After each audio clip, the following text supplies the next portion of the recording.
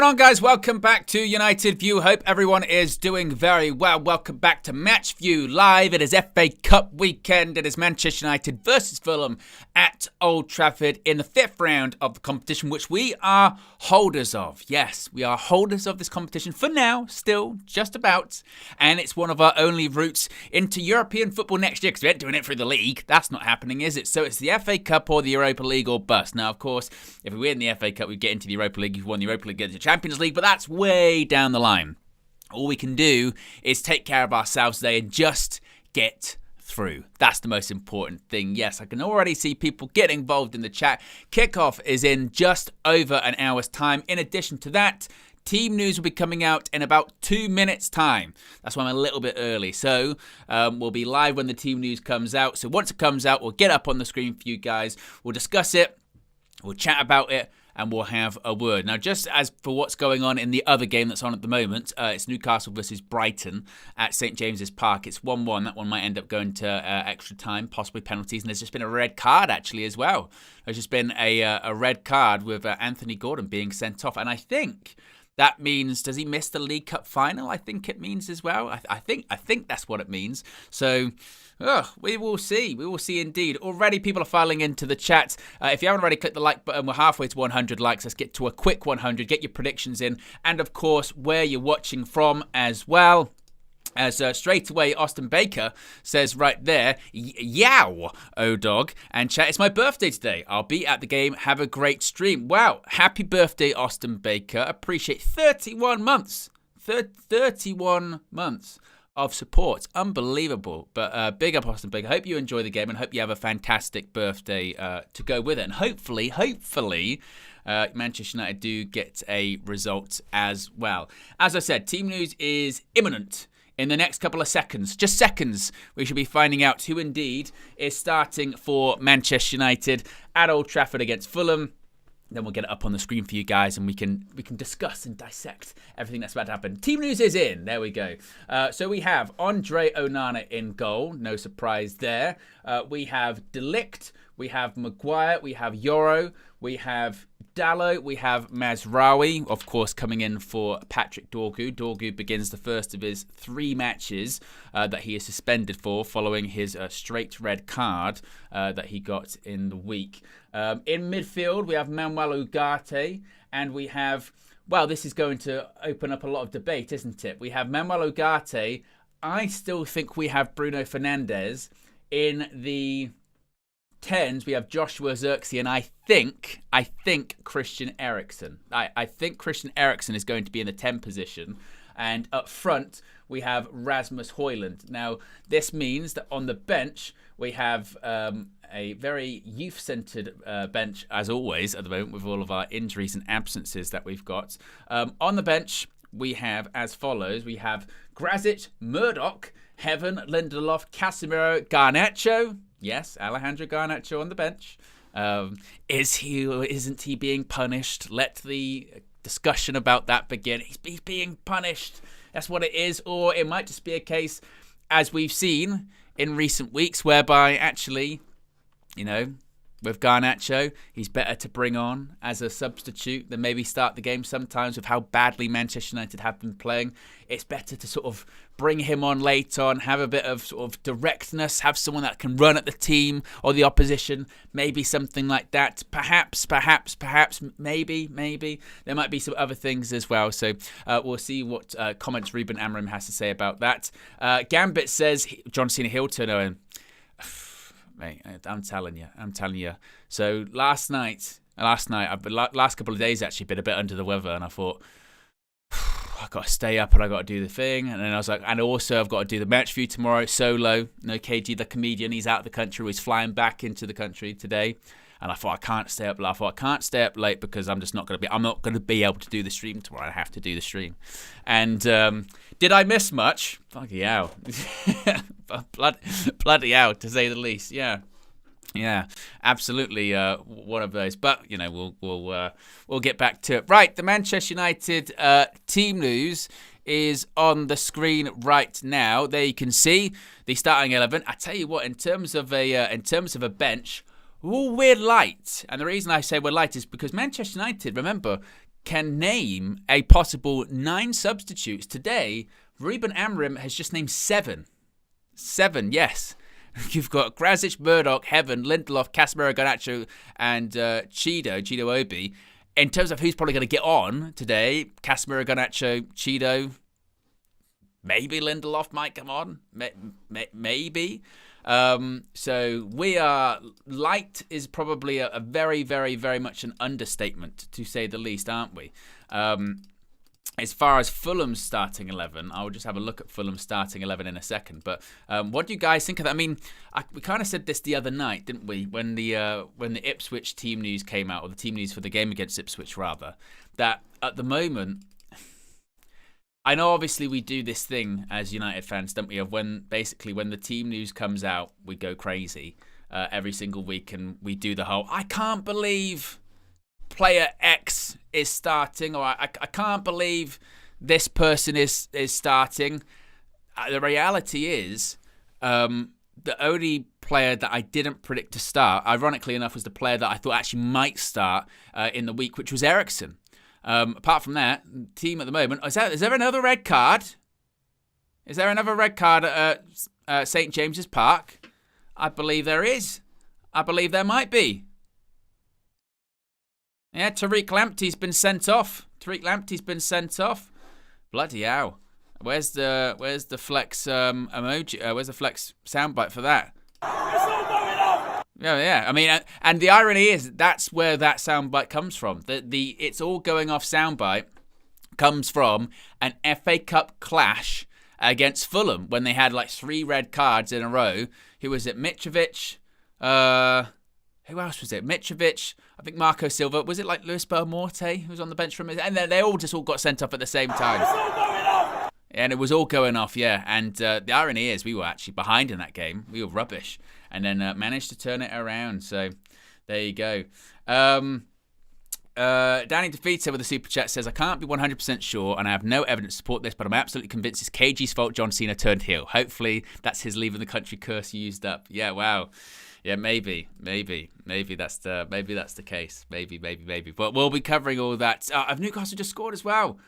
Newcastle have just scored late on. This, talk about. It's all going off at St. James's Park. They've just scored with 4 minutes of injury time left. Bloody hell! It is really all going off, isn't it? Bloody hell! And they just zoom straight in on a guy giving the V's to the to the crowd. Sensational. But yes, if you are just tuning in, that is the Manchester United starting 11 to face Fulham today. How are we all feeling about this game? How are we all feeling about Manchester United in general going into this game? I mean, yeah, it's different competition. So because of that, there's maybe a bit more optimism, maybe a bit more positivity. It looks like it might be offside, actually. Which, by the way, a reminder of that, semi-automated offside. Semi-automated offside is in use in the FA Cup. In addition to that, they do the thing where if there's a VAR decision, the referee announces it to the crowd, which sounds better. Like when they announce it to the crowd, sounds like a good idea in principle, but when you actually see it in action, it's actually very underwhelming, isn't it? Because you kind of know. So they'll be like, number 17 was in an offside position, no goal, and you go, well, thanks, thanks for that. Yeah, just okay. I'll have a listen in. I'll have a listen in. The Newcastle fans are whistling. This is meant to be quicker and more accurate, they're saying. I mean, there's a lot of hush-hushness going on. I think they're going to cancel the goal. And that means they'll probably go to extra time. Is he going to do the announcement? Do the announcement, Anthony Taylor.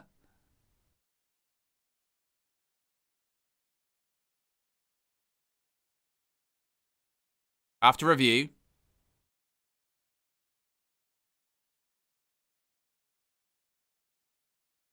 Therefore, the restart is indirect free kick. Oh, there you go.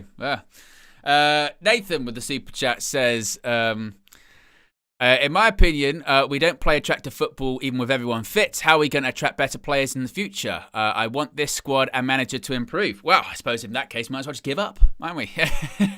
How are we going to attract people in the better players in the future? Yeah, in terms of what I'm thinking of today, guys. In terms of what I'm thinking, we know this team, we know these players, we know how we play. Now, as I always say, this doesn't stop us from getting angry during the game. This probably won't stop a meltdown from yours truly during the game. Because it's one thing to sort of say in these fixtures, in every Manchester United fixture, that it's, I'm not really going into it with any expectation, and I don't really care, and I'm numb to it all. I'm numb to it all watching Manchester United play. But when you're watching it, and players can't pass the ball 5 yards. Oh, I thought he was going to be played through there. When they can't pass the ball 5 yards, or you do concede goals, people get angry. We see it in the chat. We see it on the stream. People get angry and frustrated. Like with any game with Manchester United, there's probably going to be an element of chaos to it, non-enjoyable chaos if you're a United fan, a bit like there was on Wednesday.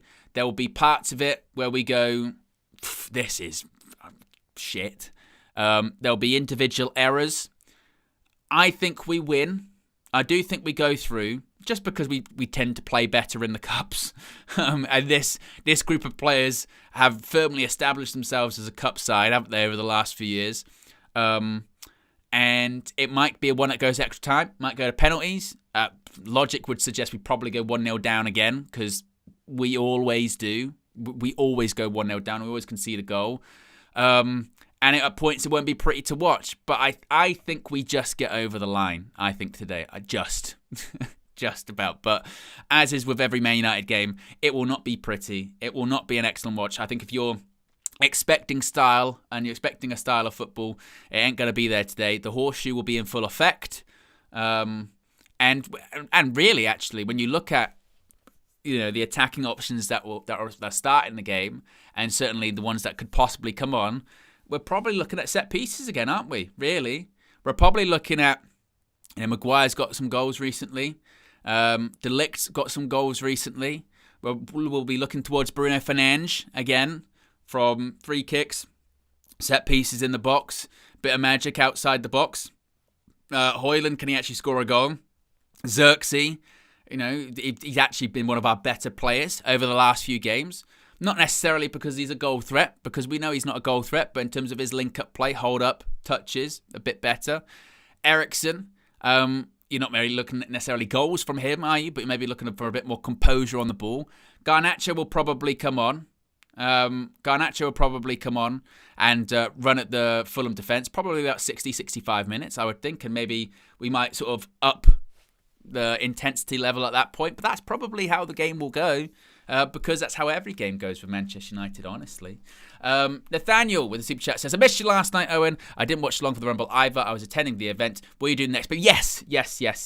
And then yes again. In fact, Nathaniel, I'll be making it up this month as well. Because obviously I'll be doing WrestleMania. I'll also be doing Revolution. But also Raw and SmackDown pretty much for the next 4 to 5 weeks is going to be exclusively live from Europe. It's going to be in Italy, it's going to be in Germany, it's going to be in Belgium, it's going to be in England. And with those, as far as I'm aware, they're going to be streamed live as they film on Netflix. So they'll be at good times for me. So my plan, if possible, is to do watch-alongs for every Raw and SmackDown and post-shows in the month of March. That is my plan. Unless they're not on Netflix until they air live, whatever. But if they are airing at the time which they're taping, which I think they are, i.e. they're taping at 7 p.m. in London, they'll be showing it at 7 p.m. GMT on Netflix. I'll be doing them live, all of them. So, and then going into WrestleMania and beyond as well. So, yes, I'll be making up for it. But talk about a night to get ill. ridiculous. Well, a weekend to get ill. So, yes. Already we've got close to 800 people, over 800 people watching. And we've got less than 20 likes until 200. So if you haven't already, click the like button and be sure to subscribe as well whilst you're at it. In terms of actually a quick subscriber check, I probably should do a quick subscriber check, shouldn't I? As to where we're at. Maybe set some goals for today, perhaps. Let's have a look. We are at 189,516. So we're less than 500 to go until 190,000 subscribers. So if you haven't already, be sure to subscribe, bottom right-hand corner. A couple of other bits that I just want to do before we go back to the team news and all that fun stuff.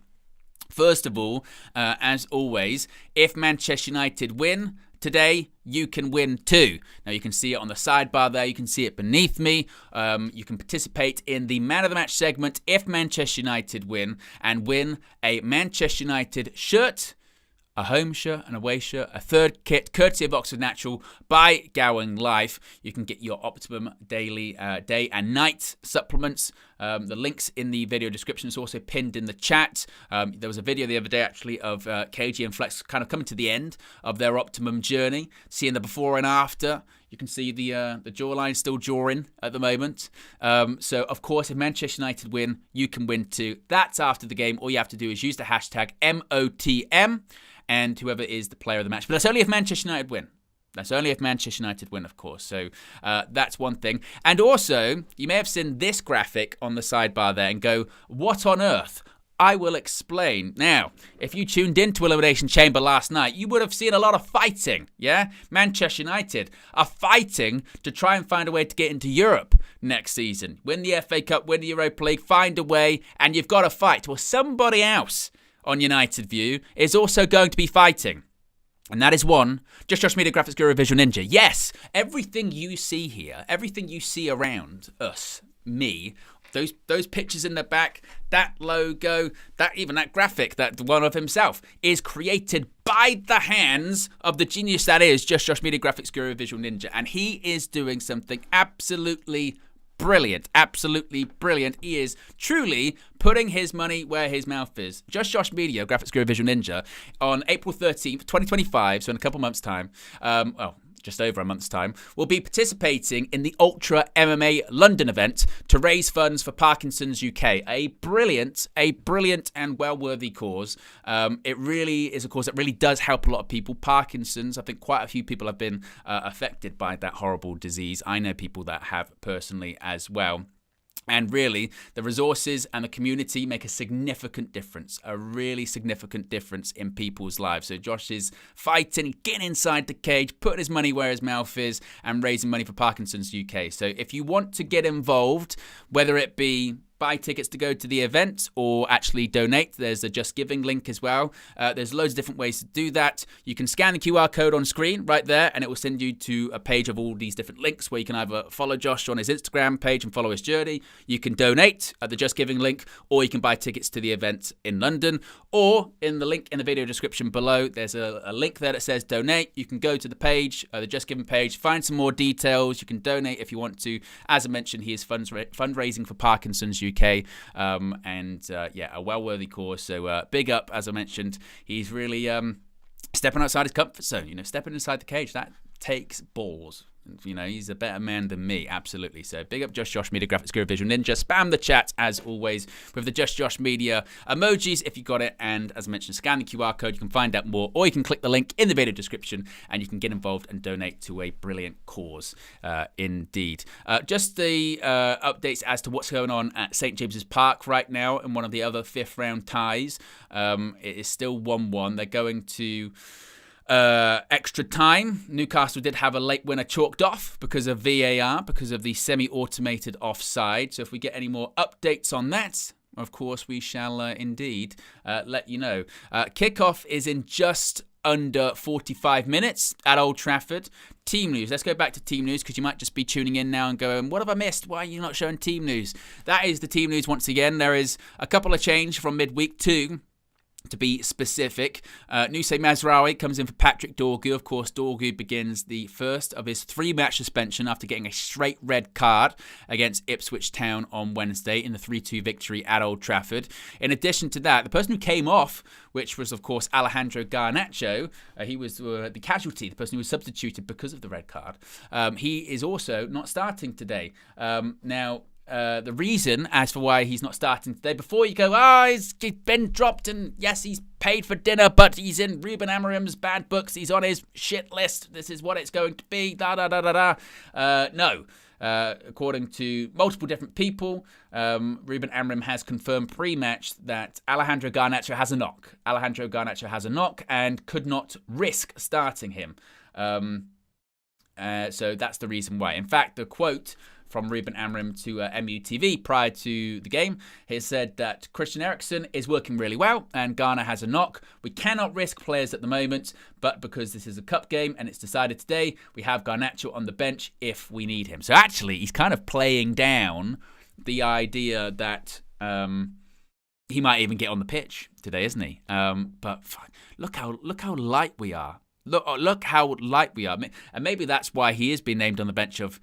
You kind of now get into this situation, don't you, where it's like, well, we'll put him on the bench because we don't have players, but also we can't afford to risk him and put him on the pitch because we also don't have players. I mean, sometimes it's a good thing, isn't it, when the team picks themselves, right? When they say, well, the team largely picks itself. And you go, well, that's good because the team's playing very well. The team at the moment picks itself because there's no other players. I mean, we don't have, and the real concerning thing I think now is that if we have like a couple more injuries, we're in massive trouble. Not that we aren't anyway. We're 14th, we're 15th in the league, and we've got massive games coming up. This is a huge week. It has been a huge 7 days for Manchester United, hasn't it? Really, obviously. This last weekend, 8 days ago, we had Everton at Goodison Park, which I don't think anyone, myself included, didn't think we'd get anything out of. Managed to somehow get a point when for 65 minutes we completely stunk up the joint. Then we went, a point's better than nothing. Wednesday, that was a 6-pointer of we have to win. We cannot face a team in the relegation zone at home and not win. And in fairness, whilst it wasn't the most amazing performance, it's one of the better performances actually we've seen from United recently, particularly when it comes to overcoming adversity. I mean, if you'd have said to me before the match, you'll go 1-0 down and you'll go down to 10 men in the first half, I'd have gone, there's absolutely no way we win that game then. Never. We're not winning that game at all. It's not going to happen. So the fact that we did, and second half with 10 men, got behind the ball, nullified, managed the game, I think, actually really well. In terms of managing a half, which a lot of these players we've seen in the past are just not capable of, managing a half, I think they did do quite well in that regard. And now we go on to what's really our season. We're not going to get relegated in terms of the Prem. We're going to have our worst finish ever. We're going to lose more matches in the Premier League. That guy, United Strand, who's not going to cut his hair until Manchester United win 5 games in a go, good luck. I mean, oh my God.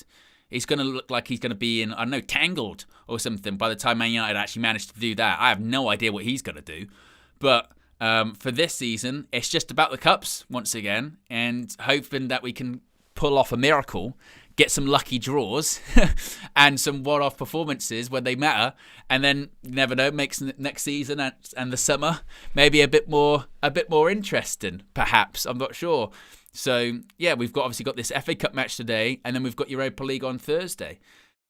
And I mean, what do you guys think in the chat? Actually, just out of curiosity, what if you had to place importance on a cup competition this season? What do you think? Which one do you think Manchester United have a better chance of winning? Is it the FA Cup or is it the Europa League? Realistically, is it? Because obviously you could say, I know I've seen people already going with Europa, but there is an argument to be said actually that it could be FA Cup, and the reason I say that is because until you get to the final of the Europa League, it's across 2 legs, isn't it? Whereas actually in the FA Cup, realistically, you're just doing these one-offs. You're just doing one-offs. Every game is just a one-off, just a one-off, just a one-off. Whereas in the Europa, we're going across 2 legs, you know. But then I suppose maybe with the Europa, you go standard of competition maybe is a little bit lower. You look at the teams left in the Europa League and you go, actually, you know, we should surely we could beat most of those teams, maybe. Those teams, and then FA Cup, there's still some big hitters left in there, even though the field is weaker. So you go, I think there's probably a better argument to say we've got a better chance of the FA Cup, just because each game is a one-off.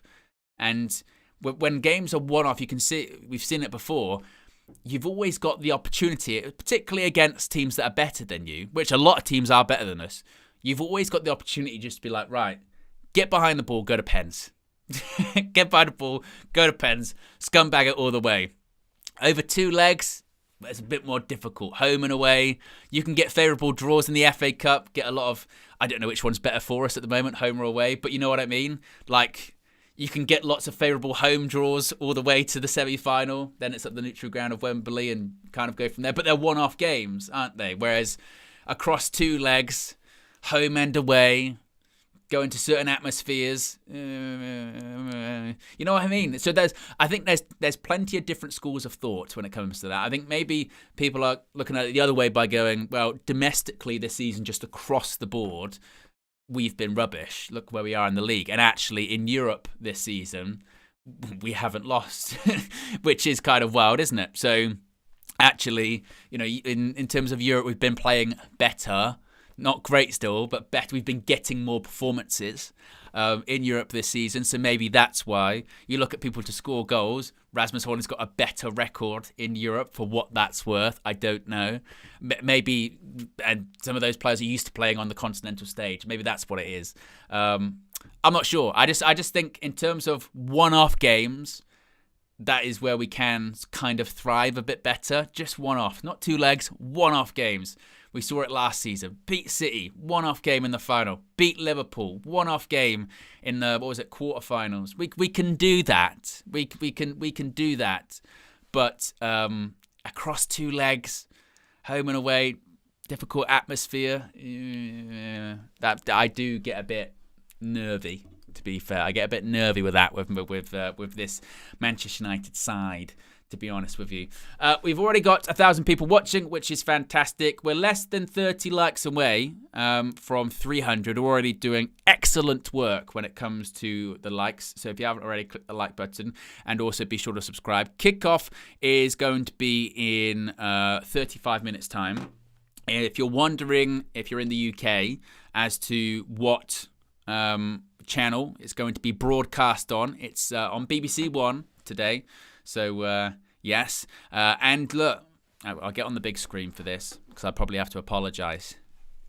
Not for me, but I just, I probably have to apologise just in general. Guys, we need to stick together. We need to stick together. And I know, look, this is a very divided fan base at times, and particularly at the moment, on a lot of things. Players, coaches, transfers, the ownership, etc., etc. We need to stay together today because I'm gonna need your help. I'm gonna need your help, folks.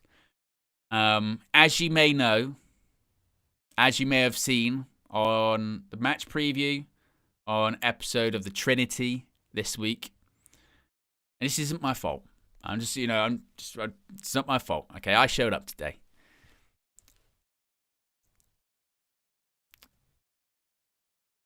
KG's out the country. Yes.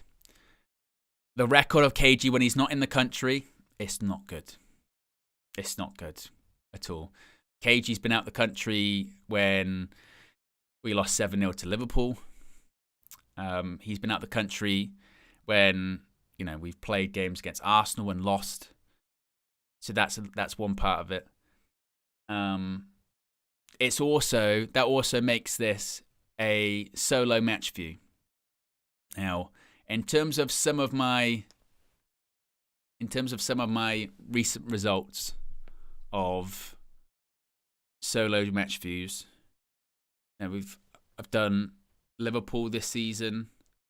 I've done Spurs this season in Carabao. I think actually in the league. In the past, I've done Liverpool 5-0 at Old Trafford. I did Man City 2-0 at Old Trafford. I did Forest at Old Trafford. So, yeah, it's just kind of,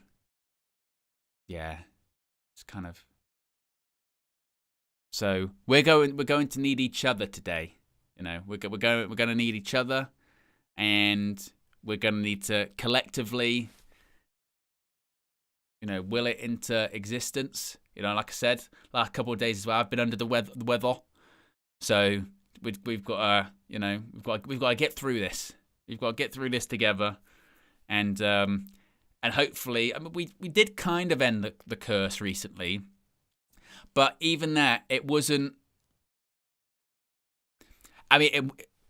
We technically did end the curse of the solo match view and KG out the country, but it wasn't one that kind of gives a lot of optimism. What it was is we beat Southampton 3-1. Now you would say, well, we won that game. Curse lifted. If you watched that game, kind of didn't really deserve to win that one, did we? And we were 1-0 down for quite a while, and sort of Ahmad got like a really late hat trick in like 7 minutes for us to win right at the end. So it's not really a lot of kind of.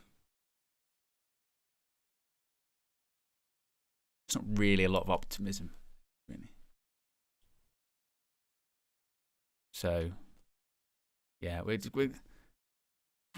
We'll be together today, and it's not KG. It is KG's fault. I think even he said. I saw him in there. He was like, "I'm in the chat." Yeah, he's just so we just know. We know where the blame lies today. So Mr. the Comedian is what it's going to be. Kyle with the super chat says, what's better, United winning or ending of Elimination Chamber? Don't make me choose, Kyle. Don't make me choose. That's what I had to do last night. I had to choose. Bloody hell. Yeah. OJ says, so KG left the country on cup game week. I don't know. You tell me. I don't know. I just come here and KG. I don't know. The only way I think maybe we can sort of get away with this in terms of trying to sort of circumvent the judge is there is a possibility that by the time the game ends, KG might be back in the country. And that's a technicality. That's because he said to me basically he's going to land and then he's going to find out the result effectively. So I don't know when he technically gets. I don't know when he technically gets in to UK airspace. Maybe, but in terms of and actually, you know what? In terms of the reckless delegates and the people that sort of help him with his channel, Joe Blackman, Lil Yo-Yo, because I know they'll be in the chat too. All I will say is, regardless of what happens, regardless of the result, whether we win, lose, right, whether we go through or we go out, I think this is my sort of official me filing, a reckless lawsuit on KG the Comedian, for that needs to probably go to reckless court. I think it's just too. That's too much. That's too much. Especially when there's strong evidence of how dangerous that kind of behavior is, and the circumstances. If I'm not mistaken, the circumstances of how a lot of people, including people who even helped KG with his channel, found out he was leaving the country, was very, very late as well. Very late notice. I think even Joe Blackman said, I didn't even know that much about it. So I think that needs to go to reckless court on his channel. Maybe I'll have to send a proxy or something like that because I think it's bang out of order. Bang out of order. What would lead judges say about it? I'll tell you exactly what he would say. Fucking reckless! That's fucking reckless! Fucker! Well, actually, no. And then probably he would say, left the country. He's done it again! That is a fact! You fucking little bastard! Yeah, that's probably about that. Right, we're less than half an hour to go till kickoff. If you're just tuning in and you're wondering, Owen, what's the team news? We'll leave it up on the screen for a little bit. And it's Andre Onana in goal. No Bayern Dia. No Bayern Dia still. He's recovering from injury. I shouldn't be shocked by this, but how badly sort of fake news spreads or misinformation spreads on social media is nuts. I saw... It was quite a big account. I forget who it was, but it was quite a big account. And they were like, oh, Bayern Dia did this, and now he's been dropped. And you thought, he ain't been dropped. Like, he's injured. And literally played, the last game he played was Europa against, who was it against? Was it Rangers? Was that the last game he played in the Europa League? I think it was. And, yeah, he's been injured since. We've seen pictures of that. There's Ruben Amorim. What's he saying? See what it says. It confirms that Garnacho has a bit of a knock. He's going to use Chris because he's fit. They have Garnacho on the bench if they need him. It's a game that will decide if we go to the next stage. So it's basically that. Go and try to use... I do my Kate Ab, don't I? Dorga is out. He was sent off. And we have to use Mazraoui as a wing-back.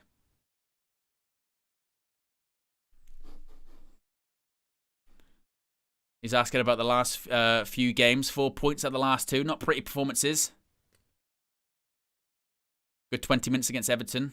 Good response. After going down to 2-0 at half-time. The next game played well with 11 players. Suffered together when he went down to 10 men.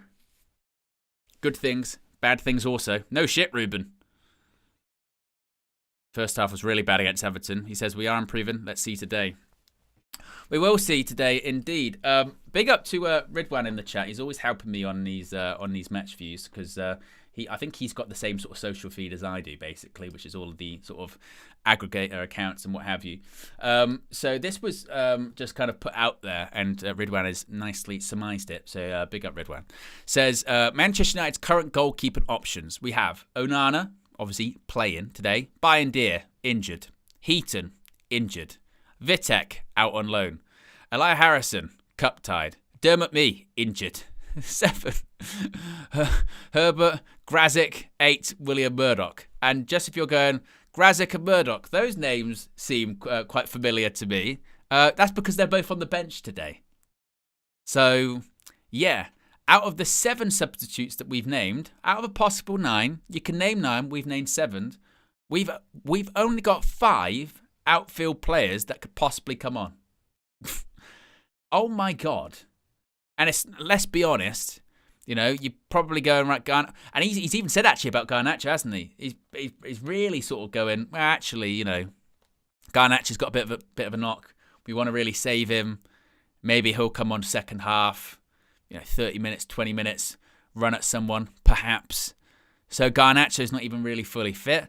I suppose a positive that we have seen that Cheeto's getting more and more minutes and more sort of responsibility being brought on. I don't think he necessarily really wanted to bring him on Wednesday, did he? Perhaps because obviously with the 10 men and what have you. But when he came on against Everton, I thought he did well. He had more touches of the ball than Rasmus Højlund, which isn't much of a surprise, is it really?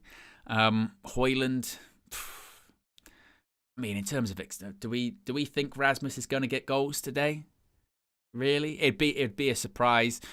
Again, if we're scoring goals today, like we scored 3 in the last one, it's not as if we can't score goals. And also, it's not as if we don't create chances. That whole thing of like, oh, we don't really create that chances, it's a bit of a myth. I think it was James Muppeteers pointed out last Monday on the red carpet. It'll be tomorrow, 7 p.m. as per usual, every Monday at 7.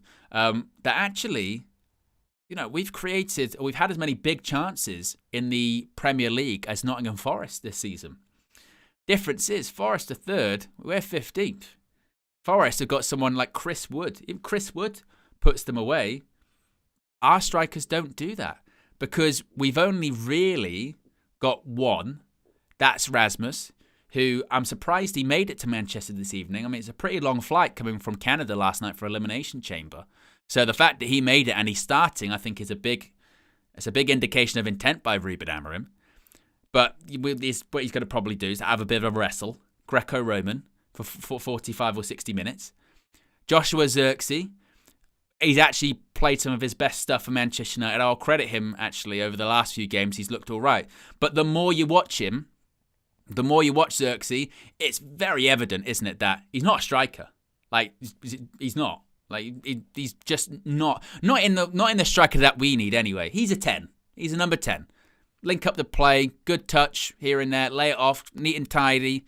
As Kevin Hatchard said before we even signed him, and never doubt Super Kev, because he knows his shit. I mean, he's commentated on Serie A games and Bundesliga games and games across Europe. He knows better than anyone, because he's done it. He's better than the Twitter tacticos who just, see a comp and go, he's this.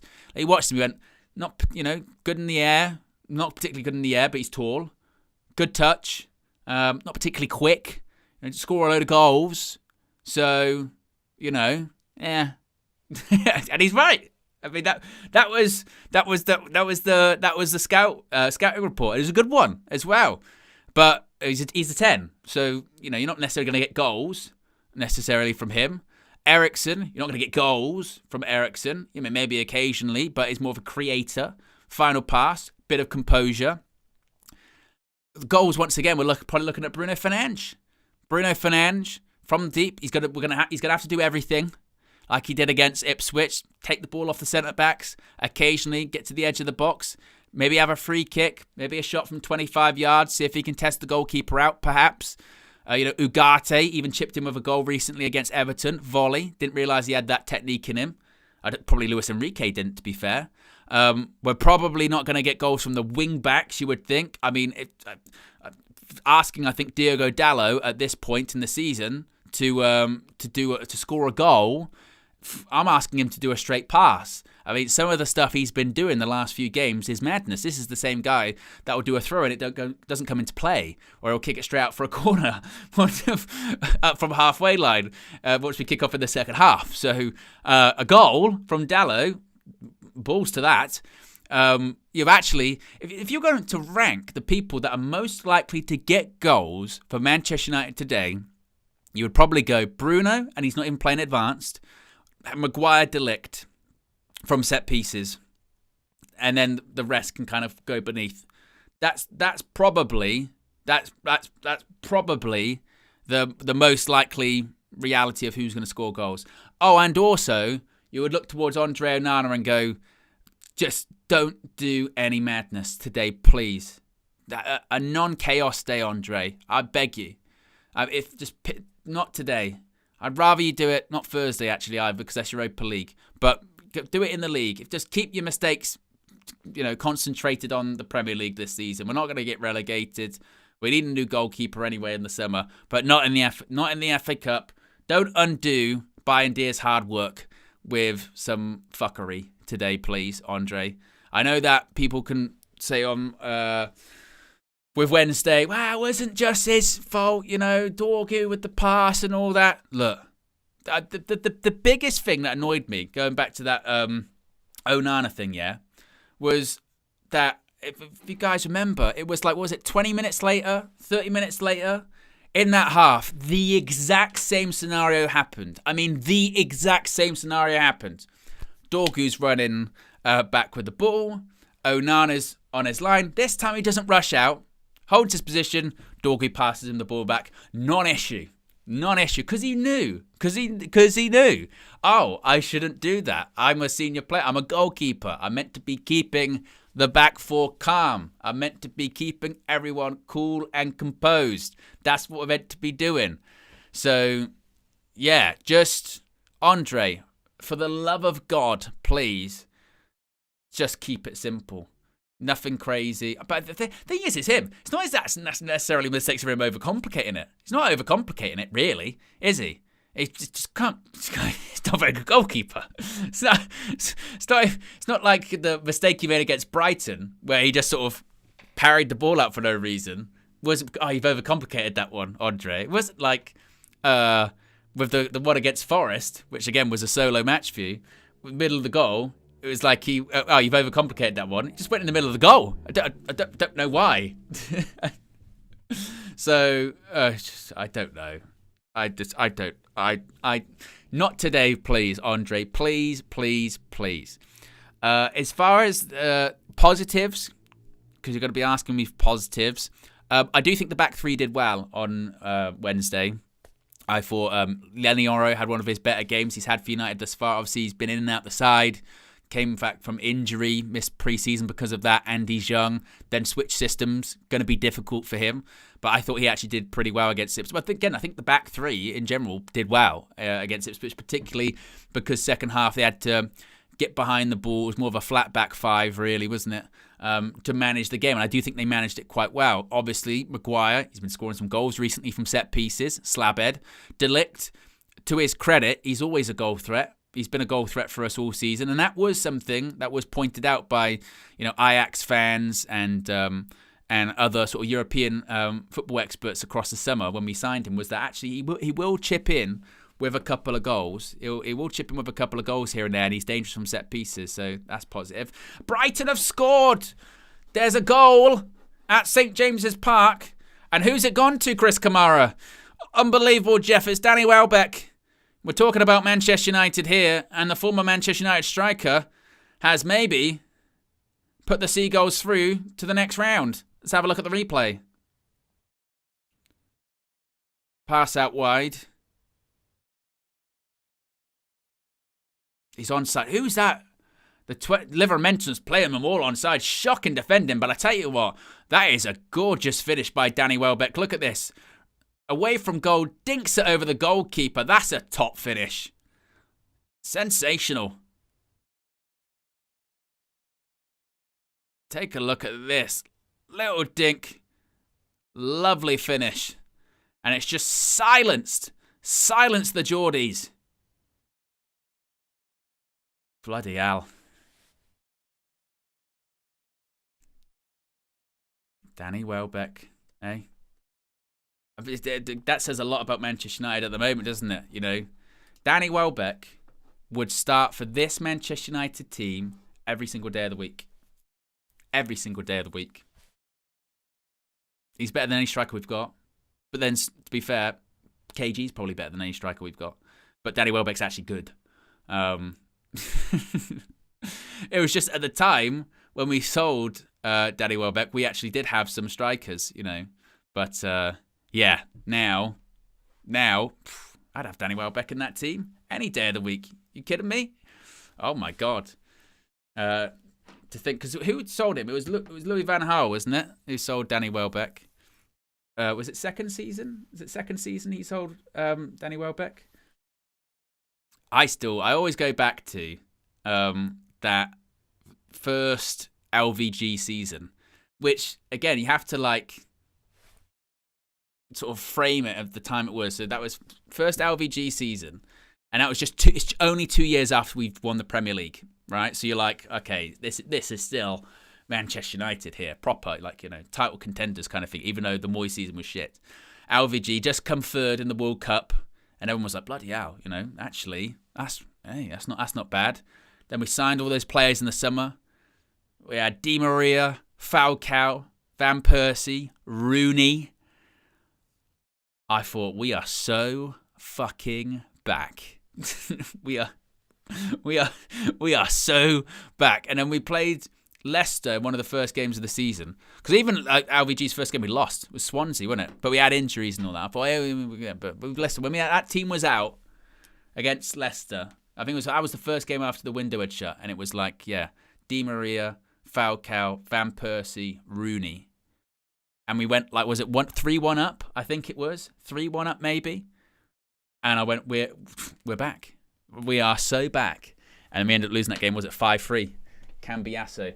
Because it was the most lopsided team you've ever seen in your life, in the sense that, whilst I mentioned those Galacticos up front, we had like a back three at the time, back five, that included the likes, Tyler Blackett, Paddy McNair, Borthwick Jackson. And you go, well, it kind of negates having Falcao with no knees, and Di Maria, who hated Manchester, Rooney, sort of beginning of the decline of Wayne, and Van Persie, who was, then was he wrong side of 30? So yeah, maybe that's what it is. But for all of the stopgap strikers that we have had over the last decade, all of them would still probably get in this Man United team. Whether it is Lukaku, whether it's Ibra, and he's retired, but he'd get in this Man United team now. Ibrahimovic winning the Serie A in his 40s. Whether it was obviously Lukaku, whether it was, who else do you want to put in there? Anyone. Anyone we'd have had. I mean, with Cavani, I feel a bit. I always felt a bit sorry for Cavani, in the sense that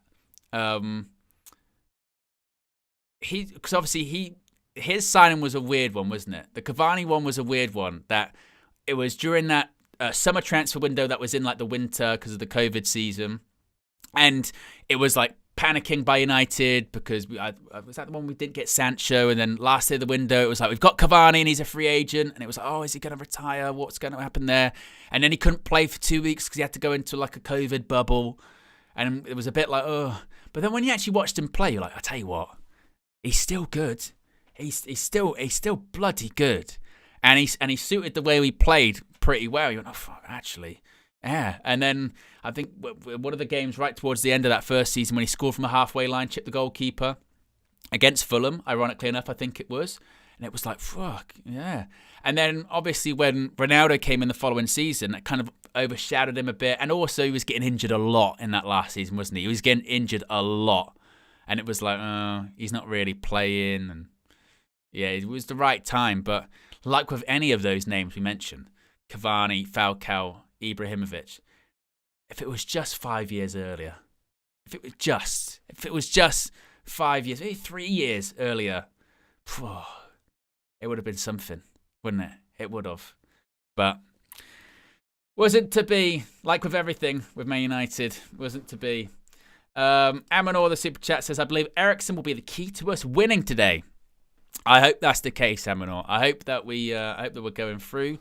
I hope that actually, in terms of who's going to, because there's one more game tomorrow, isn't there? I think in the FA Cup, maybe. I think there's one more game tomorrow. I'm not sure who it is. Who is it? It's Nottingham Forest versus Ipswich. There you go, with what you call it. So the teams that are through into the next round are Aston Villa, Crystal Palace, Preston, Bournemouth, Man City, and as things stand, Brighton. It's so there, isn't it? That's why I was saying earlier on, for all of those that were saying, Europa League, we got a better chance of winning that. FA Cup, all the games are one-offs. There's not across two legs. Every game's a one-off. You can get good draws. Some of the big teams have gone out. No Arsenal, no Liverpool, no Chelsea. All gone, all of them. And the teams that are left in, let's say the best team left in at the moment is Man City, and we know it's not Man City that we played last year. Aston Villa, yeah, but they're like mid-table in the Premier League, aren't they? They're having the best season. I mean, it is so there for United. Just got to get through, and then maybe even hope that get a bit of luck, get a decent draw in the next round, have City and Villa face off or something like that at Villa Park. Maybe one of the other big teams takes each other out.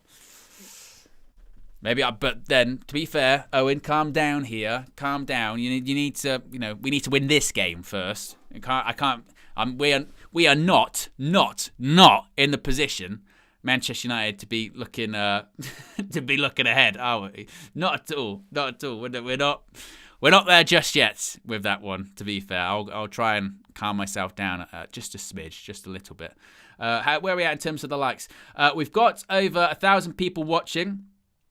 We are less than 100 likes to go until 500, which is excellent. We're a good ratio at the moment, so if you haven't already, click the like button. Let's see if we can get to 500 before kickoff. Kickoff's in 8 minutes' time at Old Trafford. Old Trafford is filling up nicely at the moment, as you can see in the new pre-match studio. Yes, in the new pre-match studio. I'm not sure what this is called now. I don't know if it's called the Asylum anymore. There was another one, I forget, Panenka Studios. I'm not sure what the phrase or the terminology is anymore. But yes, we've got a bit of an upgrade here recently. And as I mentioned earlier on, just because I noticed more people are in here now at the moment, the upgrade came courtesy of Just Josh Media Graphics Guru Visual Ninja, as always. And as you can see in the sidebar right there, he is fighting. Yes. He's fighting for a good cause. He is participating in the Ultra MMA event in London in April 13th to be specific. It's an event to raise funds for Parkinson's UK. It's a fantastic charity, fantastic cause. They really help people make a significant difference to those that have been diagnosed with Parkinson's, their resources. It also forms a really great community around them too. So Josh is participating in that to raise funds for it. A lot of you probably don't even see Josh that often because obviously he's very much behind the scenes, but he's instrumental, vital to everything we do here at United View. It's a day one guy. You might even know him obviously from Flex before United View was even a thing. So yeah, absolutely. So if you want to get involved in that, you can scan the QR code. You can find different links. You can just even follow Josh on Instagram to follow his journey. He's been on a bit of a fitness journey, getting ready for it all. You can donate to Parkinson's UK. There's a Just Giving link that's in the video description as well. So you can get involved in that. Or you can actually buy tickets to go and watch him in the event as well on April 13th in London. So big up to Just Josh Media Graphics Guru Visual Ninja, as always, here on the channel. And big up to him for putting his, that takes courage.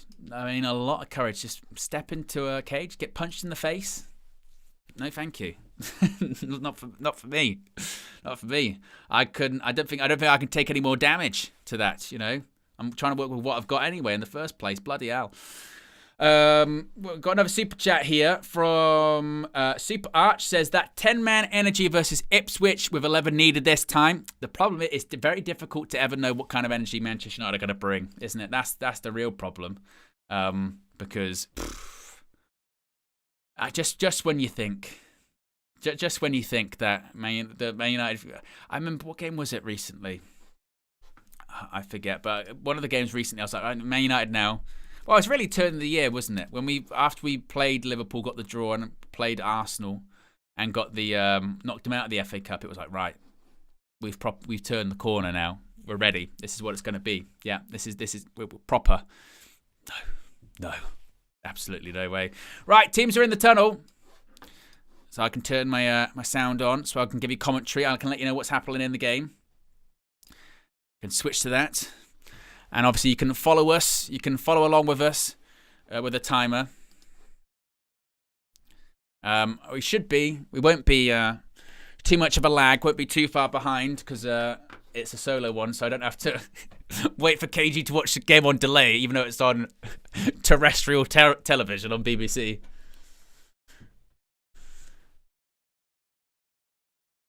But we are just over 50 likes away from 500 likes. If you haven't already, click the like button.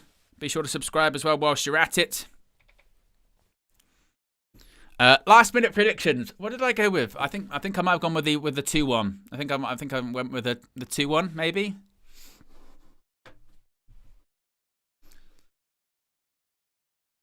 I'm gonna go with 2-1 Manchester United. I think we'll probably go 1-0 down.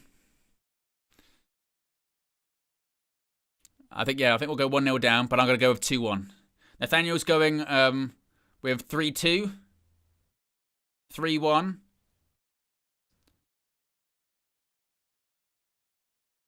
Anthony Robinson captaining Fulham at Old Trafford today as well.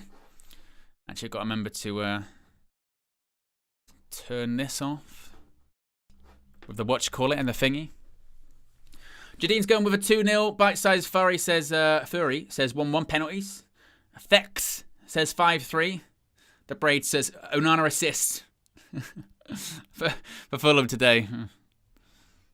Not impossible, is it? Unfortunately.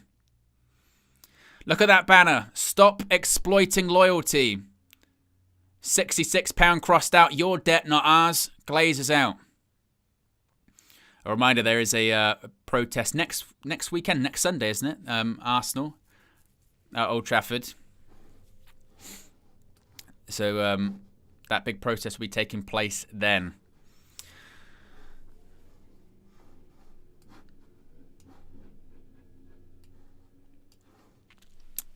As you can see, he's in the chat. When he goes, hold on, wait a minute. Don't blame the internet. KG, the comedian, yes, is on his travels back to the UK because he's out the country. Yeah. So we know how this goes. Here's hoping for a positive result. Here's hoping we just avoid the judge. This is the one. Plays out before kickoff. And truly, this is the one. It's one of our only opportunities to get into Europe next season. Hopefully you guys will be tuning into United View instead of BBC, because you'll have to listen to Alan Shearer in the process. Yeah, not good. Very quickly, once again, if you're just tuning in, this is the Manchester United starting 11 for today at Old Trafford. It's Andre Onana in goal, back three of Matthijs de Ligt, Harry Maguire and Lenny Yoro. Diogo Dalot is still at right wing back. Nusay Mazraoui, we at left wing back, or either or, of course. Patrick Dorgu is not in the team today. He's serving his first match of his 3-match suspension after being sent off against Ipswich. In midfield, it's expected that it's Ugarte and Bruno Fernandes in a deeper role once again. Joshua Zirkzee and Christian Eriksen in the 10 positions. Alejandro Garnacho drops out to the bench. He's got a knock, and Ruben Amorim was a bit reluctant for him to start. And up front, it's Rasmus Højlund. Out of a possible 9, we've only got 7 substitutes, 2 of which are young goalkeepers in Grazic and Murdoch. The outfield players that are available to come on for United today are Aidan Heaven, Victor Lindelof, Casemiro, Alejandro Garnacho and Chido Obi. As Ruben Amorim embraces his Portuguese compatriot, Marco Silva, a name that Manchester United did speak to in the summer. We're swapping ends. Stuart Atwell, the man in charge in the middle. Rasmus Højlund, 17 games without a goal. Last scored against Victoria Pilsen in mid-December. Last 2 games, though, we have one against Fulham, twice this season already. In the opening game of the season, 1-0, Joshua Zirkzee. Just a couple of games ago at Craven Cottage, Leacher, Lisandro Martinez, with a deflected effort, did his cruciate ligaments in the very next game, I think it was.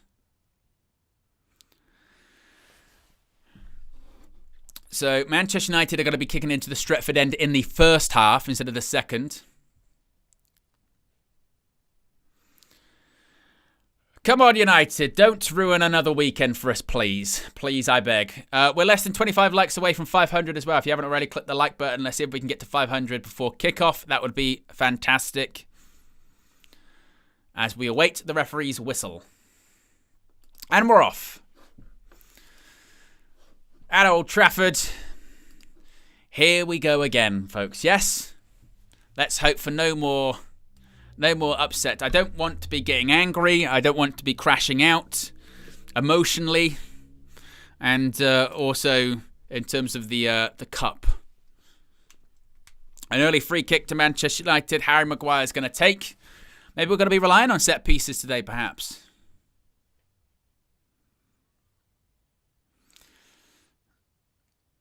So it looks like Dallow's actually on the left today. And Mazraoui's on the right. So that looks to be the reason. Of course, we've got to be careful with Adama Traore, play him for Fulham today. But no Leach to go up against. Leach got the last laugh last time. Dalot. Ericsson. Quite a bit of a heavy press here from Fulham. Ericsson nearly caught out there. Yoro puts it up the touchline. Højlund does well there. Anson puts it out for a throw. That's okay. It's okay. It's okay. What are we doing today, guys? Is it a 5-minute increments, 10-minute increments, or are we not there just yet? Maybe we've got to go 1-0 up first, perhaps. Maybe that's what we've got to do. Xerxes was trying to put a bit of pressure on there, wasn't he? Long ball. Good header by Aaron Maguire. But Sanderberg's got it. Of course, he was linked to United, wasn't he? KB says 5-minute increments. I think K-Flow might agree. They're saying 10. We'll go 10-minute increments. We'll go 10-minute increments, guys. We're still, we're not there just yet. We got to 500 likes, which is fantastic, guys. Big up. Next is the road to 1K. It's a heavy pass by Right, write that one down. 2 minutes. Dalot nearly gives the ball away again. That's going to be a free kick. Oh, honestly. He can't pass the ball. Diogo Dalot cannot pass the ball. Every pass, heavy. Every time. Free kick, though. Bruno Fernandes to take. Maguire's. Just, please, straightforward. Please. Ericsson turns. Here's Dalot. Now do something, Diogo. Do something. Ball in! Oh. Cleared away. There we go. Sorry, got an early ball in, which has become a staple of the, particularly the KO match views. Oh, it's the second ball on the pitch at the moment. Dalot. That go out? No, I thought it went out for a corner. Stayed in. Shove in the back, referee? No. Adama Traore trying to run the ball out of the fence. Well, he managed to get himself out of trouble. Thought maybe Højlund slipped off his baby-oiled arms. If he even still does that. I'm not sure if he does that. Oh, United win the ball back. Xerxes lays it off. Wasn't the best layoff. Kind of played it behind De Ligt. De Ligt laid it off. Xerxes won it back, excuse me. Xerxes tried to lay it off. Wasn't the best pass back. Some early pressure. Mooney started up front for Fulham today. It was last season at Old Trafford. I think he scored, didn't he? And he was good. Lenny Oro. Dalot. Xerxes, bit of pressure. He's got hold of his shirt, referee. Goes all the way back to Onana. Just play it safe. Fine. De Ligt.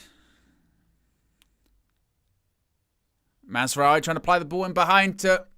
I tell you what, Bassi. He's just flung off Rasmus Højlund like he's not even there, by the way. Literally. It's not a bad ball by Mazraoui in behind. Becomes a bit of a foot race between Bassi and Højlund.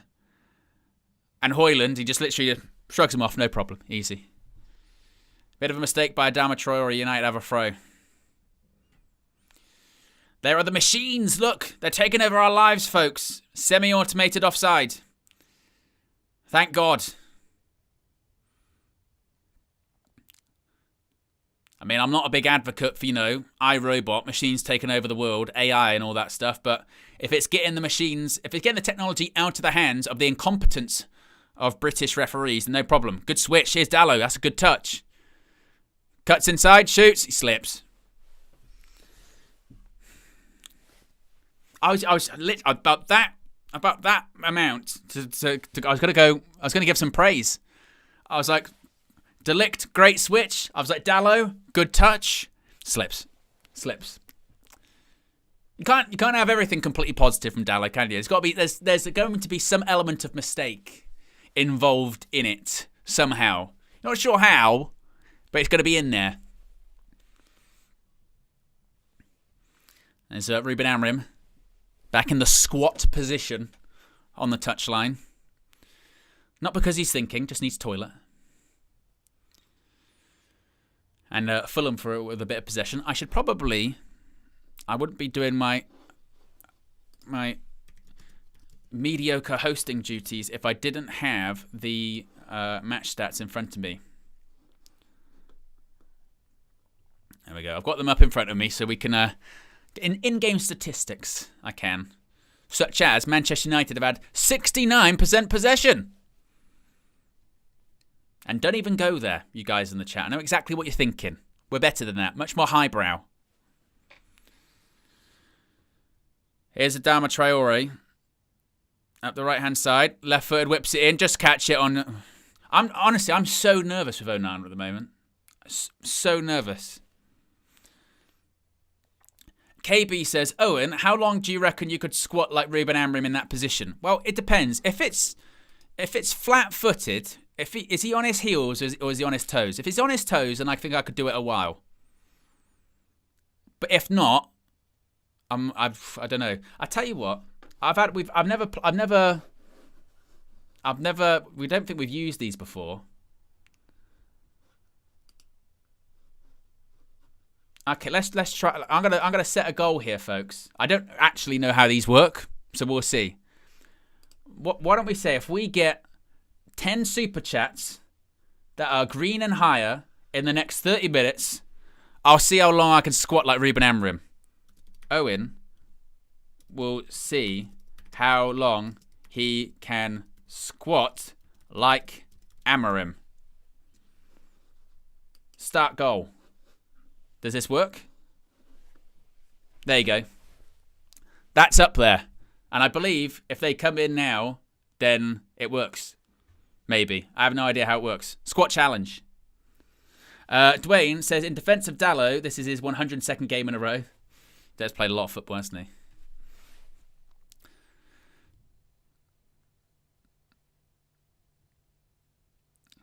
Because I was just doing the math. Well, because to be fair, if that happens in... well, it might happen before, to be fair. There's a timer of 30 minutes. If it happened within 30, then I would probably have to do it to half time.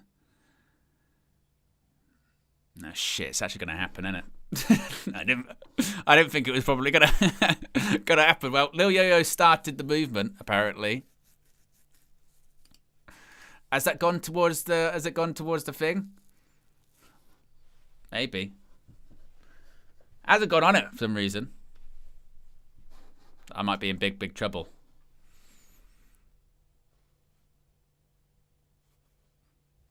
Traore. Cross goal.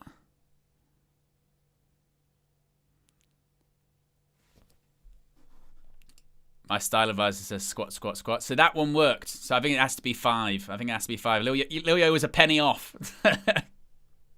He was a penny off. It has to be £5 and up, apparently. Yes. I think maybe that's why. Mr. D7 says squat fund. Hey, it won't count, mate. Won't count. Yeah, won't count. That's how it works. Like the squat advisor says. Squat advisor says what it is. Yeah.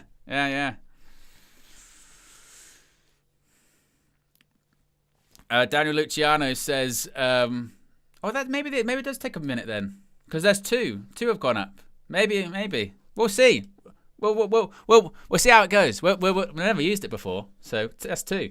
It says, oh, did you watch last night? The highlights look crazy. Good luck on the squat. Bloody hell. I did watch I watched it this morning. Like I said, I was a bit under the weather, so I thought, and I knew I'm the only person to do this stream, so I thought I can't stay up late, otherwise I'm just not gonna be able to make it. So now I'm doing the smart thing of saying super chats for squats, which is fucking mental. By the way, because I'm really not sure I have that flexibility at all. But we're 8 away. Maguire. Delict. Oh, for fuck's sake. This is not going well. Well, it's more entertaining than the game, isn't it? We did 10 minutes, folks. We did 10. Ball forward.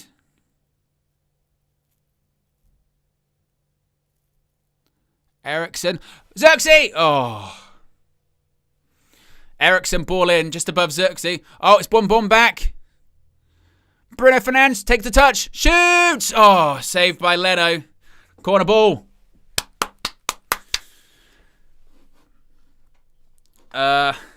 Luio says, let's try again. Squat, squat, squat. And Mr. D7 says, squat, squat. I tell you what, my quads are going to be in big trouble, man. So apparently, again, this is we're learning this together, folks. I think apparently you have to click on the goal at the top and then do it. I think that's how you do it. Ball in. Ugarte.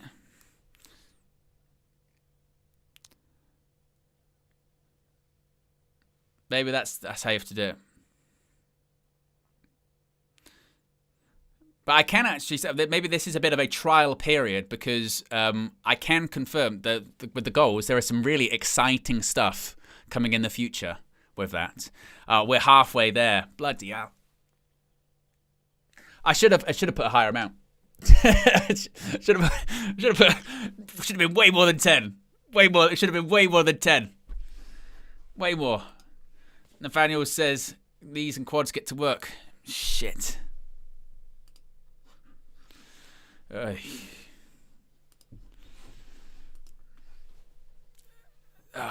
fucking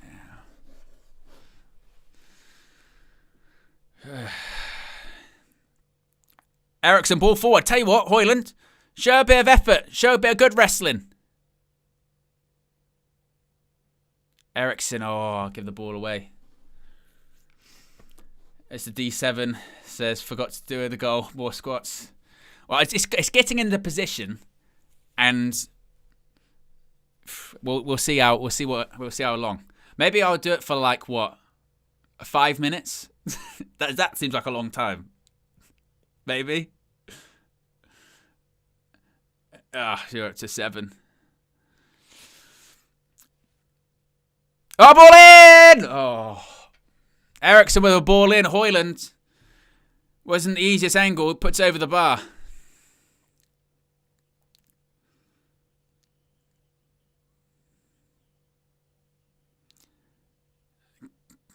K-Flow, you're killing me.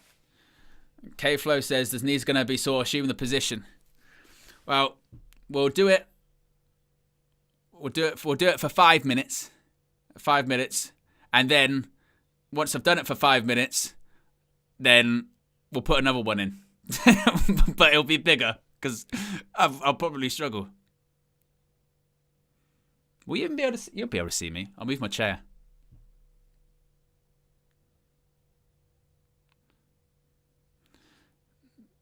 Well done, Xerxes. How many likes we currently at? We're like 40 away from 600. So if you haven't already, click the like button.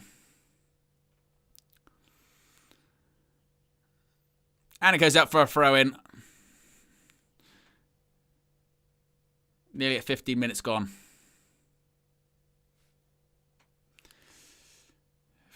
Throw-in to Manchester United. We've had actually less possession. 2 shots, 1 on target. Oh, Højlund. Oh, tried to go past Anderson, couldn't do it.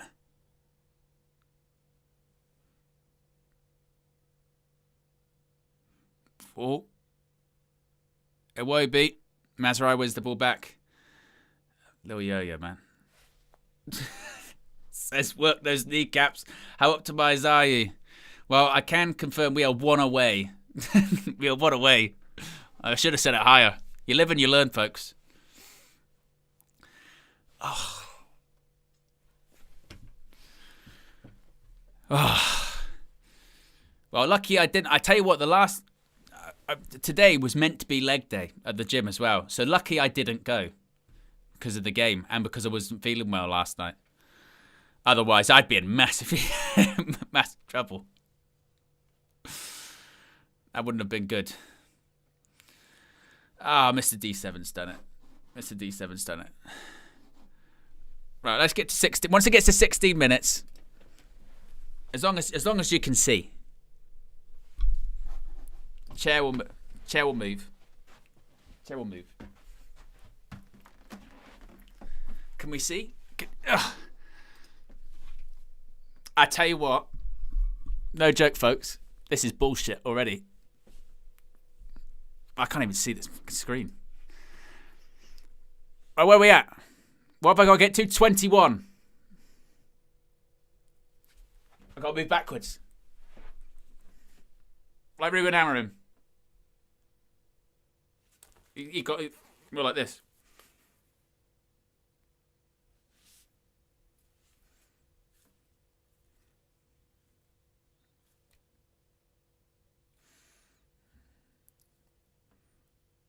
This is not easy. Okay, I mean, if the... I tell you what, though, this mic arm is bloody good, isn't it? If... Ball in! Oh. It was a ball in. It was saved by the goalkeeper. Once it gets to 21 on the scoreboard, I'm back up.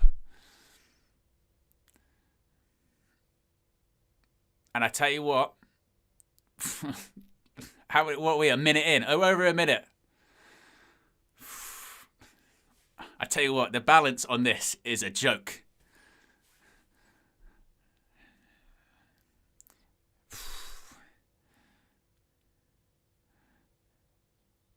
Prince Stu says, hands in the air, so we're not holding the ground. Hey, look, it's up here, mate. My hand's on my legs.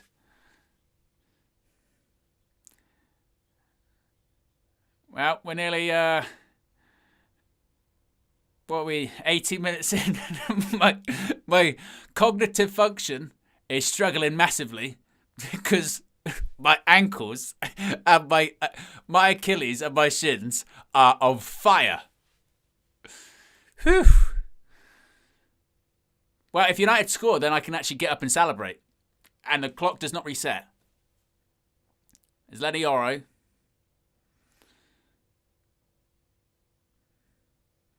By the way, this is not easy. I'm a tall guy. Dallo, you're rubbish. Fuck. They've tried that switch a bunch of times, Delict, over to Dallo. And every time Dallo just constantly fumbles.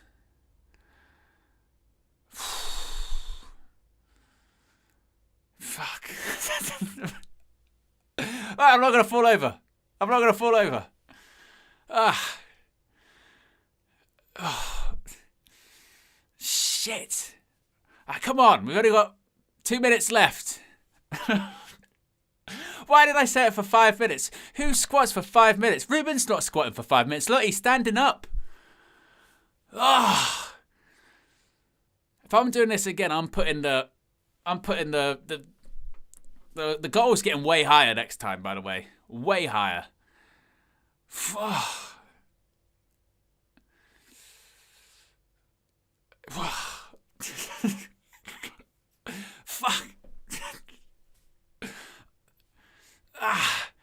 Free kick to Man United. The hamstring started to go now. It was a foul on Bruno Fernandes. Who was that in the crowd? Vucic. He managed Plymouth yesterday against Man City. Right,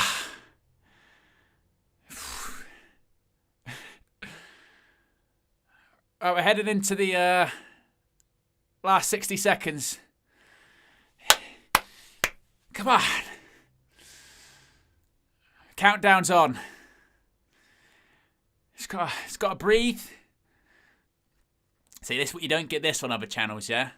You don't get this. Amorim view. I might have to have like some kind of like Achilles reattachment surgery. Dr. Andre's next injury update is going to be what happens if you snap your Achilles. Out to Dallo. Cuts in. Left footed. Ball in. 20 seconds left. Don't fall over. 10 to go. Nearly there. 2, 1. That's it. Right, the only problem is I might not be able to get back up. Yeah, fuck.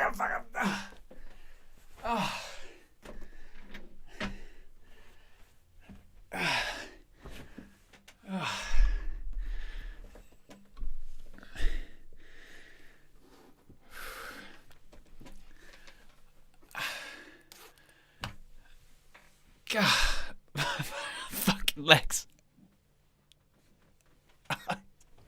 Reuben Amram, you're a madman. Honestly.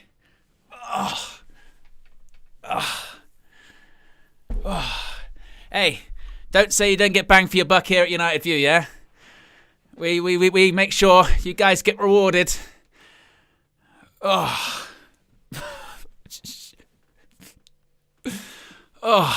We'll do it again in the second half. We'll do it again in the second half, though. You know. Oh. Does anyone know, like, sports massage or something? Oh. But I tell you what, if that's not a good advert for Optimum, I don't know what is. I would have been able to do that like 6 months ago. Holy shit. We're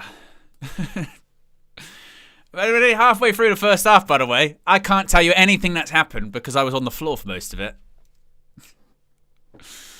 Oh. The Manchester had put in a membership chat as well. He's been a member for 5 months. Says, can we send him more super chats to extend the squat time? Well, I tell you what we'll do. I'll do it second half. I mean, you know what? I was surprised I could do 5. I maybe feel like I could maybe ball in.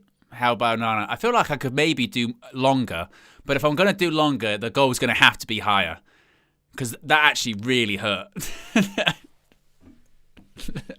When I say hurt, it was like good. Done and dusted say do stretches at half time. And you might be right on that one. But actually, no, I've already done 5 minutes. You know what? It would have to be another 5. It would have to be another 5 because I've already done 5. The cumulative strain on my legs would be too much. So we'll do 5 in the second half.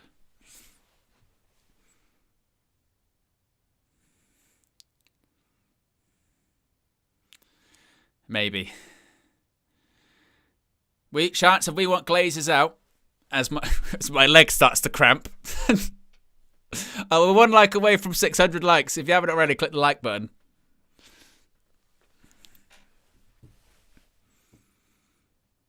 I tell you what we'll do.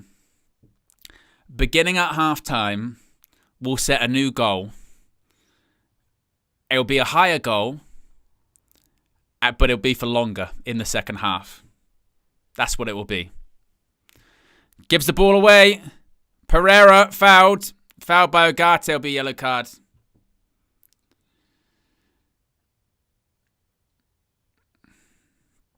That's what we'll do. But I won't start that. How do you like close it? I don't know how you close it. But that's the first time I've used that. So that was good, wasn't it? Ugarte, he's suspended for the next... They said next round because it was his competition. I thought it wasn't competition specific.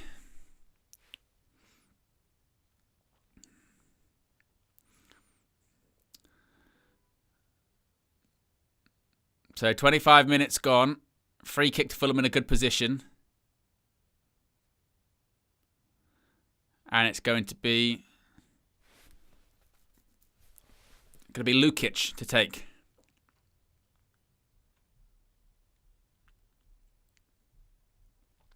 I mean, to be honest, I'm still thinking about, can I actually do that position for 10 minutes? For 10. I think I probably could.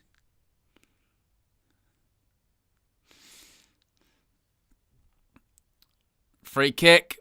Straight into the wall. Out to Anthony Robertson. Flex's favourite player. Smashes it over the bar. You were sweet once.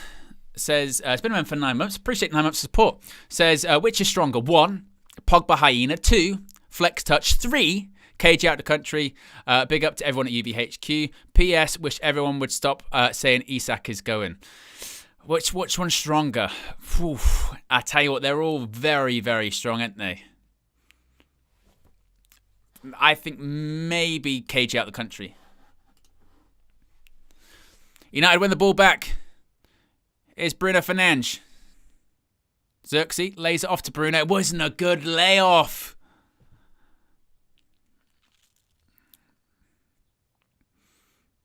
And Traore's fouled Bruno Fernandes. Oh. And there's been a yellow card to Andreas Pereira. The OG, pre-season Pirlo himself.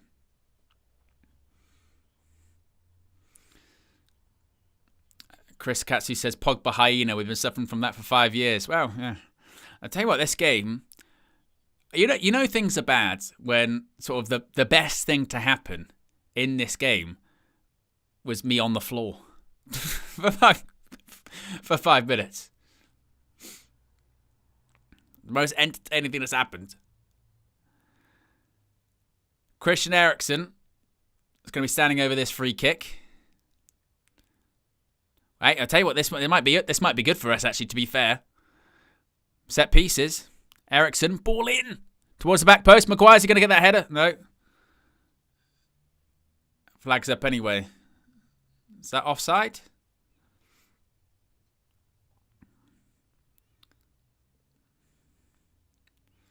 And Andreas Pereira, confirmation of his yellow card.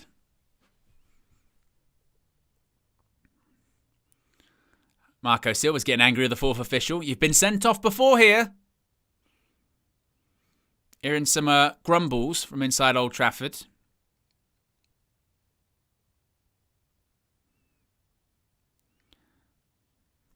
Adama Traore.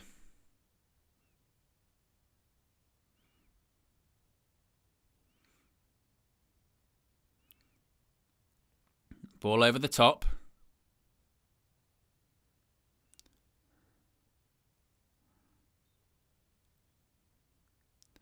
Didn't keep it in. It's a throw-in.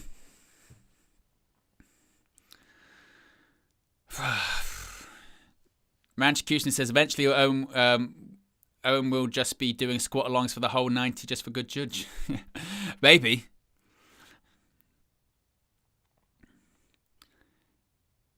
As Man United, I tell you, we're so quiet at Old Trafford. You can hear them all chatting on the pitch. Xerxes tried to lay it off to Maguire, but the ball was given away. One back by Fulham.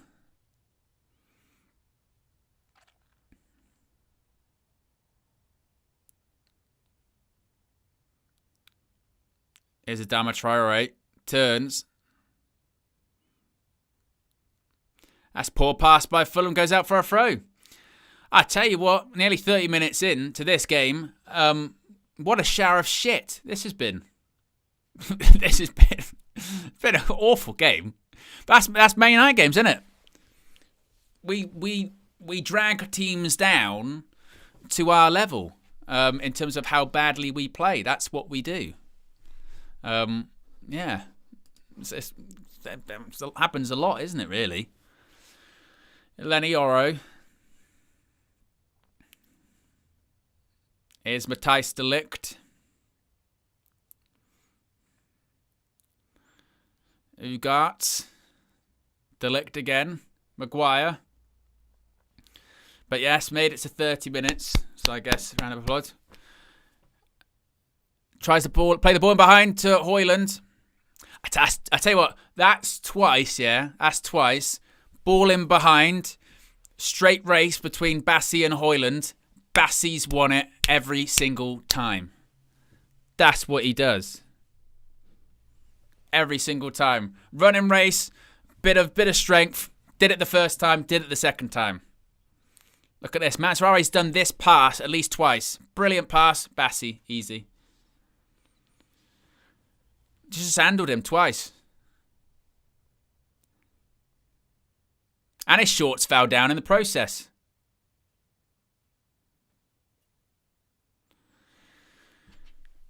But it could be worse. Man United could be losing. 15 minutes, well, less than 15 to go to half time. Oh, who tried to head that back to Bruno? It didn't work out.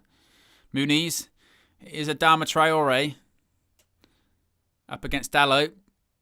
Tried to cross in. Luckily, Adama Traore's got the end product of, I don't know, a frog. Which isn't good.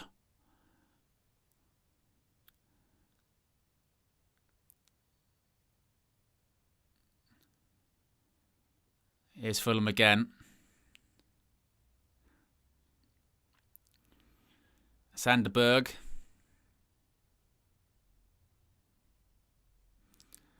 Iwobi. Out wide to Adama Traore again. Ball in. Keepers. Oh! I mean, it looked like Onana was going to catch it, and then Maguire goes in front of him and he drops it.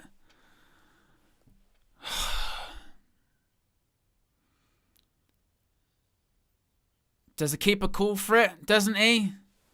Oh, honestly.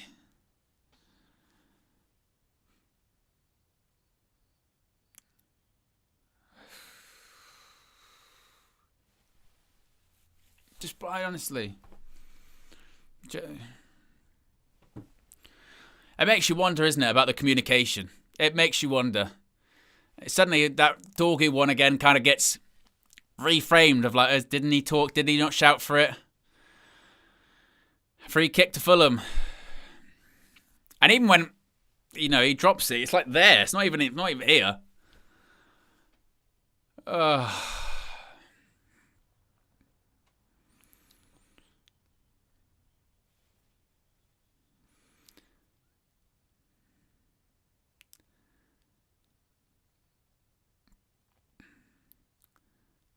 Free kick to Fulham.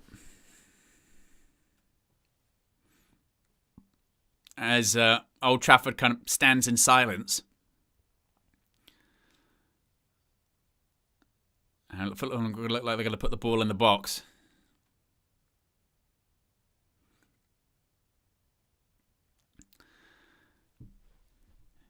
Here we go. Oh, no. No ball in. Now a ball in. Pereira puts out for a goal kick. Oh, no, he puts out for a corner.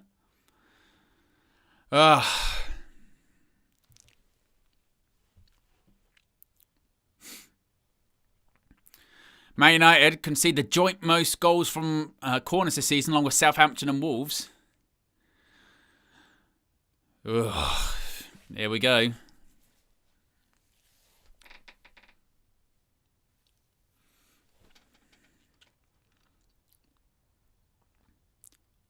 Ball in. Good claim. That's better. Good claim. Good catch by Andre Onana. Be commanded. Come out. Catch it. Good catch. Right now. Go. Pass. Pass the ball forward. Dali passed it backwards immediately. You can hear the crowd. Literally. Onana catches it. Claps. Rolls it out to Bruno. Pass it Dallo. Backwards. Two passes. And then we're backwards. And now Onana, what does he do? Go long. Honestly. Why? And I'm not breaking into a Tom Jones song. But it's like, pass forward and it just goes backwards. Like, why? Dallo. Pass it backwards. Oh my God. Ugarte. Ericsson goes off Ugarte for a throw. It's fucking hell. I cannot wrap my head around how you can catch the ball at a set piece. So you've got white shirts in the box there. So you've got more space to play in. You roll it out. The player passes the ball forward. And how your first instinct isn't, I'm going to pass the ball, or at least travel with the ball. Instead, I'm going to turn backwards and pass it where more people are.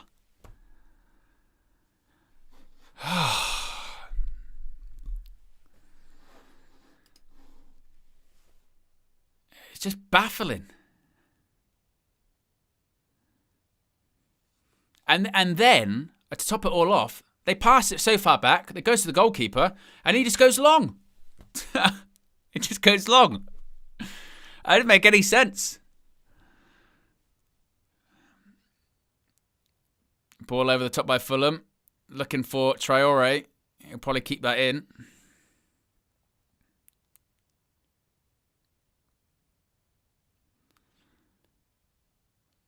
Oh, Xerxes lost it. Ball in. Headed away by De Ligt. Less than 10 to go to half time.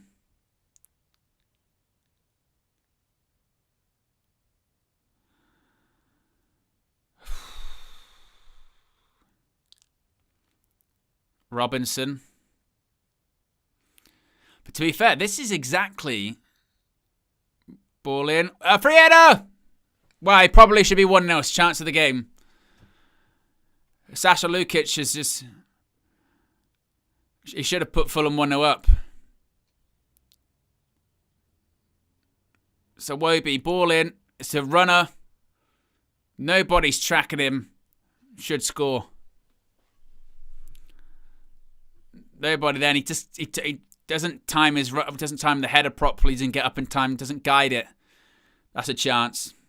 Chance. Should be 1-0 Fulham. And United just been giving the ball away, passing it backwards. It's a big chance though. Oh, Bruno. Tried the ball over the top there. Just nothing. Straight to a white shirt.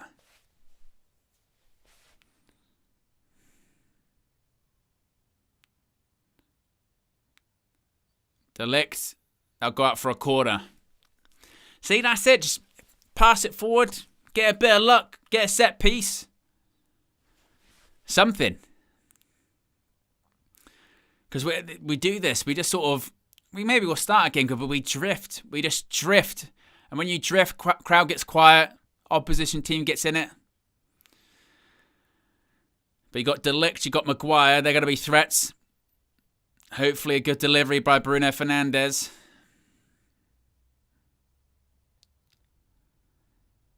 Ball in. Headed to the edge of the box. Ugarte. Deflected. That's going to be a corner. Sort of half-hearted chance for handball, but it was more just a deflection.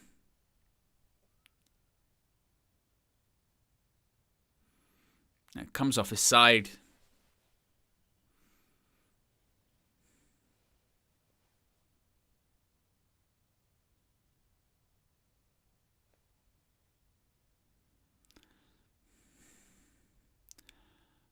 Corner, Bruno to take again.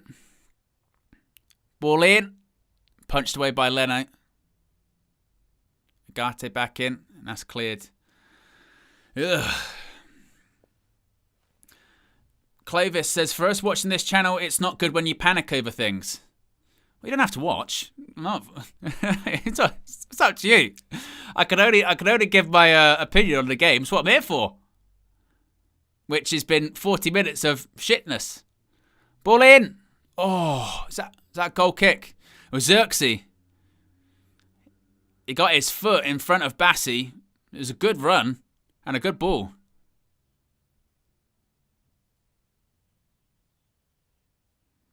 He does well, actually, Xerxes. Just to get ahead of him. It's a half chance at best. If you haven't already, click the like button. Less than 5 minutes to go to half time.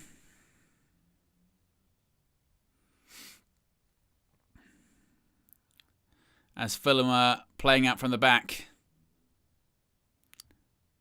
And they've just gone straight out for a throw.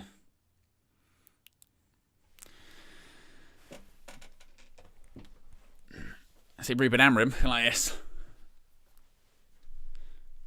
Maybe try not to have a panic attack watching some of these players play. Dalot. Bruno. Mazraoui. It's very similar to the game at Craven Cottage, isn't it? Game at Craven Cottage was like this. And that was, what, sort of 4 or 5 weeks ago, I think it was? It was a shocking game. Nearly a bit of a mix-up in the Fulham box there. Oh, in between the lines. Pereira. Yoro's with him. Yoro, he does really well. Really, really well. Now travel with the ball. Give him an option. Give him an option. Free kick to Fulham. He did really well there, Lenny Yoro. He travelled with the ball, just nothing there.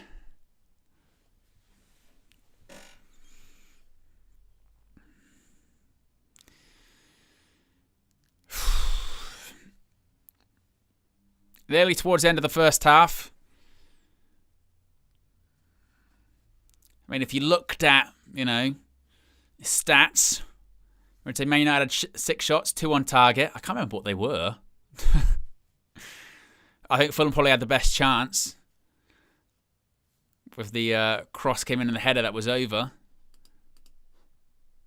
From Lukic.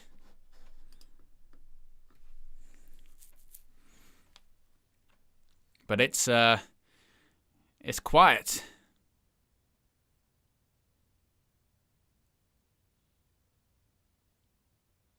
Oof. Tell you what, Calvin Bassey again. Just left one on Rasmus Højlund there.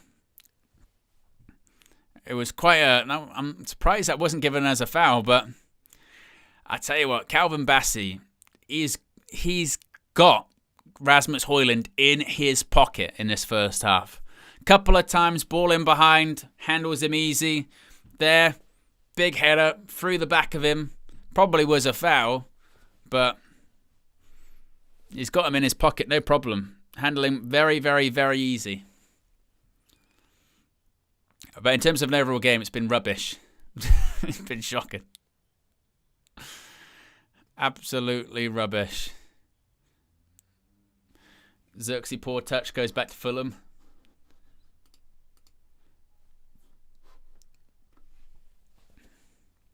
And once again, silence falls on Old Trafford as Fulham have a bit of possession. Ball over the top. Maguire with the header. Here's Lukic again.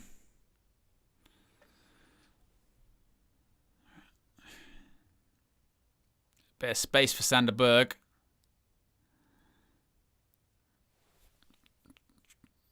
Castagna. That's a Fulham corner. Oh. I mean, I can't imagine there'll be a huge amount of stoppage time either, really. There's not much has really happened. I mean, it's a game that's probably crying out for a Garnacho to come on 60 minutes, add a bit of pace to the game perhaps, but he's got a knock.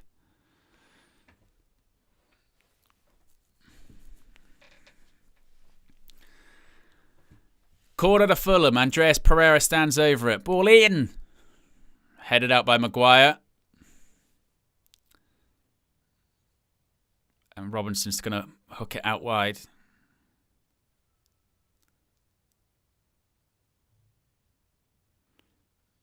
A corner? Bruno's apoplectic. Only 1 minute of stoppage time.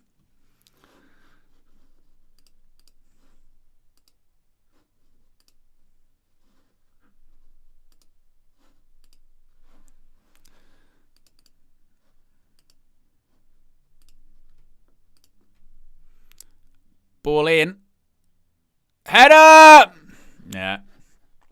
Well, he's had Rasmus Højlund on toast for the entirety of the first half, so there shouldn't be any shock that it's Calvin Bassey that puts Manchester United 1-0 down, scores for Fulham. I've been coming. We've done nothing. Done absolute nothing. And once again, we concede from a set piece. Once again, we concede from a corner. They put up the graphic earlier on, didn't they? They put up the graphic. Manchester United conceded the equal most 11 goals from corners in the Premier League this season. Add another in the cup. Pereira, it's a ball in. First header. It's 2 headers. That's so basic. Doesn't win the first header. Doesn't win the second header.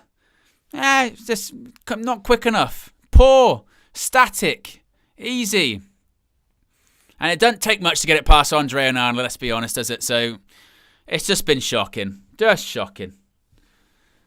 Absolute shocking half of football by Manchester United.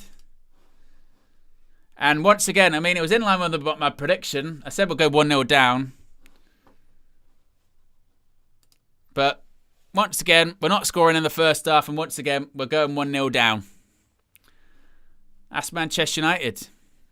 And that's half-time. Absolute rubbish. Boos at half-time. Because how many times have we seen it? Time and time and time and time and time and time and time again. Every single time. Pretty glum faces at half-time. And I don't blame them. Don't blame them at all. Half-time. It's Man United 0, Fulham 1. Shocking. Absolute shocking.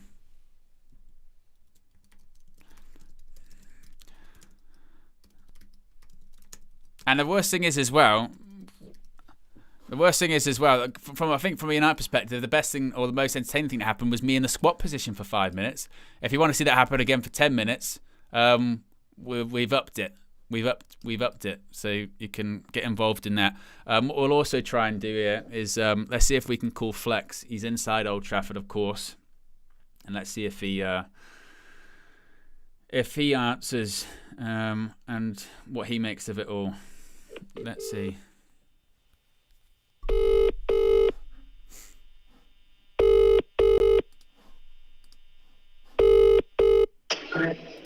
Hello. Flex, you're live on your own channel. Yeah. Are we surprised anymore? Nah, we're not surprised. There's a few different ways we do things as well. But the end outcome usually is the same. Started off all right. First 20 minutes, decent little tempo about the place. Crowd singing a few songs. Fulham not great, giving the ball away. Shot on target. We was doing all right. Defending on the front foot. Maguire stepping in, De Ligt stepping in. We were doing all right. Fulham weren't doing anything. Even up until they just scored then, weren't doing anything. There's not really much to worry about.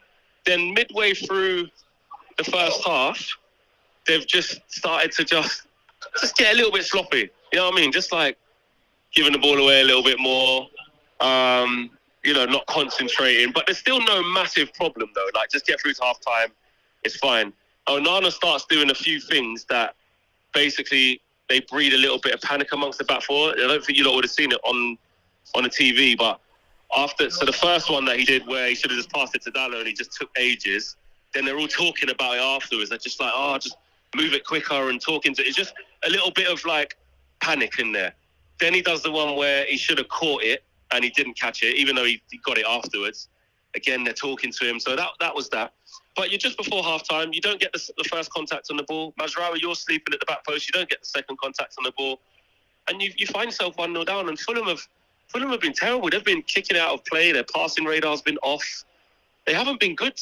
It's been a terrible game. It reminds me of the Craven Cottage game. You know when we were watching that game going, this is just a shocking game of football. But I said when they scored, it's appropriate that it's Calvin Bassey that probably scores because he's bullied Rasmus Højlund in that first half. Absolutely bullied him. And it's just the same, isn't it? It's same old. It's just the same.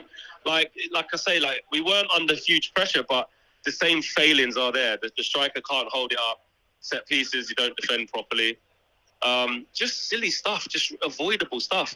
And again, every time somebody scores against us, we look at the goal and we're like, oh, that's soft, isn't it? That's silly.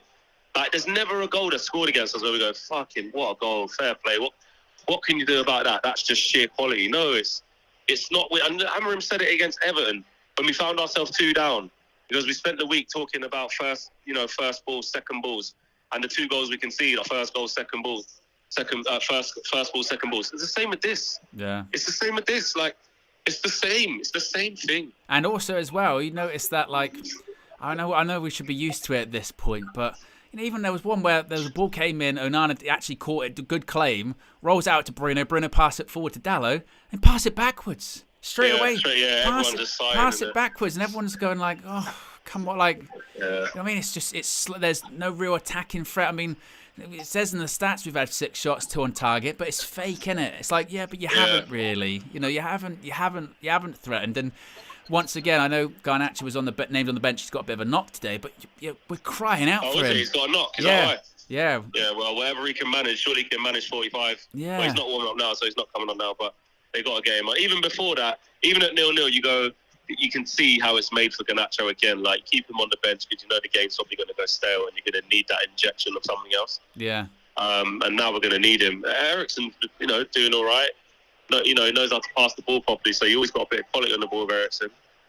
He hasn't been that bad. Xerxes been just, okay. The problem is, again, up front, you see it, get that ball in, Robinson gets the first contact. It's just terrible. Yeah. It's really bad. And Bassi, again, celebrates like he's just scored a main, like, you know what I mean? It's just shit. Yeah. It's just, honestly, I'm not saying I'm probably being a bit salty, but, I'm sick of seeing, like, opposition fans' limbs in the away end and all that, like, over shit goals. Like, we just give you them all the time. And also, like, you see, like, De Ligt a couple of times did the switch over to Dalot. Yeah. Either can't control it or it's just poor cross. It's just no quality. Yeah, it's no quality. It's not really. It hasn't been disastrous as well. That's what I mean. Like, it wasn't great. And I'd say, like I said, the first like 20 minutes, we was all right. I'm like, you know what? And actually in the place, in here, like, songs are up, people singing, and there was just a little bit of, like, positivity. And then that faded sort of halfway through the first half. And then you're just like, oh, Mazraoui, I don't know what he's doing. It doesn't look.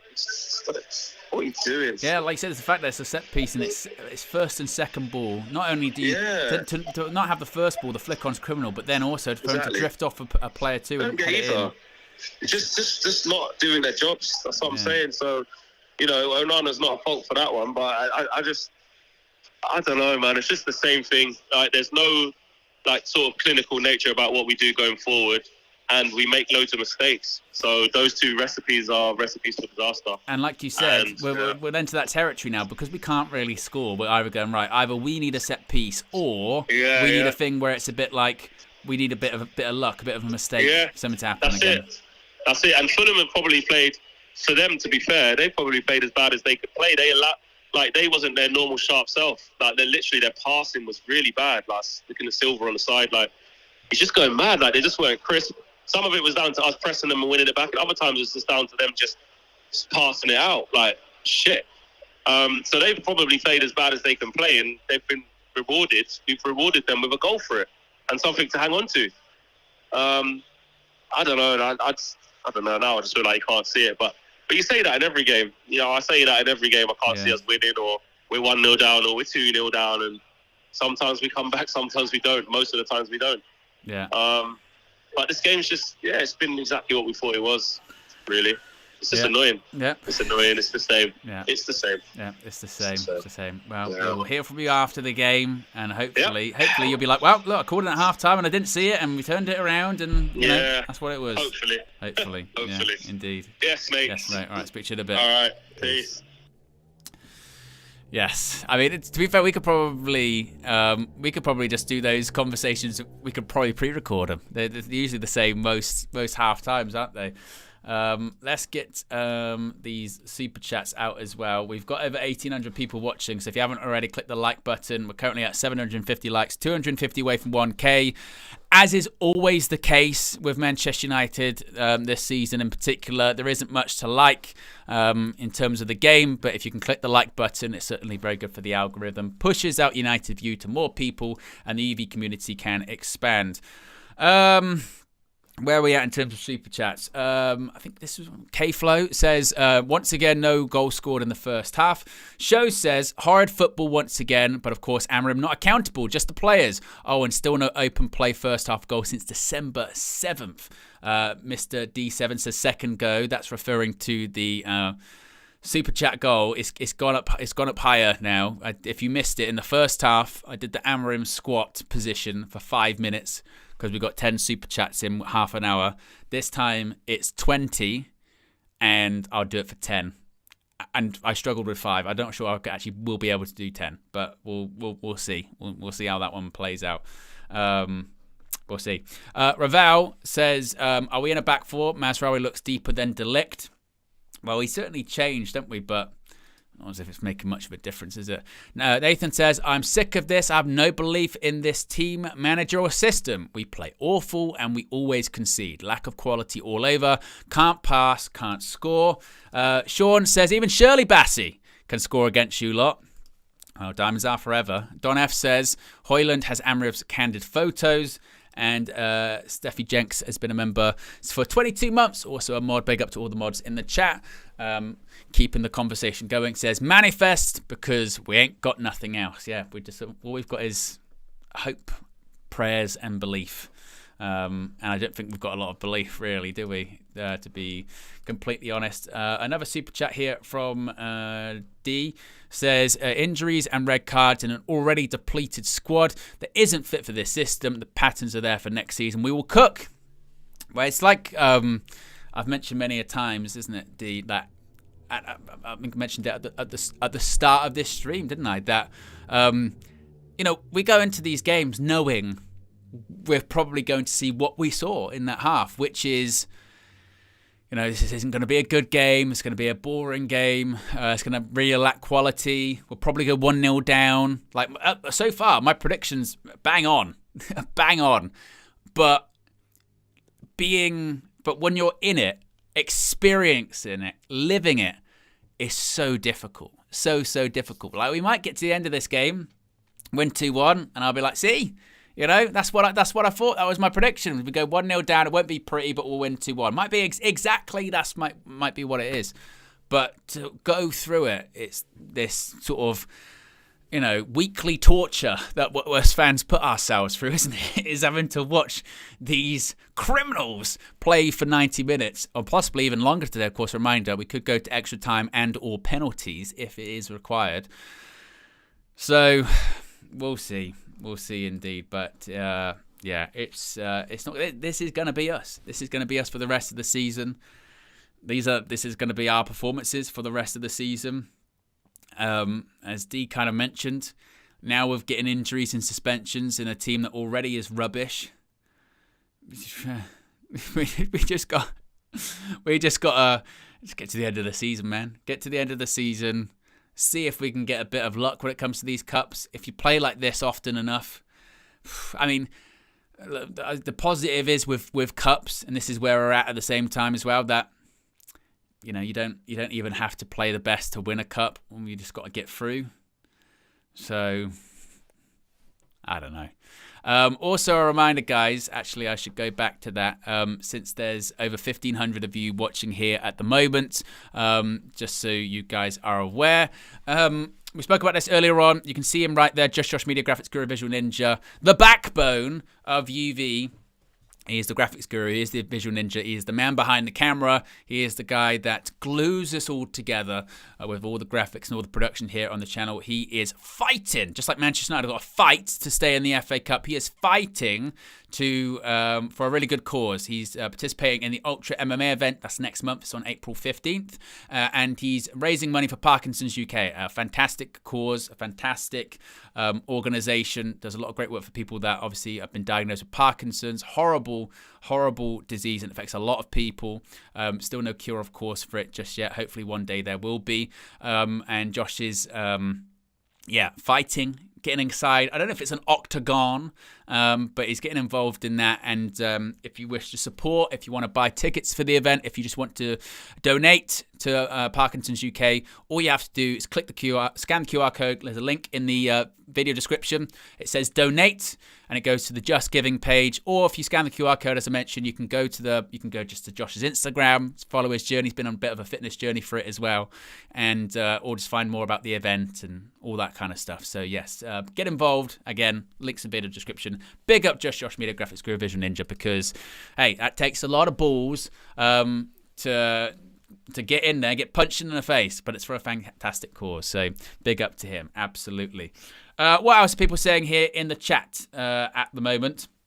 As Ruben Amram is just coming back out onto the pitch, which means I'll have to change this from half-time back to the timer. There we go. Jay says, Onana often dives like a cat, having a jump scare. Yes. And this is the thing. It's not to say that, we conceded because Andre Onana. We conceded because we concede all the time from set pieces, and we didn't win the first or second ball. In terms of Andre Onana saving it, like I said, it doesn't take a lot to get past him. But, come on, United. As Steffi Jenks says there, yes, manifest indeed. How long is there left on the goal? Well, we've only got we've got 15, just over 15 minutes for the goal. 20 super chats, green or above, and I'll be in the squad for 10 minutes, which will probably honestly kill me. Quicker than watching this game. So to be fair, please. But apparently, I think you have to click that button or something to do it. But there you go. The Manchukushner with a super chat says, big up Josh, great cause. Also, this is for the squat fund. You son of a Manchukushner. He truly is a devil. As we await for Bruno Fernandes to restart this game with kickoff.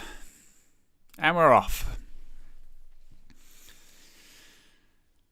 Are we going to see a reaction? We did get a quick goal against Ipswich, didn't we? Midweek. It was a Harry Maguire header.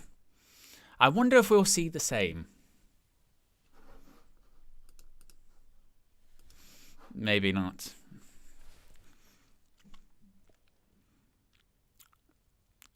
Dallo with the throw.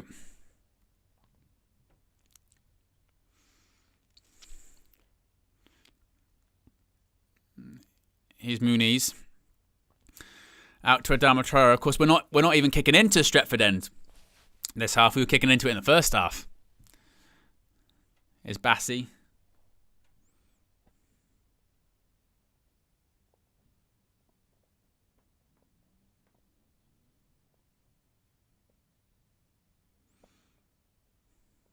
It's a short pass. You can get that, Bruno. Oh, nearly.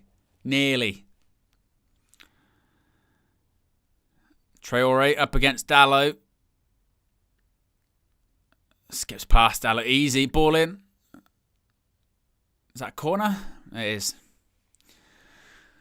Oh.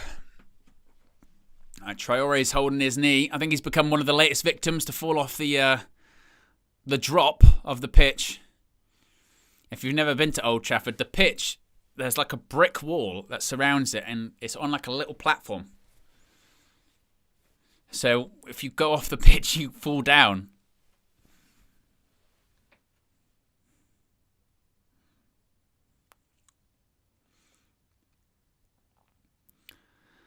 Quarter ball. Of course, we conceded from our last one right at the end of the first half. Let's make sure it doesn't happen beginning of second. Pereira, ball in. Ugarte heads it away. Robinson. That's a great pass. Castagna is offside, surely? He was offside. Oh. Daniel Luciano says, I've gone horizontal on the couch. This team kills my energy every freaking time. Yeah. They're now just showing pictures of the sky. The game is that boring. They've just started to show pictures of clouds. Back to Onana.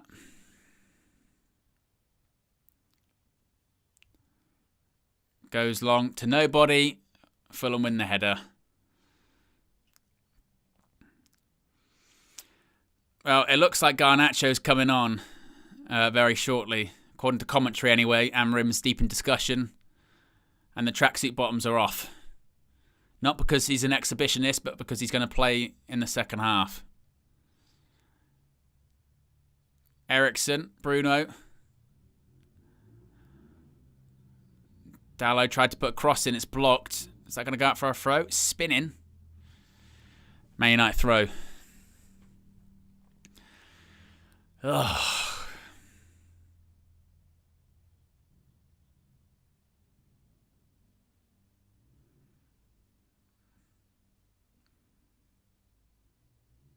Maguire.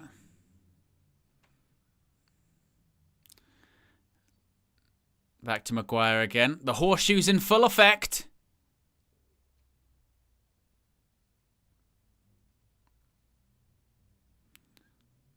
Højlund.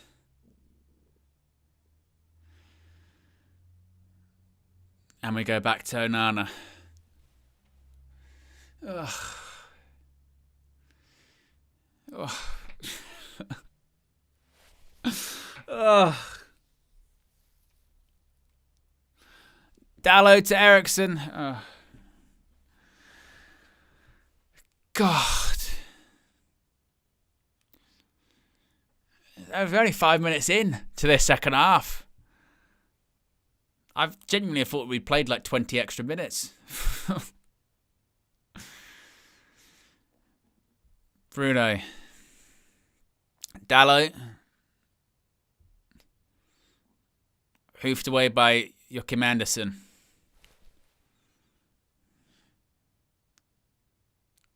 It's a bit short. Maguire gets it back though.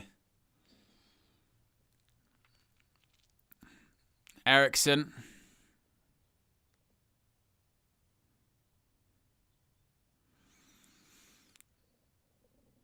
I think Fulham are going to make a sub as well. Yeah, Traore's gone down. So it looks like his when he fell off the pitch, that'll be the end of Adama Traore. So they're going to make a sub.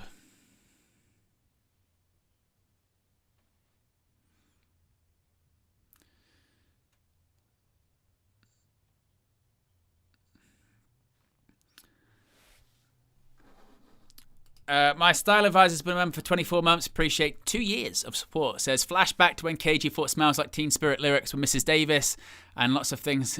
How many things are coming for the Coke advert? I know.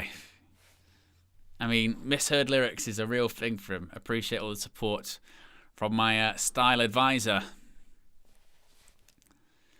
I mean, the solo match view and KG out the country judge is frankly, it's fucking lethal, isn't it? Let's be honest. Lethal. Because this Man United team doesn't need any excuse or any reason to play badly, let alone some serious judge. Well, Garnacho's coming on. Garnacho is coming on for who, do we think? Maybe for Ericsson. Victor Lindelof's coming on. I wonder who for. I mean, Smith Rowe's coming on for Traore. Smith Rowe's better player. Ugh. So Traore off, Smith Rowe on.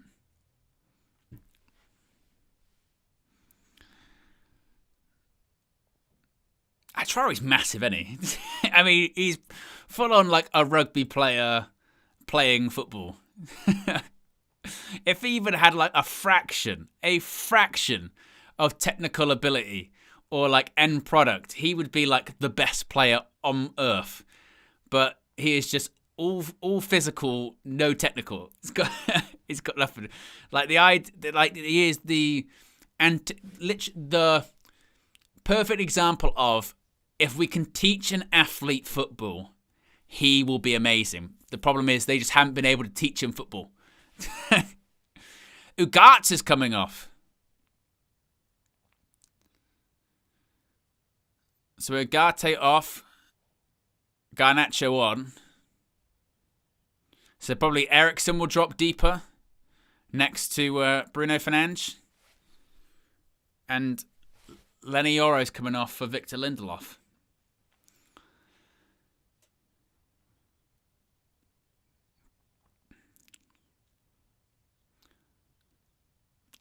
So what's this? This is a midfield two of Bruno and Ericsson and Xerxes and Garnacho. I'll say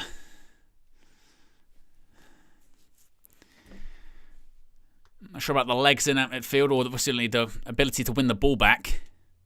Mazraoui wins the ball back. We've got to think of something. And that's a Fulham throw, blocked by Xerxes. Give us something, Manchester United, please.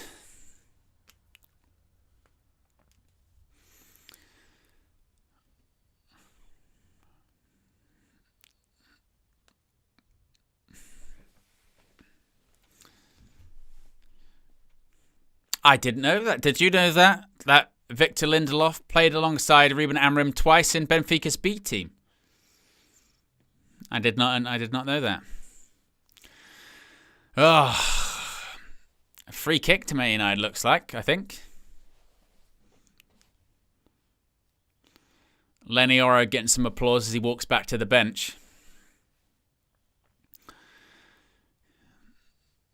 Ericsson, can we have a delivery? Can we have a spark? Can we have something?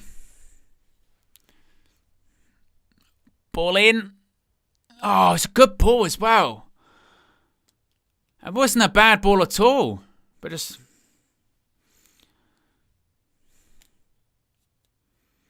I just thought they were going to gamble.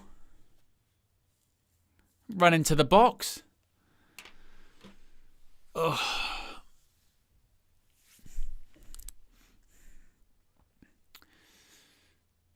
Honestly.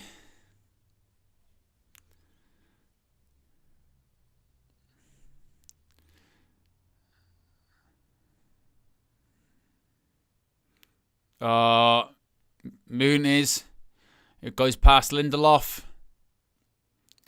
Wasn't a good pass. It's behind Smith Rowe. Mazraoui slipped, but he recovered. Ugh. I feel like that's all I'm just doing now. Is just groaning. Ugh. Big up to Nesta. He's been a member for 90 months. Says, please, we need to jing-bang this game any way possible. I don't care, just win. Oh, yeah, well, we ain't going to win by sort of good performance or skill or quality, are we? We'll have to do what happened against Everton, where the other team drops off, tries to protect what they got a little bit. We get back into the game, set piece, maybe,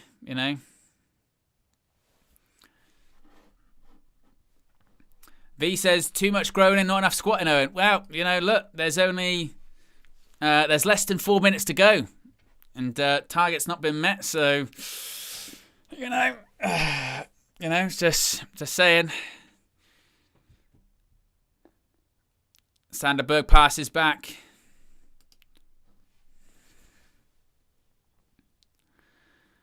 Wasn't the best kick by Bernd Leno, but still goes to Iwobi. He does well. Lindelof. Ericsson.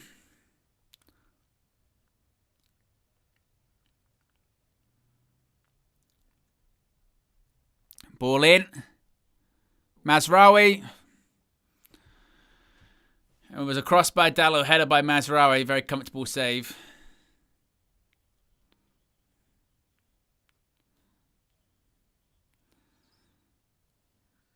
But very comfortable. We're less than 140 likes away from 1k likes, by the way, guys. If you haven't already, click the like button. And be sure to subscribe as well whilst you're at it.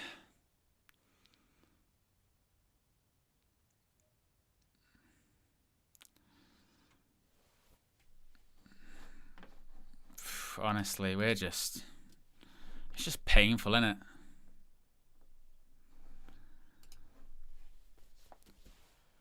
That's painful. I mean, I'm yawning. It's like KG settings. Just trying to watch this team. It's just Brutal. Smith Rowe. Delict tackles, goes out for a throw. Ugh. I'm surprised they haven't like panned, you know when they pan to people in the crowd and they'll see like, you know, people asleep like that.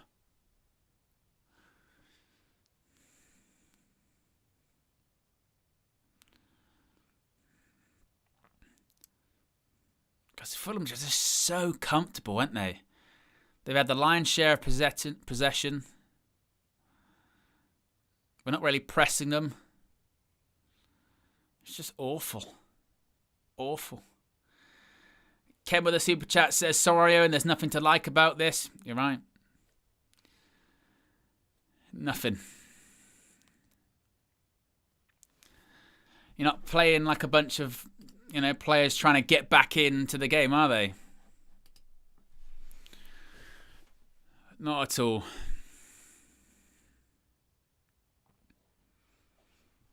Prince of Persia says, Owen Yorn 1, Man United shots on goal. Oh, technically that's 1-1. Mazraoui's counts. Look at that. Like, Calvin Bassey's just heading the ball back to Leno. There's no pressure on him. You've got Xerxes or Hoyland not running, not doing anything. Awful. Absolutely shocking. That's a bad pass. Oh. Bruno tries to intercept. Like, Hoyland, go at him.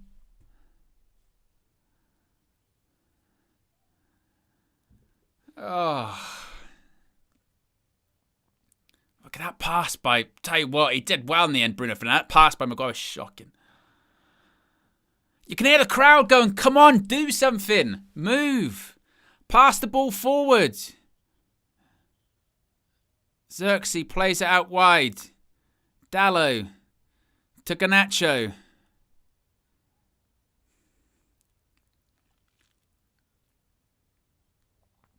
Delict.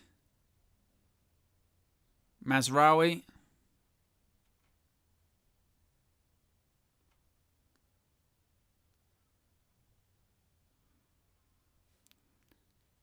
Maguire again.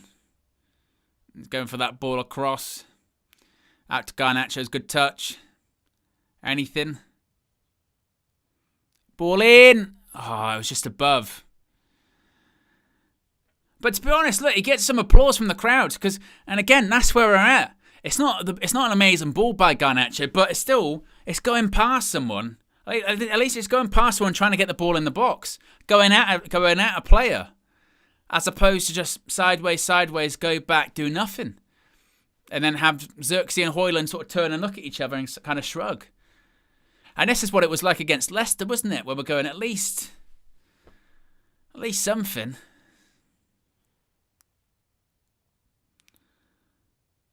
Xerxes.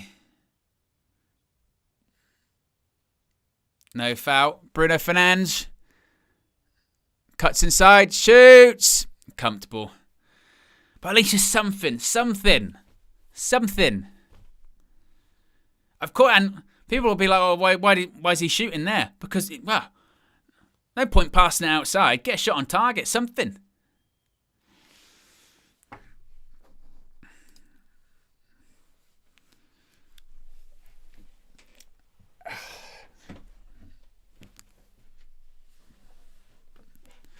Yeah, well, we didn't hit the goal. I don't know if it still counts. So if the timer's gone, does the goal still just exist? Maybe. I don't know. But my legs say thank you. Particularly my Achilles, which are still in trouble. Ken says Cheeto. Maybe that's what it's got to be.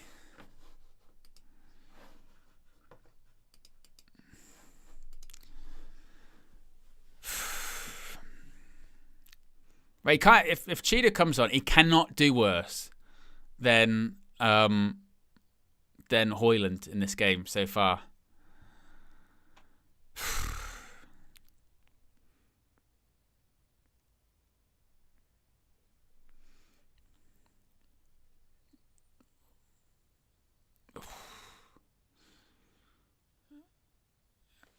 The guy on commentary has literally just gone, it's untidy. It is.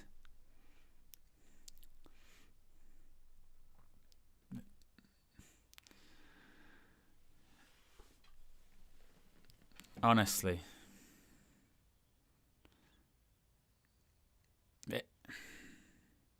Here comes Smith Rowe. Robinson cuts it back. Smith Rowe. Whoa. Onana just kept it out. And I tell you what, he had to react and get out quickly because he did the thing where he saves it but he doesn't really stop it or push it out wide. It's sort of trickling. Oh, God. I mean, he just about gets to it.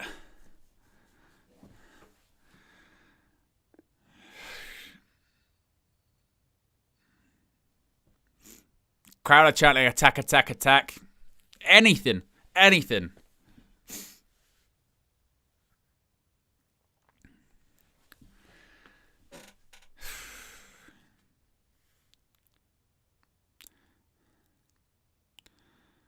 Pass the ball forwards. Do something.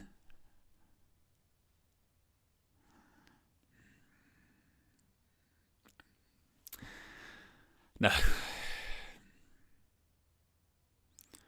Dallo back to Onana. I mean, we've played 20 minutes of this second half, and this has been, I mean, passive, toothless, no intensity, no press. Look at this. Look at Fulham. They're passing the ball around. No pressure. Look, Xerxes and Haaland are watching them. No intensity. The crowd are sitting on their hands because what are they supposed to cheer? There's nothing to cheer. Oh, my God. We're just drifting towards going out of the cup.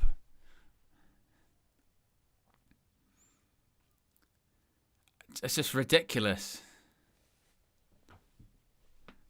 I mean, proper going through the motions football. And to be fair, this is what Roy Keane was talking about when he was talking about bluffers, when he was talking about fake closing down. You know, when he's talking about that whole, you know, I've kind of sort of run up to him a little bit and I'm about 5 yards back. I'm doing this. You're not really closing them down. You're not really pressing them. You're pretending that you are. And you go, I've done my bit. And you haven't.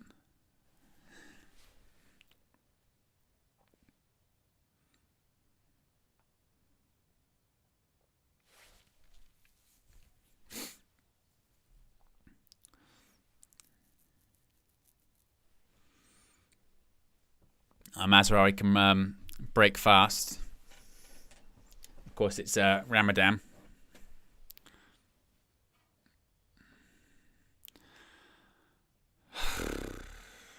Honestly, we're just seeing the goal Fulham scored again. Just awful.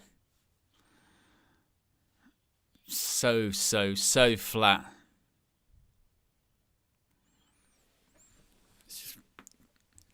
Well, so we've got this break in play. We're less than 100 likes away from 1K. If you haven't already, click the like button. But this is also the thing about some of these players as well. You'd think, after you hear, you know, Roy Keane, someone like Roy Keane, say the things that he did say the things, you know, about them, again, being bluffers, about them being sort of weak and fragile and not doing anything. You think, all right, I'm going to prove him wrong. I'm going to come out. I'm going to show some intensity. I'm going to show. No, I know that's Roy Keane. I respect Roy Keane's opinion. I'm going to do that. They didn't give a shit. Like, they just could not give a flying fuck. Clearly. I mean, the manager showed more intensity squatting on the touchline. I showed more intensity squatting here for 5 minutes. And just like what it looked like I was doing, these players are metaphorically taking a giant shit on the field. Rasmus Højlund's off. Cheeto's on. 18 games, no goal for Rasmus Højlund. Come on, Cheeto. It's your chance. Do something. Mate, if you just touch the ball, have a shot, you've already beat Rasmus. You've already beat him. If you have a shot on target, you've beat him. So, you know, it's not, you know, not impossible.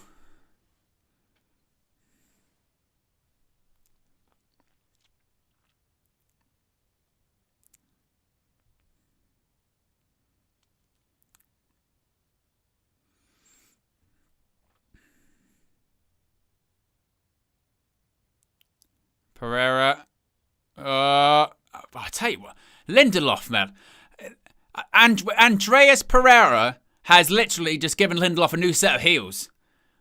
Good look. Oh my God. Lindelof. Shocking. Thank God he's going in the summer on a free. Good Lord. He's got embarrassed. I'm surprised he's not injured.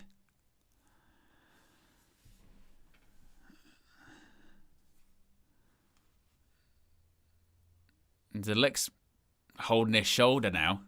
Last thing we need is another defensive injury.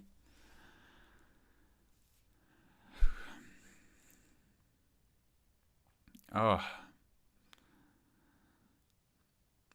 Corner.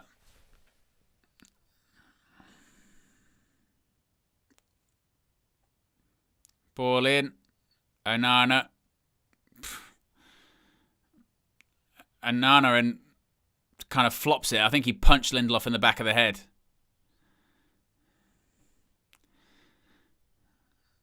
Oh, you know it's bad. Alan Shearer saying the same thing that I'm saying. You know what you used to say last season? As bad as it is, and as awful as it's been, it's only 1-0. That is the only positive we have out of this game so far. It's only 1. Garnacho. Dallo. Ball in.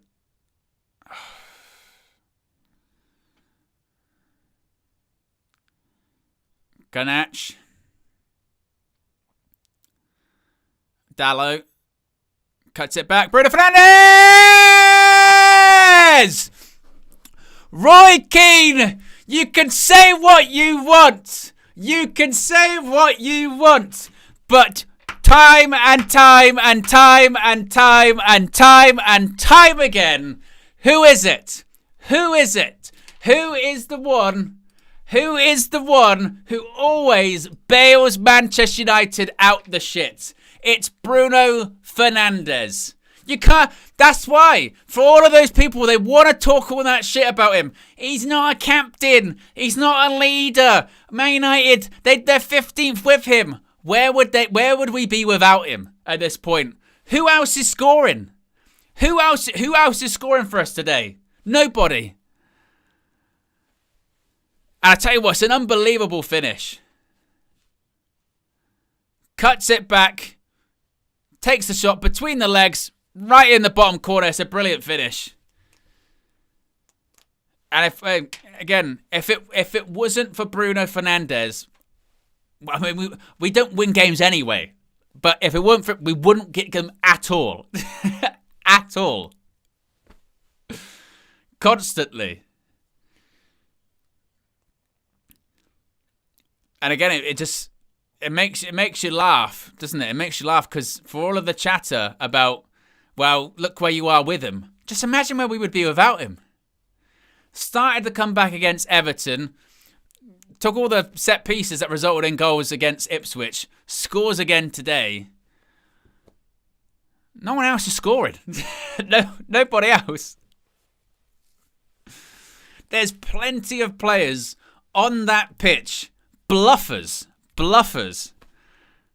That deserve criticism and scrutiny. And look, Bruno, he's not immune to criticism at all. But he's the only one that can get a goal. Ball in. Cleared by Casemiro.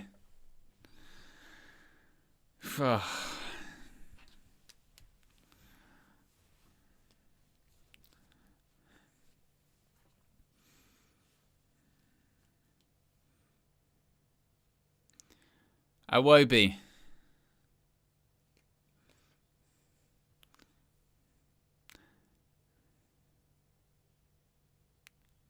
De Ligt stretches it. Robinson over the bar.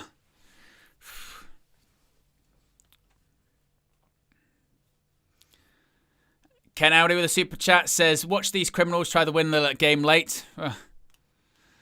And the thing is as well, yeah, I remember we did the Trinity on Friday, Flex, KG and myself. We all agreed. We defended Bruno, saying the comments were just too much. The comments were too much. They were ridiculous. And, this is the problem with the fan base. This has become a Bruno stan channel, blah, blah, blah, blah, blah, blah, blah. It's not to say that... I think people misinterpret that as people saying that he's perfect. He is not perfect. But you look at what he offers the team, what he has done for the team constantly.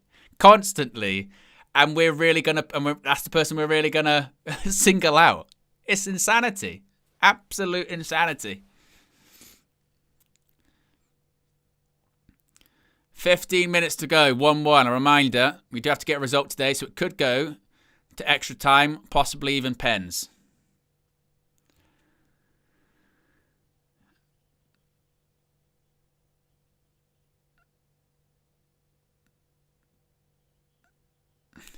Great finish. Devon says, Owen, is this an I told you so? It's not even an I told you so, really. It's just more... My biggest thing with the Bruno stuff is I did it on the morning show and the Trinity on Friday, which is just, is this really what we're focusing on? My analogy on Friday was the house is on fire and we're complaining if the wallpaper really brings the room together. And it's like, is that what we're doing? We got Hoyland's come off today. He can't score an 18. We're talking Andre Onana can barely keep the ball in the back of the net. You've seen people like Lindelof still at the club. Shocking since he's come on. And we're focusing on the person that's actually scoring. Actually putting the ball in the back of the net. It's just insane.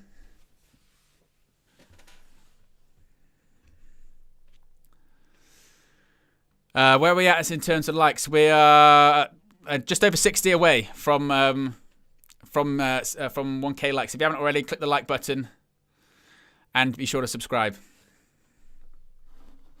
And Show puts it succinctly there, and Show's not even the biggest Bruno fan, to be fair. And I think Show would even admit that. Not even the biggest Bruno fan, but says, we lose the games against Everton and Ipswich without him. It's a fact. That is a fact. We do. Because two things can be mutually exclusive. You know what I mean? If you don't think he's the right guy, cool. But he's contributing when nobody else is. So why are we talking about him? It's bizarre. And out of nothing, really, we're back in this game. Muniz. Oof. I tell you what, I thought they scored.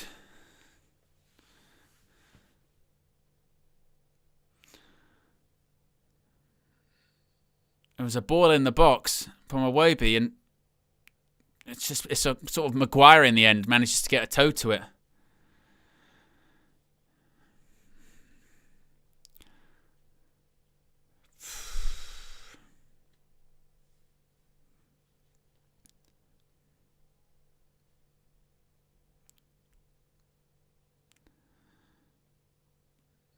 Free corner to Fulham. Andreas stands over it.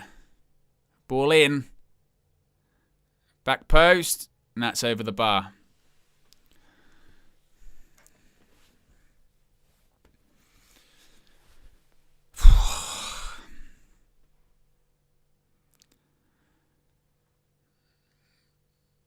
I can hear the United crowd trying to say, go on, do something now.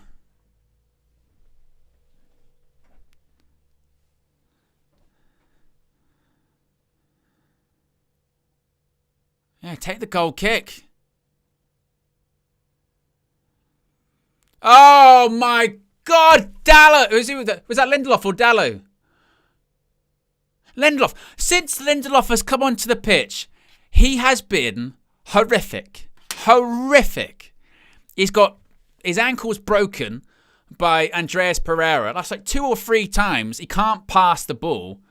Oh, Thank God, again, he's leaving. It looks like he never wants to play again. Ball in. And cleared. Someone have a word with Victor Lindelof. And also, this is what Flex was mentioning at half-time. Ball over the top by Bruno. Flex mentioned this at half-time when he said that we might not have seen it on television, but we saw it there. Like, Onana's doing stuff that's causing chaos. Garnacho! Oh, it wasn't a good shot. He slips.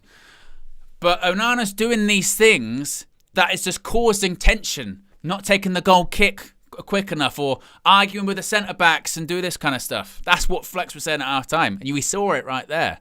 And then Lindelof gives it straight to pissing Fulham player. Away beat. Pereira puts it wide.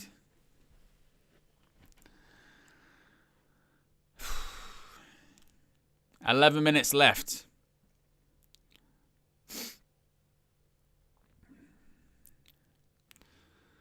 People were saying it earlier on. Jing bang, shit house, whatever it takes. Just get through.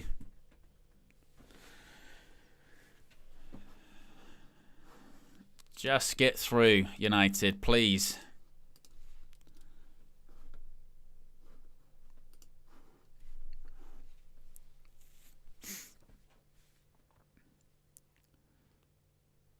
Oh.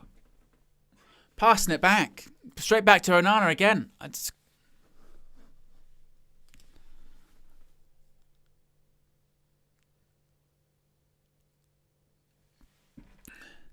I mean, every time the ball gets passed backwards now, it's getting actively booed in Old Trafford because they've had to sit through 80 minutes of this shit. where they're like, please pass it forward, please. Not forward into a white shirt like Casemiro nearly just did. Ugh. Good pass by Maguire. Out to Garnacho. Garnacho into the box. Is that going to be a corner? See, that's it. That's why he was brought on. Something. Go at the player. Corner. Right, Bruno Fernandes delivery. You're looking at Maguire, De Ligt, Casemiro, Cheeto.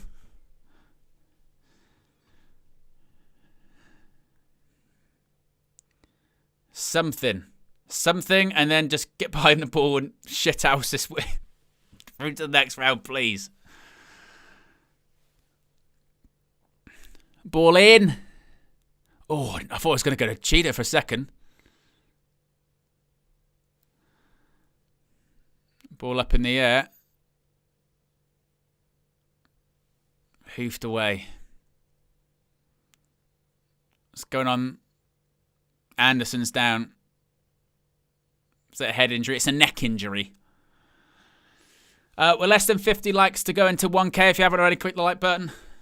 And be sure to subscribe as well whilst you're at it.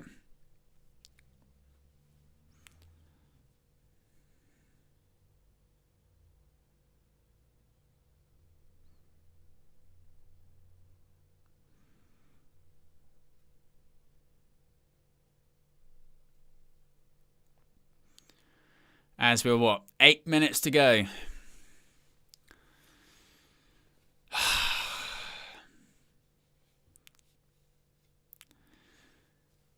(1-1). Could be headed to extra time. Could be headed to penalties. We've already got through in this FA Cup campaign on penalties. Of course, that was against Arsenal at the Emirates. Will it be needed today?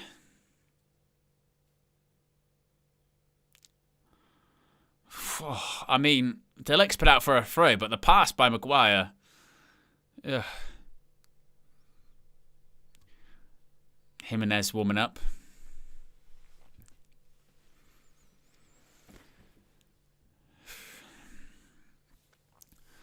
Ivor Clips has been earned for 18 months. Says it looks like Fulham is playing at home, the way the game is going anyway. These guys just know how to counter-attacking over the top balls. Appreciate a year and a half support from Ivor Clips. Big up.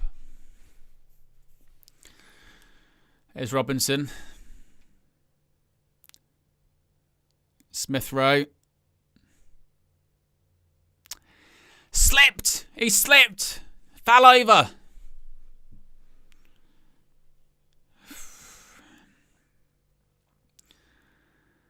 Honestly. Right, the crowd are urging. I think it's about taking this pissing goal kick again.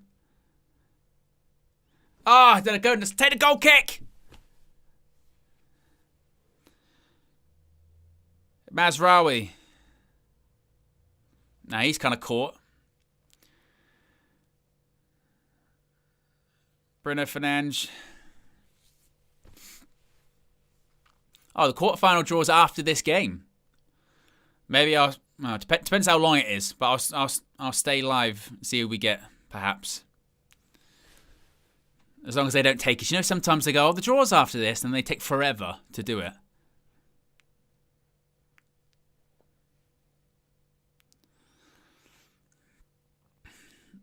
Of course, if we go through. If we don't go through, then fuck the draw. Iwobi. It's Bassey.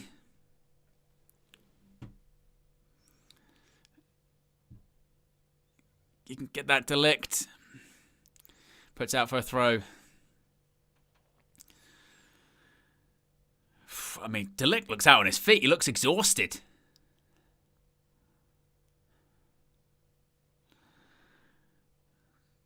I mean, and the other problem is we do not have the players or squad to play for another 30 minutes.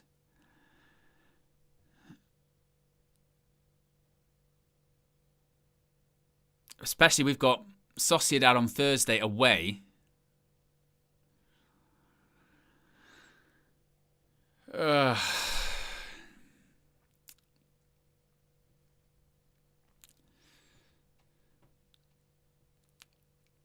And who else have we got? Who have we used from the suspension? You've used Cheeto, Casemiro, Garnacho, Lindelof.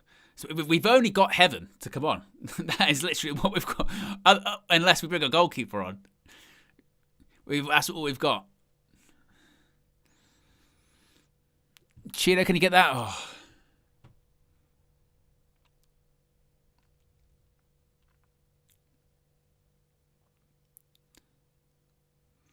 Good tackle by Dallo. And to think of it as well, there probably weren't even plans for Chido Obi to be playing in the first team by this point. Obviously, he was brought in and it was going to be sort of a expedited route to the first team, but there probably weren't plans for him to play this early. It's just the fact that our strikers are so shit and can't score goals, and we've got injuries that are like, Obi, give it a go. Ugh.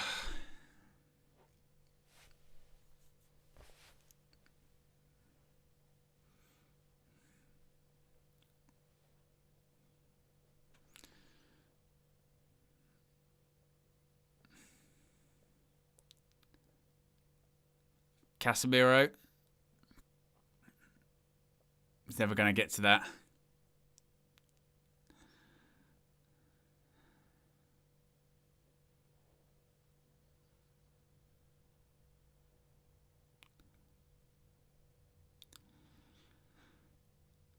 Iwobi.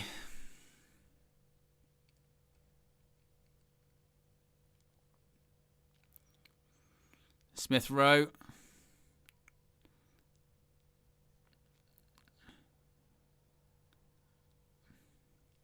Hooked away.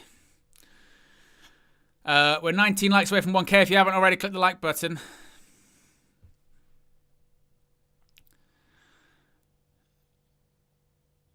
I mean, literally, United fans at this point are just applauding the fact that Garnacho's chasing the ball. Ugh. 2.5 minutes plus stoppage time. Then we're going to extra time. Lucky I set up the extra time timer.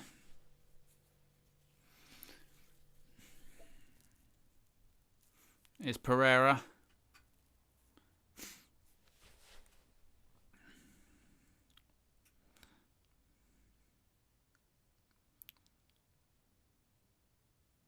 Oh, Iwobi did really well. Pirouetted past Bruno Fernandes.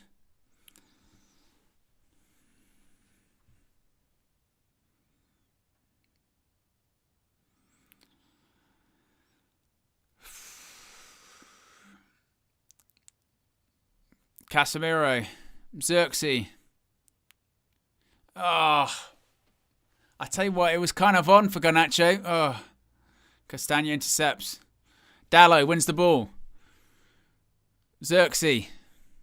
It's got to be a foul, referee. It has to be a foul.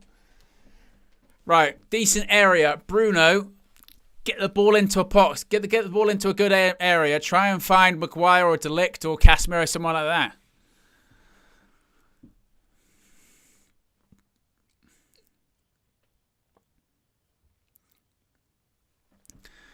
Right. If there was a time for a good delivery and a goal, it would be now. Something, please.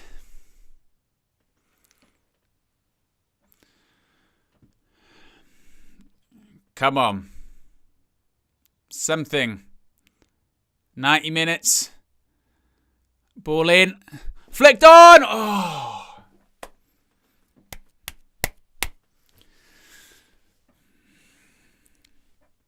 Well done, De Ligt.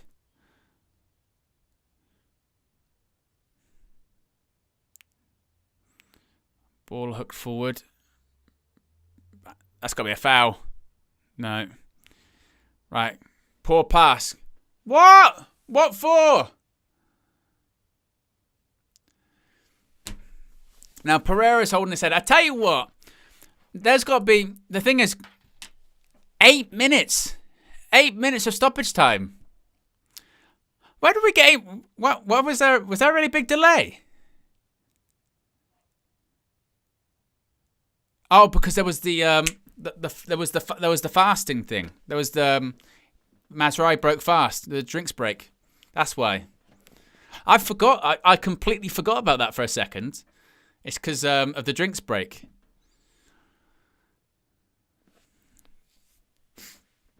And we're 6 likes away from 1K, by the way, guys. If we get to 1K, Man United win, apparently.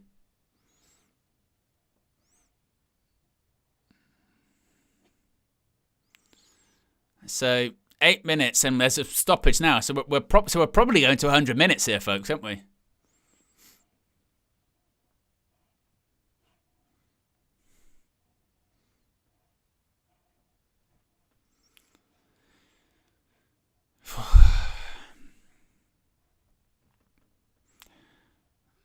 So I mean, if it goes all the way to penalties, we could play like 128 minutes of football, plus baby pens. Well, they're bringing on Jimenez and Willian, or as Paul Merson would say, Will-I-An.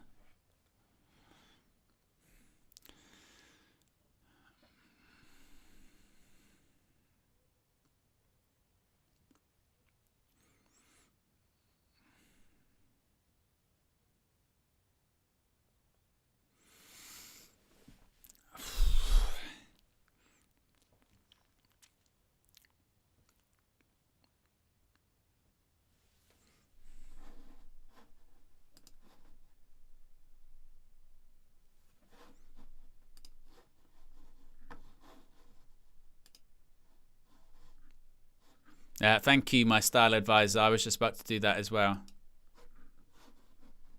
We won't have any of that in here. It's all love here. None of that.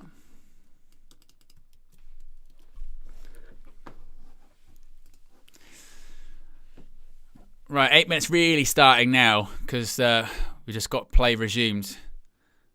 So we're going to probably be going to about 100 minutes or so.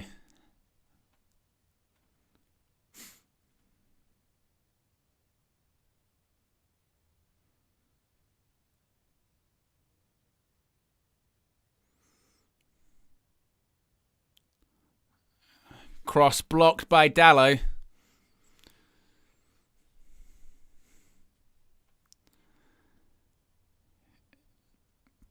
Is there going to be any late drama? Well done. Casemiro wins the ball. There aren't a ton of options.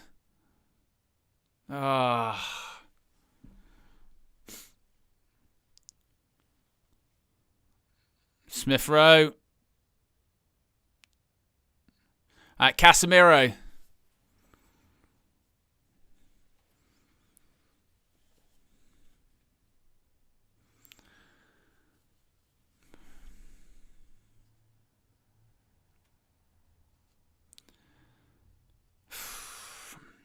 I mean, looks like Fulham. I've got to be the one pressing for something late.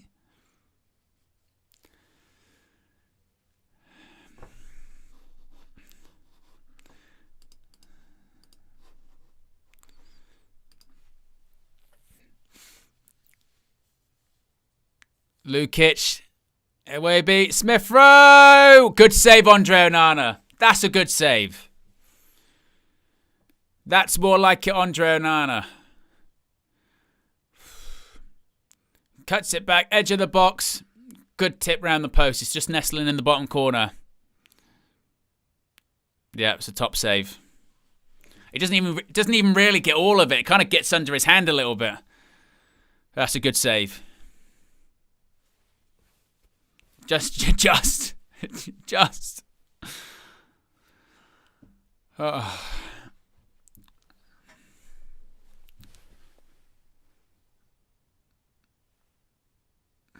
Another Fulham throw.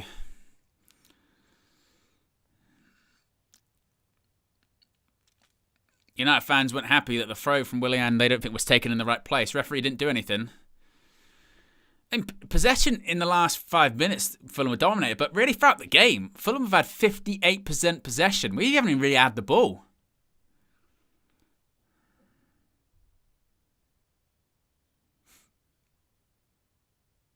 That's a foul. That's a yellow card as well. Diving in like that, Joachim Anderson. Yeah, gonna say referee.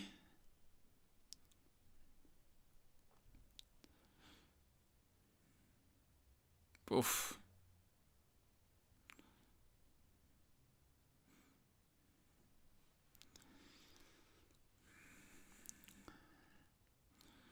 Well, Onana's going to take this free kick, and all of the United players are in the Fulham half. And he's got shot! Bruno goes long. You literally should have heard the crowd when he went short. Dallo, ball in. Oh, nearly. It was going to be on Xerxes' head, I think.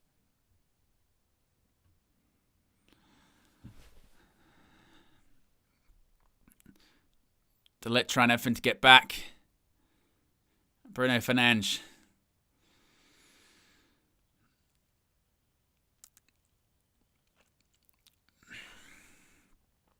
Bruno's trying these balls over the top, isn't he? I was going to say, I'm not sure. Cheeto! Oh! I tell you what, it was a chance. Still on the pitch. I thought he was going to go down for a pen. Ball in. Oh, there's nobody there.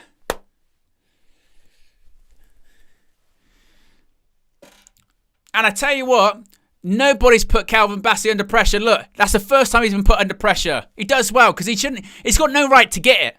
He's got no right to get it. And he just probably takes it with his wrong foot. He should take it with his left.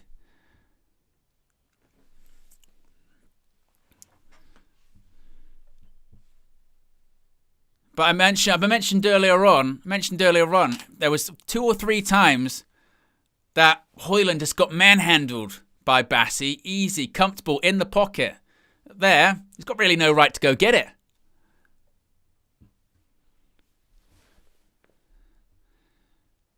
But the shot's very wild.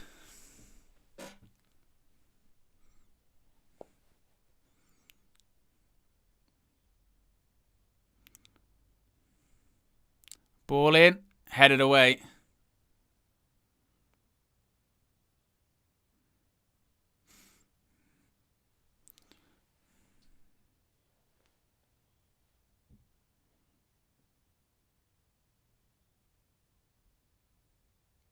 So that's what I mean, Bruno's long passes.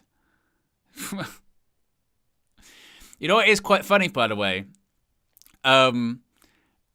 It's really easy to tell who the ops are in the chat, because the people that are going, Cheeto's washed, he's rubbish, they're probably Arsenal fans. So it's actually really easy to spot.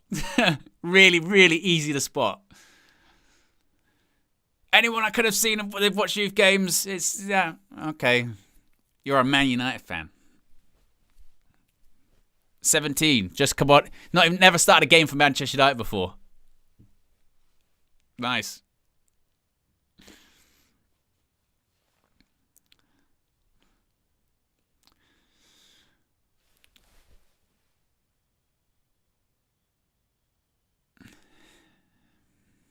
Ball in.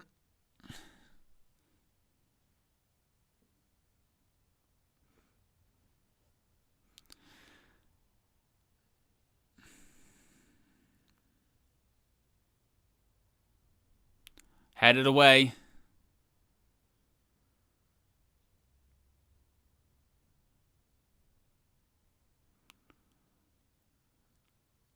Good pass by Casemiro. Cheeto, it was a good touch to lay off to Xerxes, actually, wasn't it? Oh, terrible touch. Ball over the top. Garnacho! Garnacho! Oh, Garnacho! What? And what was that? What was that about Cheeto there? Nah, his touch is rubbish. His touch is terrible. Lays it off to Xerxes. Oh, those trolls and ops, isn't it? Oh, yeah. And if you are United fans and you're doing that, then, you know, have a look at yourself. Delect. Oh, nearly there. It was nearly him again.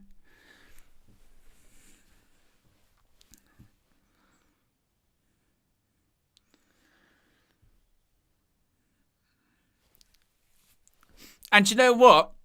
And there you go. That is full time. Do you know what's mad? Is that in how long's Cheeto been on the pitch for? He's been on the pitch for what, like 15 minutes? He's been involved more than Rasmus Højlund was in like 60 minutes, 65 minutes. Mad. Absolutely mad.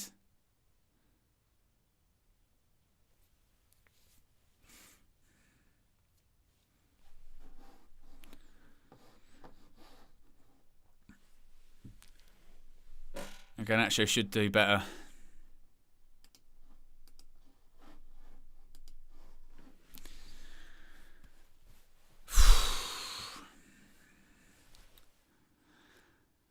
We're going to extra time.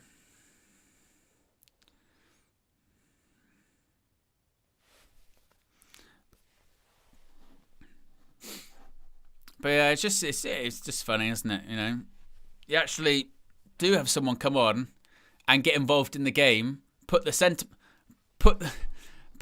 backs under pressure, something that Rasmus didn't do for the whole time he was on the pitch, and now some have the nerve for a 17-year-old who's never started a game for Manchester United to be like, oh, he's not that good. Honestly, imagine you got judged that quickly on what you did at work. I've never done a full day. I'm only part time. And the first time I do something, I don't do the most amazing job. Well, mate, you're never going to last here. You're shit. Yeah, but you might as well get your P45 now. It's never going to work out. What do you mean? You can't use the photocopier that you've never used before? Oh, well, you're going to be right out of here. You're going to be out. No, thank you. No, thanks. Not going to work out. Maybe I just keep doing it over and over again. No. Do it over again? You mean you don't know it exactly? I think it's going to last for you, mate. I don't think that's going to last. Oh, honestly. Madness. Brilliant goal by Bruno Fernandes, wasn't it? Brilliant. Look at that finish. Cuts it back through the legs. The Dallo assist as well. KG, where you at? Curling right in the bottom corner.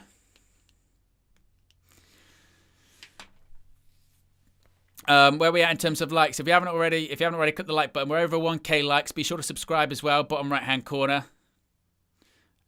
We are less than 500 to go to 190k, and we still don't know if we're going to be giving away a shirt. If we win, we will. I should probably actually get this. Should probably get the extra time timer set up. Move it there. I tell you what, credit to Andre Onana, by the way, as well. He made a big save at right at the death there. I mean, again, it's not like he's turned the corner. He's still got a mistake in him. He could still make a mistake in this game. But that was a big save. That was going right in the bottom corner. Gets down to it just about. And tips it wide. A very important moment for Manchester United. Oh, we're getting another change. Aidan Heaven's coming on for Harry Maguire. And by the way, we've got no more subs. We've only got goalkeepers.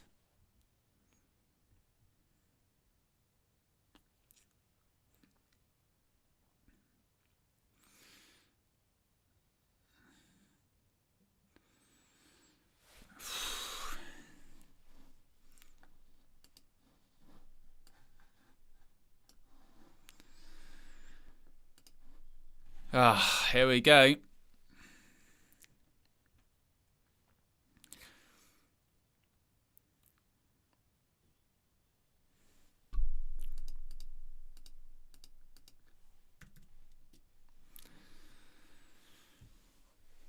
And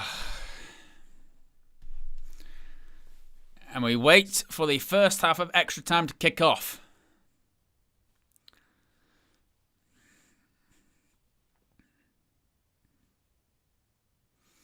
What's our back three of now?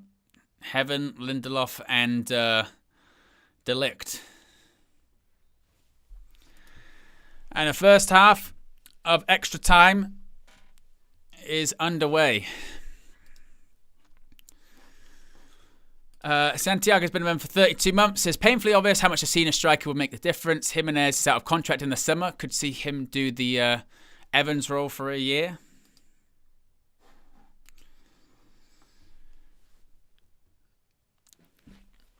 Is there going to be any extra time drama, or are we going all the way?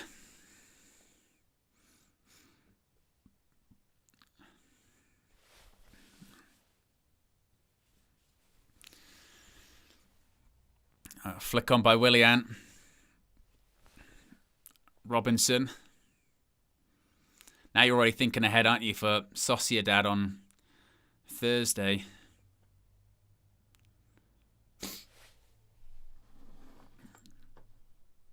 Yeah, I'd get the ball back.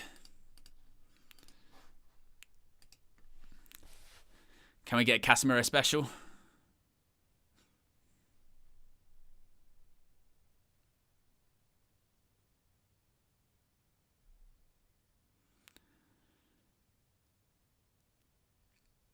Casemiro wins the ball back. Oof.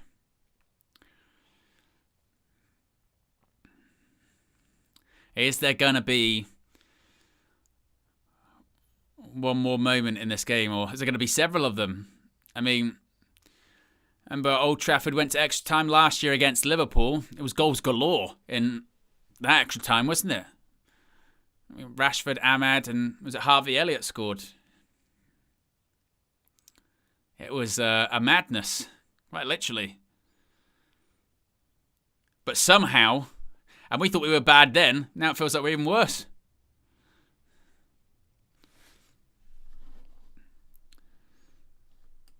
David T with a super chat says, Rasmus confident is shot. Instead of support, he's getting piled on. It's like getting fired and then getting drenched in the rain. And now Cheeto's next. I think Cheeto actually did something when he came on. It's a low bar, but ball over the top.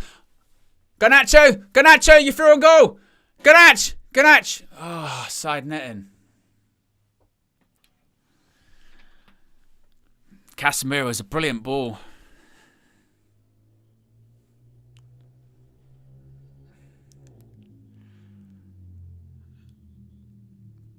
It's always going away from goal. That's the problem with Garnacho, isn't it? It's just his end product just isn't there. Bruno Fernandes.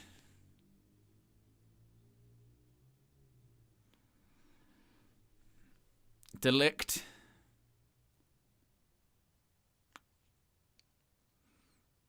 Mazraoui. Xerxes. Ah, it's a poor pass. He did really well with the touch as well.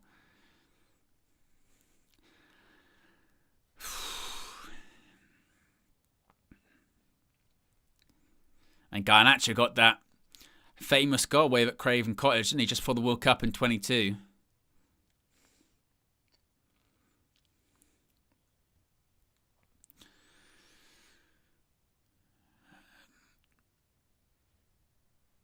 In terms of the stats, it's a really weird one. I mean, Fulham have had 61% possession. We've had 15 shots, 8 on target. It doesn't feel like that, does it?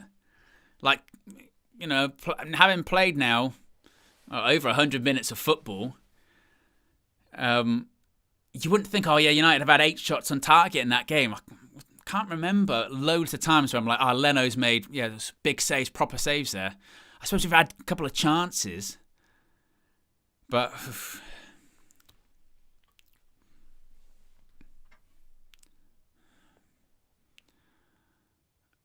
Frey by Delict. Xerxes tries to hold it up, but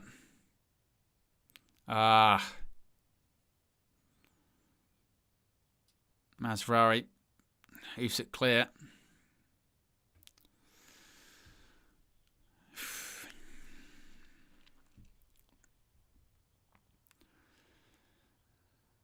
I think I'm just concerned about is just we don't really have many more options. We got a game on Thursday.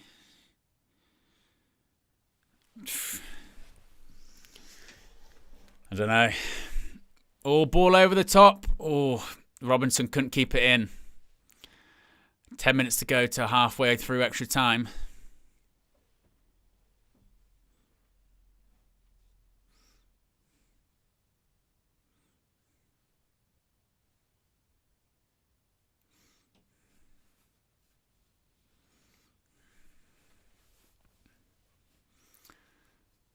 And people, the crowd once again are saying to Andre, now hurry it up.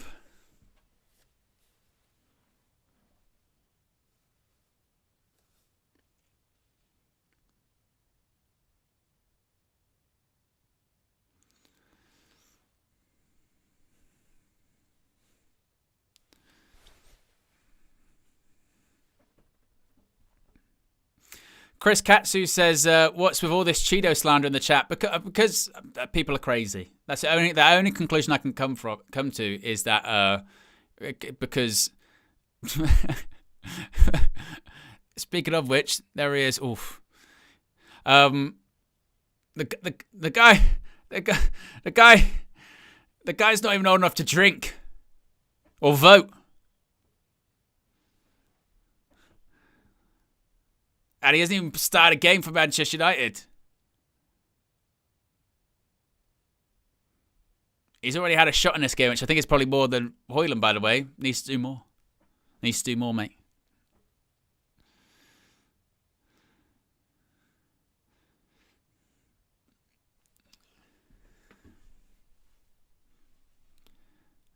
Bassi goes long.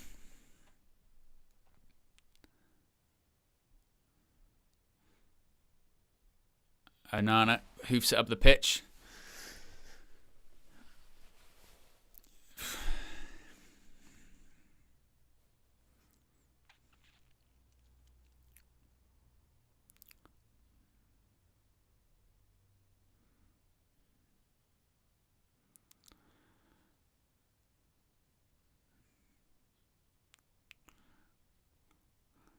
Here's Iwobi.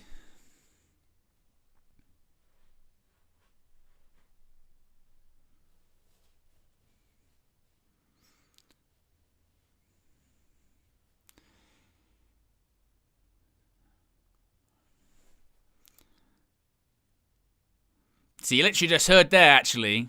You could hear it because the crowd's so quiet.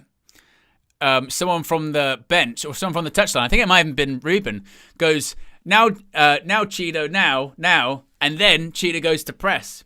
So clearly, he's been told to wait until he gets the signal.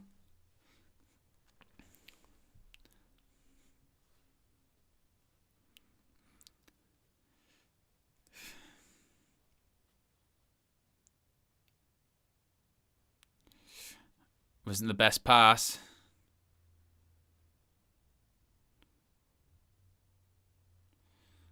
Casemiro sliding. Iwobi.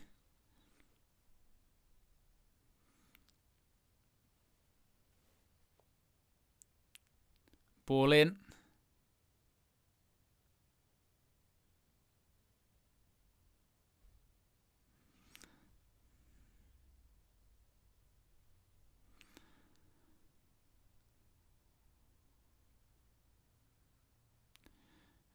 Number 1 ball in. Head away by Dallo. Handenberger towards the back post. Oh, I tell you what, Lindelof, you are shocking. Since he has come on, he has dropped a stinker. Oh my God. Wayward passes, falling over. Good Lord. Where's Blue Dabba-Dee Dabba-Die now?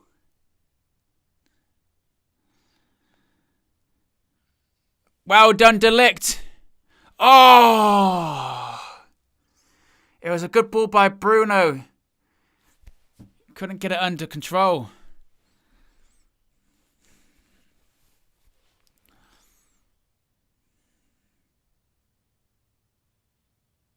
Ah.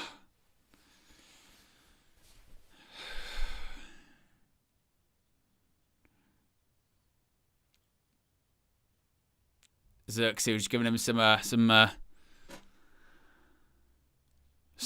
words of support.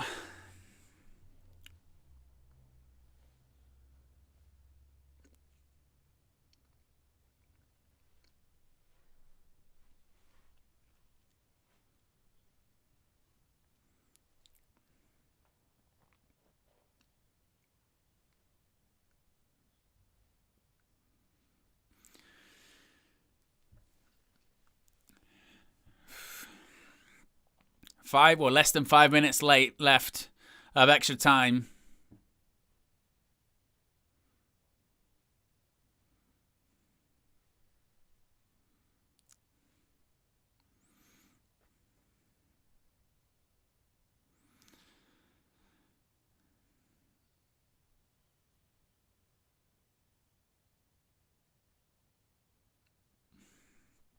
Whose throw is that? It's a United throw.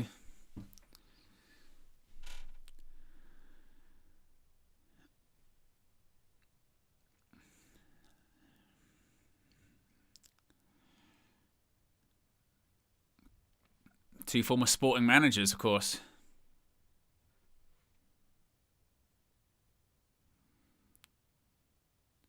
It's got to be a foul, yeah, on Bruno.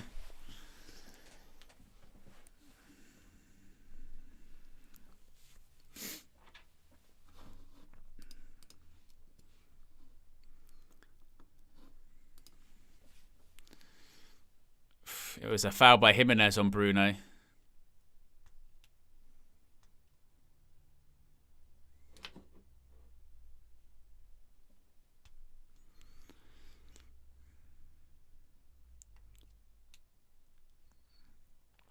Free kick. Bruno Fernandes stands over it.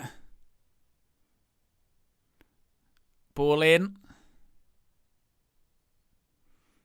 It was, I think it was Aiden Heaven. Heaven headed wide. But then Heaven's rubbish. Heaven's shit. He's awful. He headed it wide. Oh, God. He's never going to last. He's not it. Because he headed it wide. Oh.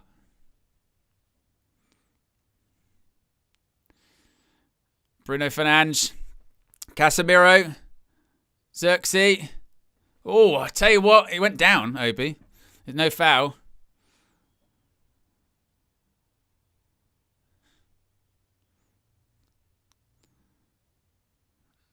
That's right. It's a heavy pass.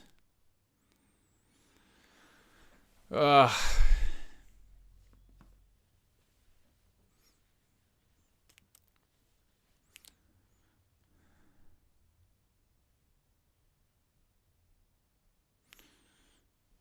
Gets the ball just between Obi's legs.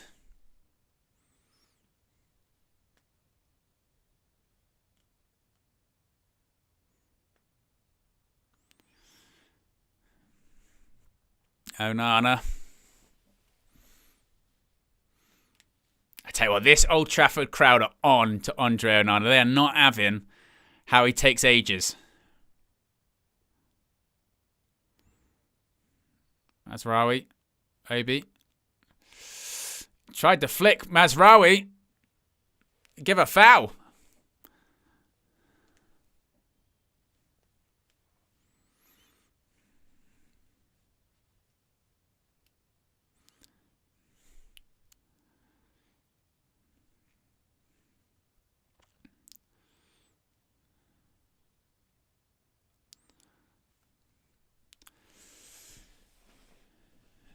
One minute left.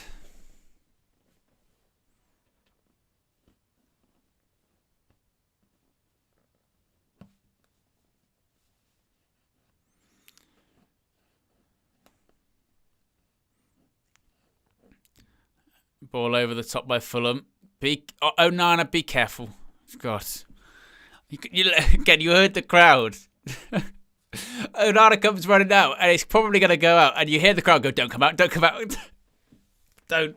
Please. Oh.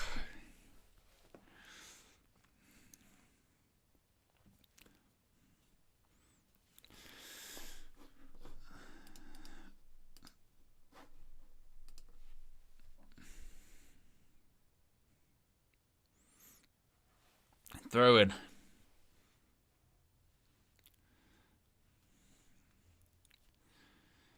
One minute of stoppage time.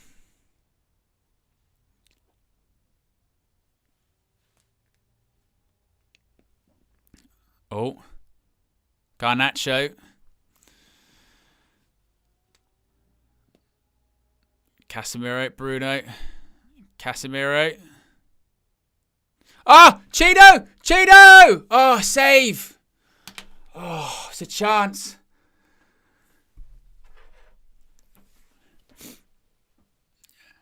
But he's been a handful, look. Comes on. Oh, it's not a bad finish as well. I tell you what, that's a top save by the goalkeeper. And again, for the criticism, at least he's doing something. At least he's doing something. Still in the box, ricocheting around.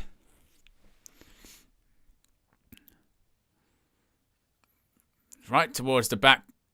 Xerxes, good touch. Xerxes makes it through. Well done. Don't try to do too much. Well, Garnacho had no idea that was coming. Bruno tried to Rabona cross. And that's half time. Oh, there's a chance for Cheeto Obi, but again, I'll give him credit because he's come on and at least he's done more. He's occupied the centre backs. You know, where was that chance when he had the wild shot where he got it off Bass? He didn't have a right to get it, making a run in behind. Just something. At least he's more active. And to be fair, that is a top save by Bernd Leno there. I'll give him credit. Oh. If you haven't already, click the like button. We're 25 likes away from 1,100.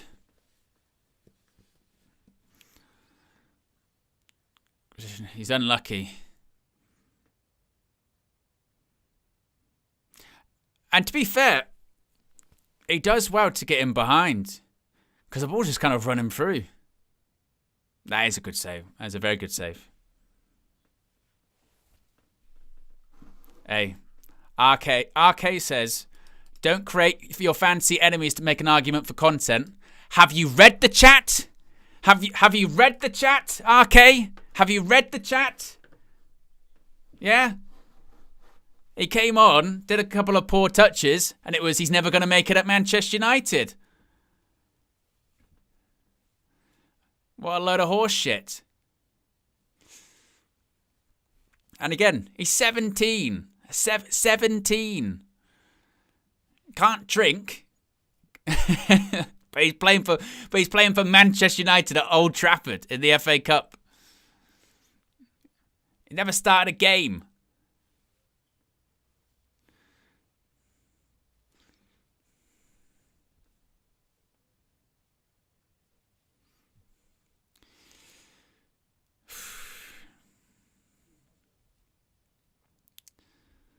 As we await for the second half to kick off.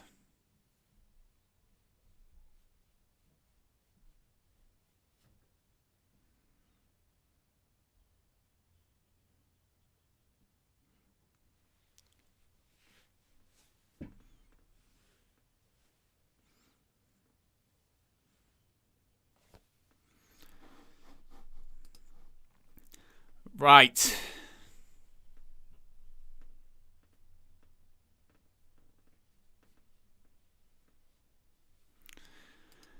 And we're off.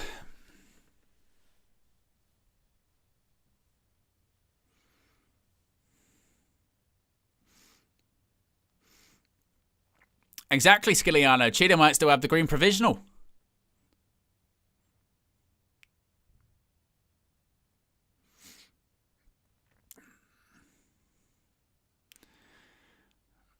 Right, will there be a chance? Will there be an opportunity? Well, for United, Jimenez. Smith Rowe cuts it back. I don't know why. Oh, it's offside. I can't believe that. I was shocked for a second that Smith Rowe cut it back. I thought he was going to take a shot.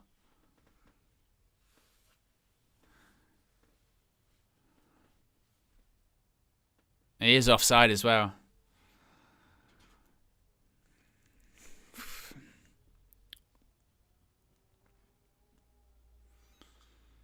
Oof.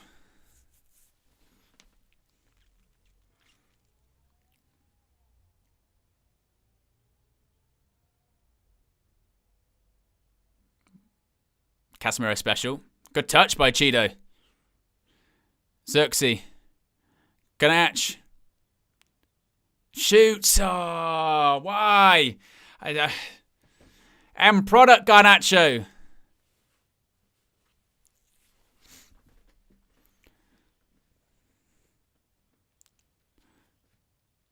Don't need to.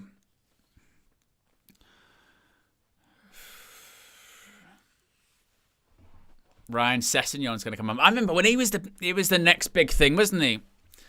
At Fulham initially. He was coming through, was it like 17 at Fulham when they were in the Championship? Went to Spurs, didn't work out.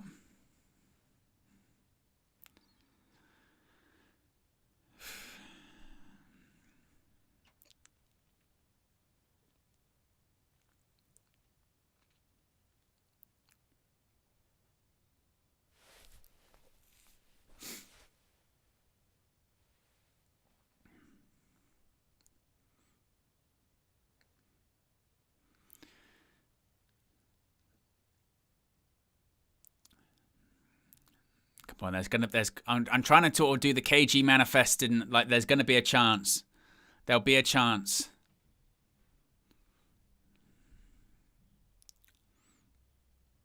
Bruno Fernandes. Space to go into. Bruno. Garnacho. Cuts it back. Casemiro. That's gotta be a foul, referee. How is that not a foul? I thought he just got bundled over. Good tackle, De Ligt. It stayed on as well. I mean, I was convinced he just gets bundled in the back of him there. Bruno goes on. Xerxes, good touch. Cheeto, man on. Oh, he got back to his feet. He's still going. Casemiro. Oh. Oh. I want to see a replay of that Casemiro tackle.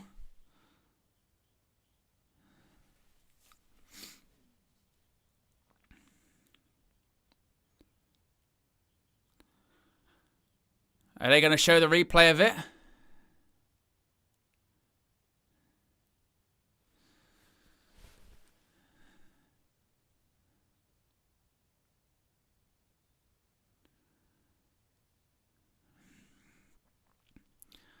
Come on.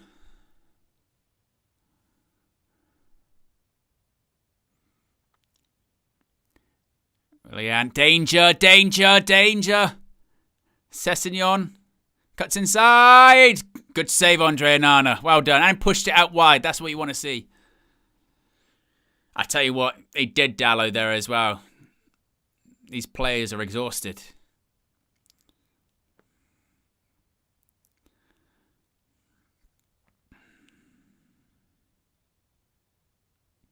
Turn. Oh, who are you passing it to, Casemiro?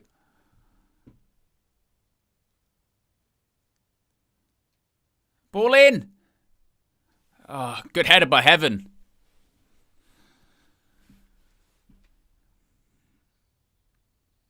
Cheetah holds it up well. Xerxes. It's got to be our ball. No. Oh.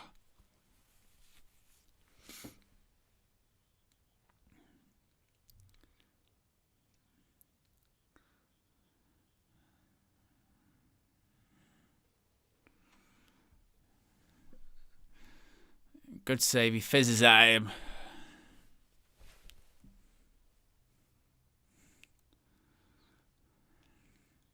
Oh. Signon.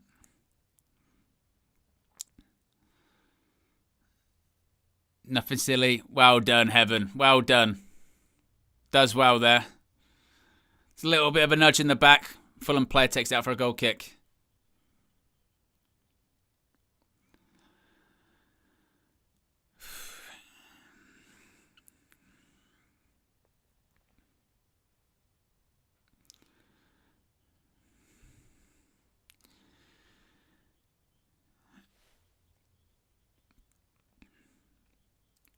Keeper goes long. Dallo flicks it on.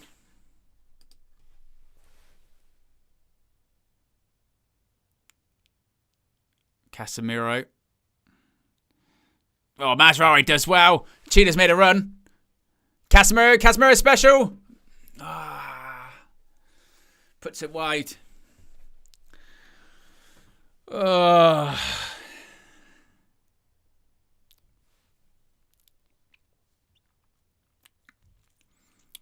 See, this is when you know the agendas are agendaing. Has Obi had a shot on target yet? He fucking nearly won the game. Keeper tipped it over the bar. The trolls are out in force this evening, folks.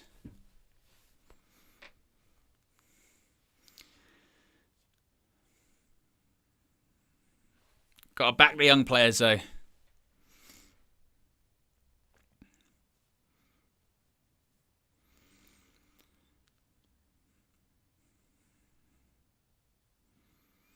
Heaven.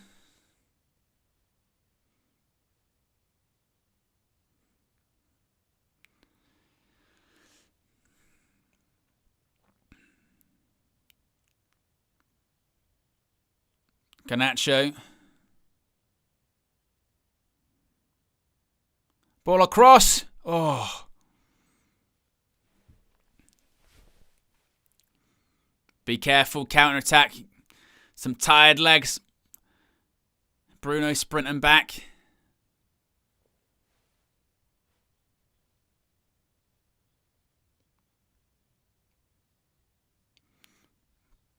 Castagna ball in. It's Heaven again.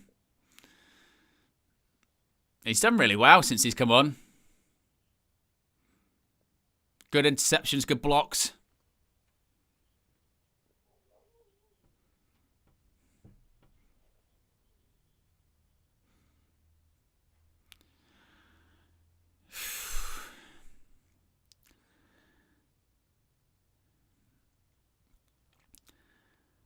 Corner to Fulham. Willian is going to take.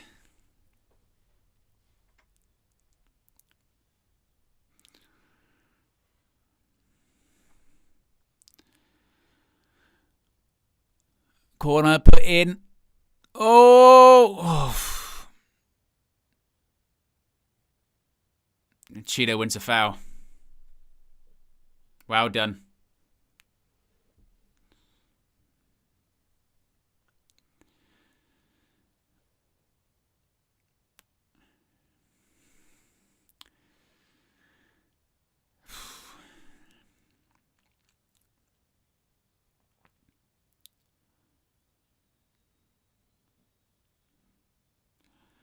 Free kick Andre Onana's going to take.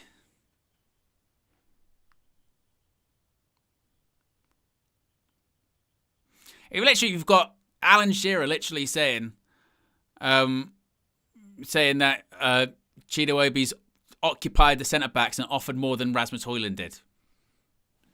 I mean, that's where it's at, isn't it? It's difficult because you don't want to do too much too soon and put too much pressure on him. I think Heaven's done well as well since he's come on.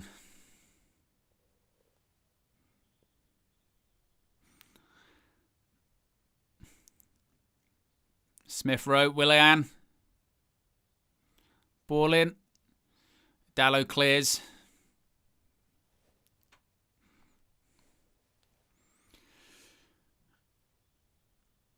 Xerxes does well. Loses it. Oh, we got it back though. Xerxes, whoa, he's got taken out. Completely taken out by Robinson.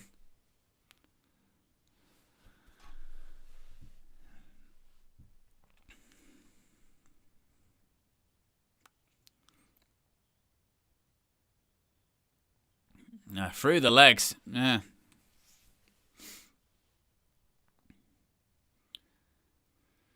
Less than 5 minutes to go until penalties.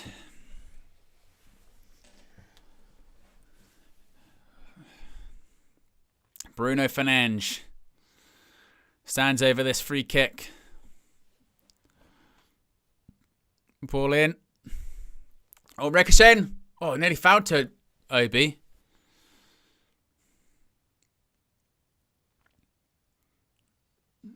Bruno again.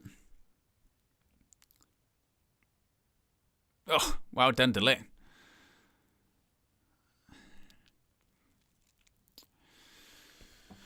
Now Fulham coming on the attack again. Willian outside the boot. Oh, Mazraoui did really well. Oh, good turn by Bruno Fernandes. Xerxes. Oh, he did the KG. Oh.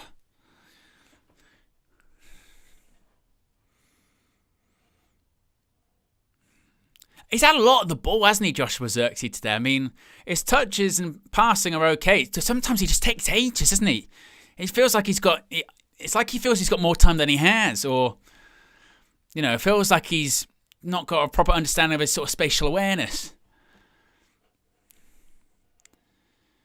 Come Fulham again.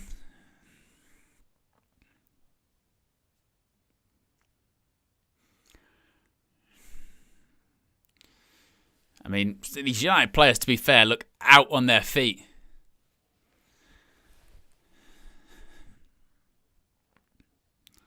Sessegnon.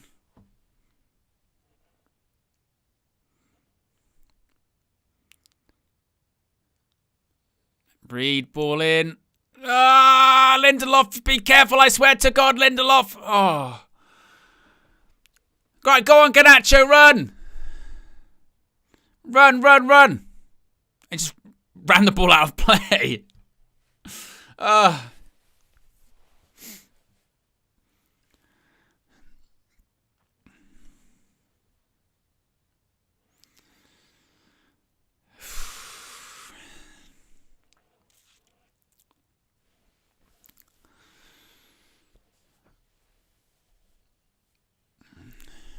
Bruno Fernandes gets man of the match. But we're only giving a shirt away if we win, folks.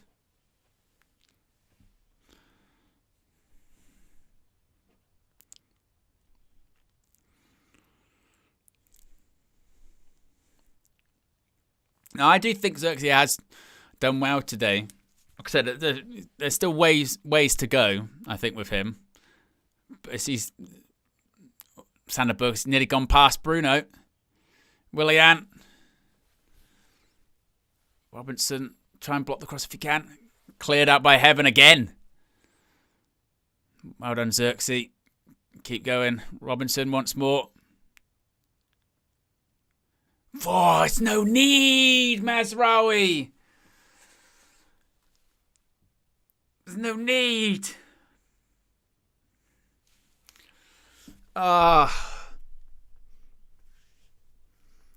Free kick in a dangerous area. Oh, and it's a set piece. We're shit from set pieces defensively. I don't know if I can watch.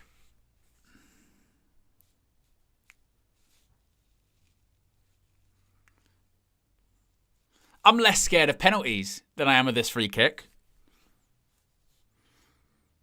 Because if he puts it in an area and I won't handle it, he'll get freaked out. Oh, thank God. Oh. Minimum of 1 minute at a time. This game's never going to end.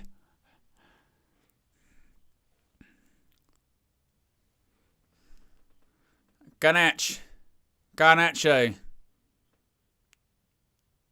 Across goal. Oh, it wasn't a bad ball either.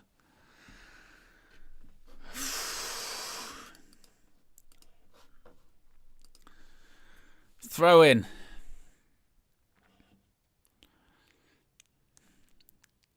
Dallo, is it going to try and do a long throw? Maybe it looks like. Oh, ref blows his whistle. There's a bit of fighting.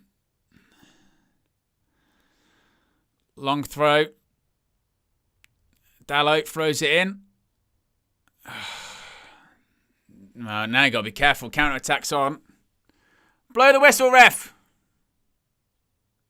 Casemiro, great tackle. What? Oh, it's a full time. Full time. I thought he'd give a foul in a second. Right, well, we're going to penalties, folks. We are going to pens. We are now going to penalties. Well.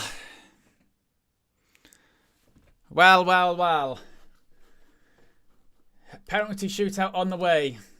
How are we all feeling? Well.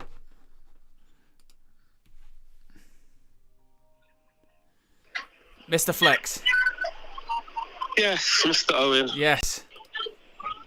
Mr. Owen. Yes. Well, we're getting our money's worth, aren't we? We are getting our money's worth. Our money's worth. Well, I don't know what the quality of football, but at least the duration. Yeah. Just like, I don't know, mate. Like, there's not really anything going on as well, really. Chido's had a couple of looks. He's offered more. He offered more than Rasmus did. He's offered more than Rasmus. Obviously, he's not clinical. I was just saying to Bradley next to me, I was just like, we've had to fast track this kid. Like, I literally said the same thing in the game. I went. Like, it's mad. He's playing for us. It's mad. He shouldn't. He's this is great for him. Like, you know, he's getting a chance and that. But like, you know, if we see anything in his game, obviously where he's so raw and like, we have to just take it like with a pinch. Just like the kid's out there. He's killed it in the under-18s. Hasn't done anything yet for the under-23s. Like, he's just trying to get used to that level. And we've got him actually, mate, get in our first team and like play now. And the mad thing is, he probably is better than what we've got. He probably exactly. is. He's getting shots. He's. Don't get me wrong. You know, he snatched at a couple. I mean, the one from the Leno save's a great save. It's a great save. It's a great save. Yeah. It's a great save. The two before that, the first one he snatches that one, but he uses his body well. Just makes Bassey think of something. Like Rasmus wasn't doing that the whole game. You know, at least he bodied Bassey a couple times to make him think, fucking hell, this kid's got a bit. Yeah. He's got a bit. And then he does it again for the second chance. And then the third chance, he puts it wide. So, the keeper saves it. So, yeah, and then it's just sort of end-to-end. And Onana's, honestly, they were booing him and everything. It's quite uncomfortable. He made a couple of decent saves he's made. I noticed it. I noticed what you were saying at halftime when you were sort of going like, the crowd are getting annoyed that he's taking ages for everything. He's taking ages. You can hear it. Ages, yeah. So now, he's taking ages. And now every time he just takes long with everything. They're just getting on his back with everything he does. And now we need him to be the hero after all this. He's good. He's good at saving pens, to be fair. Yeah. I mean, just pens at home to Fulham. We just, honestly, But this is how if we are going to go late into this competition, this is how we're going to do it. That's how we're going to do it. Because I know, and you don't even know what to think on pens. You don't even know if you back up on that. I just don't know. It's so 50-50. Yeah. But pens against Arsenal, last minute offside goal against Leicester. Yeah. But the crowd, listen, we're doing our best in here. I'll say that, but it's been a tough watch at sometimes, mate, for all night. Yeah. I mean, again, Bruno, and that's what I will say. Again, the problem gives us something when nobody else will. Exactly, yeah. So, I just, all it does is just prove the thing of like, yeah, he might not be this and he might not be that.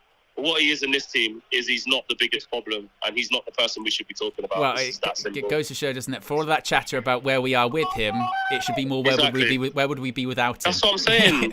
We'd be out of the cup. We would have lost against Everton, and we would have lost against Ipswich. Yeah, exactly. I think we're kicking into the Stretford end as well. There's a big cheer from the Stretford end there, so I think we must have won the toss there. Yeah, we did. Yeah, but it's just ironic, isn't it? It's ironic that, again, obviously he was going to do all the headlines because, you know, one of our greatest ever captains digging him out, getting angry, and then nobody was going to score today.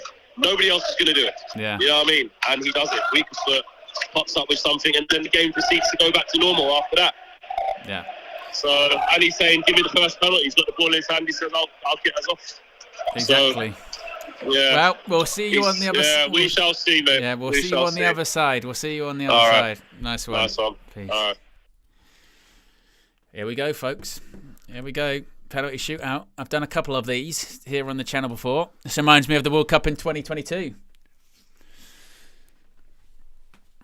Right, so let's reset the scoreboard.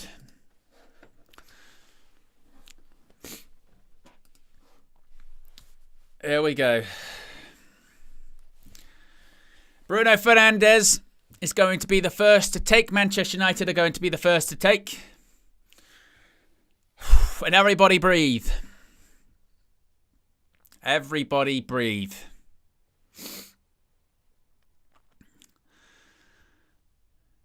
We've had one penalty shootout this season in the FA Cup. Of course, I was at the Emirates. We went through. We did go out of the FA Cup on penalties against Middlesbrough, I remember, a few years ago. Here we go.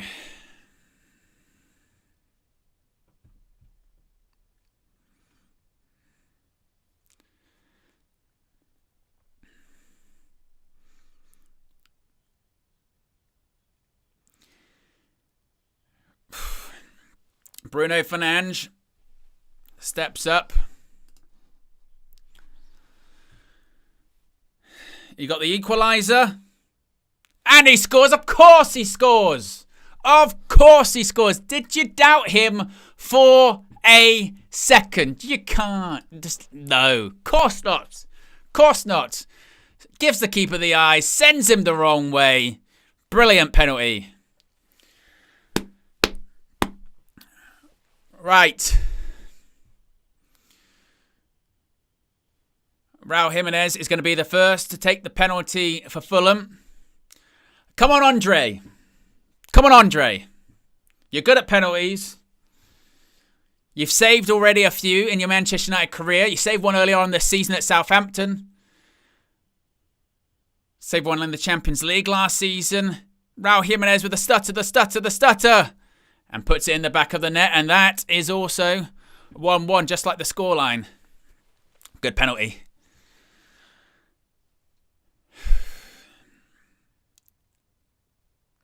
Very good penalty by Raul Jimenez.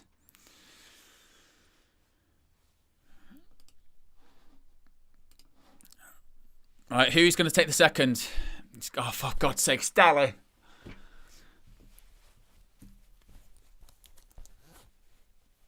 Oh, God, I'm doing this not to be sick. Please, Dallo. Please. Yes! Oh. Breathe. As soon as it was Dallo, I thought it's not Dallo. Not of everything that's been going on recently with him. All right.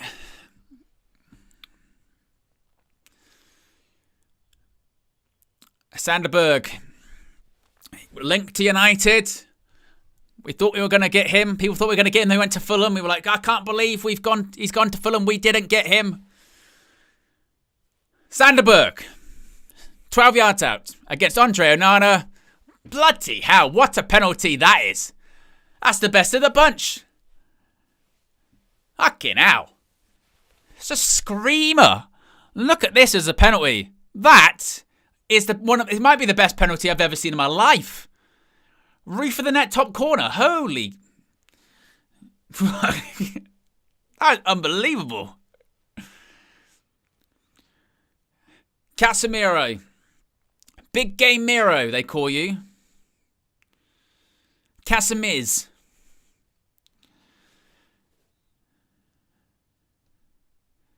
Big game Miro. Casemiro steps up. Yes! Just smashes it down the middle. Where's Belinda in the crowd again, giving it that? Or Janine, whatever her name was. Sandra.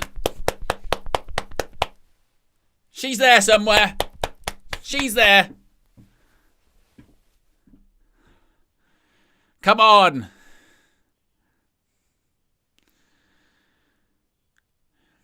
Alright, it's Will.I.am.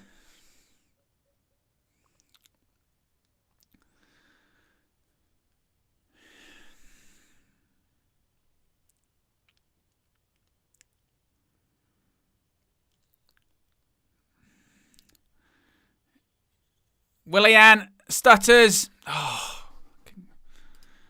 these penalties have been unbelievable. Oh.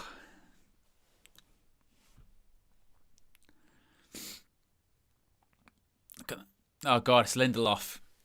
He's done nothing good since he's come on. He has done nothing since he's come on. He's done nothing. All he's done is bad passes, fall over, struggle to clear the ball. We are screwed. Please, Lindy, please. You just knew it. You just knew it. Since he's come on, he's been rubbish. Absolutely rubbish. Since he came on. You just knew. Awful.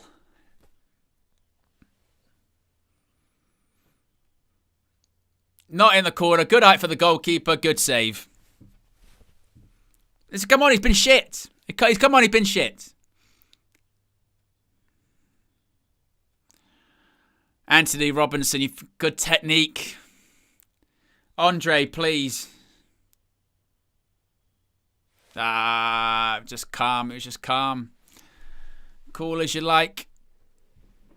Now, you have to score. Miss, we're out.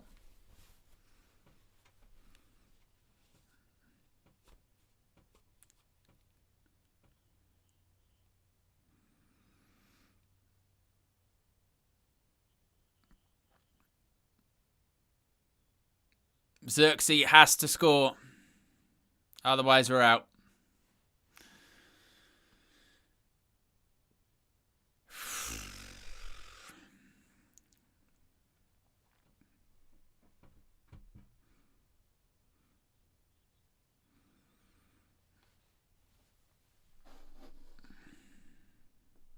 Missed it. And we're out. Fulham win on penalties. Absolute shit. Absolute shit. Well, Manchester United's FA Cup defence is over. Manchester United out of the FA Cup. Losing 4-3 on penalties. Missed 2. Victor Lindelof. Joshua Xerxes. And we're out. Well, about that route into Europe then, folks, yeah? About that route into Europe. Because now our only hope is that we win Europa League. And let's face it, if we play like this, we ain't going anywhere. We ain't going anywhere. Like we didn't know that anyway, but we're not. We're just not. And ultimately, what you can't keep doing, you cannot keep conceding first. You cannot keep conceding the way we concede. You cannot keep missing chances as well. The way that we're missing chances, you can't do it. And we're out. We're out. And the season just gets from worse to worse, doesn't it? Let's be honest. Just from absolute worst to worst. I had absolutely zero faith that Victor Lindelof was going to score a penalty. Joshua Zirkzee has gone from scoring the winner against Arsenal to missing the one against us. And I actually think he played well today, but it's a really poor penalty. Just not good enough, isn't it? It doesn't need more to say. Just absolutely not good enough. And now we're out of the FA Cup. We've got players that are exhausted. We've got players that are dead on their feet. And now we've got to play on Thursday against Real Sociedad. It's just not good at all. Not good at all. I mean, if this was a league game, you probably would have said, a draw would have been a fair result. But it's the cup. We did have chances. To be fair, I'm not going to go in on Chido because I don't think that's right to do. And he actually offered something, but once again, it's another game not won at home. It's another game lost at home. Whether it was a draw, whether it was a defeat, we're just not good enough. Absolutely not good enough at all. Just shocking. Absolute shocking. And to be honest, hopefully it is a bit of a reality check to those thinking that we've got a chance in the Europa League, because to get something out of the Europa, I don't know, because that's across two legs. Consistency level of performance. Once again, the football was awful. Lindelof, as soon as he came on, I can't think of anything good he did in the game. He came on. I'd much rather had Lenny Oro taking that penalty, but at least I suppose he's fresh for Thursday. But not good. Not good. Super chats here. One from Ravel says, does Ghana not know how to take a penalty? Why is Lindelof stepping up in 2025? Raul, has been a member for 20 months, says, no excuse for Amrin letting Lindelof, who's barely played all season, take a penalty. Ridiculous choice. I never had confidence he was going to score when he couldn't pass a ball in the game, or couldn't pass a ball in the game, couldn't clear a ball in the game. Just awful. Dan A says, blame KG for being away. Well, yeah, that, Judge continues. We'll have to check if he's got any more plans to leave the country for the rest of the season. But just shit, absolute shit. And to be fair, we were saying about, weren't we? We were talking about, are we going to sort of jing bang our way into it? Are we going to jing bang our way into the next round? No, we can't. We can't score goals. We can't score goals. No real attacking threat. Speaks volumes. Our striker, who cost the best part of 60, 70 million quid, once again can't score. We get a striker that we got from Arsenal's academies, played for the under 18s this season. He offers more in about sort of 30 minutes than Højlund's offered in weeks. You look once again looking at Bruno Fernandes, going, he's the only one that can create anything. He's the only one that can sort of dig us out of a hole. Otherwise, nobody else can. Just there's no creative. There's nothing. Absolute nothing. And now what? I mean, we're not going to get relegated. We're out of the FA Cup for the Europa. That group of players. Do we really think that group of players can overcome multiple European teams and get to a final and win it? I don't know. I really, really, really don't know, because there's just not a lot of quality there. There's not a lot of fight. I think that, in fairness, I think De Ligt did well. I think Heaven, when he came on, did well, but it's awful. It's awful to watch, and we know. I mean, again, Real Sociedad, I know they're not doing great in the Liga, but didn't they, what's their recent results? I swear they only lost to Madrid like 1-0 the other day, maybe. They just got battered by Barcelona 4-0, so maybe they're coming off the back of that after a loss. They just lost in the Copa del Rey semi-final first leg to Real Madrid. But again, it's not even really necessarily about the opponent, to be honest. It's about our players, because our players are crap. Our players are just rubbish, and we just ain't good enough. We're not. Absolutely not good enough. And that's us. That's where we're at. Awful. We've got some super chats here. If you haven't already, click the like button. We've got nearly 2K watching. Let's see if we can get to 1,500 likes before you finish up. We won't finish up for a little bit, though. Nathan says, what's Amarim proven since he's been here? Don F says, scammer him. Sully J says, Amarim put fraud. A lot of people aren't happy with Ruben Amarim after today. I don't know, man. I don't know. And the worst thing is that, you know, you look at the draw, look at the people that are through there. Preston, Palace, Villa, Fulham. Obviously, we would have been instead of Fulham. Brighton, Bournemouth, City, Forster, Ipswich. It was open. It was open for us. But you got no excuses. At home, should be beating Fulham at home. But we're not. We're just not good enough. Absolutely not good enough. And we call the players criminals. The way that we're playing football, the horseshoe, passing it backwards, slowing the game down, just all involved. And this is when it goes back to accountability. Players got to be accountable. Manager will have to be accountable as well. We're not improving. We're going to have a shit season. And it feels like it's getting worse as well. Fulham and we would have got Crystal Palace at home. And to be honest, if we'd have got Palace at home, we'd have fucking lost. Let's be honest. I know that you say, well, you can't say that that's absolutely going to be the case. We've already lost to Palace at home this season. We probably would have lost because this team is the biggest shower of shit in the first place. Awful. We'd have lost.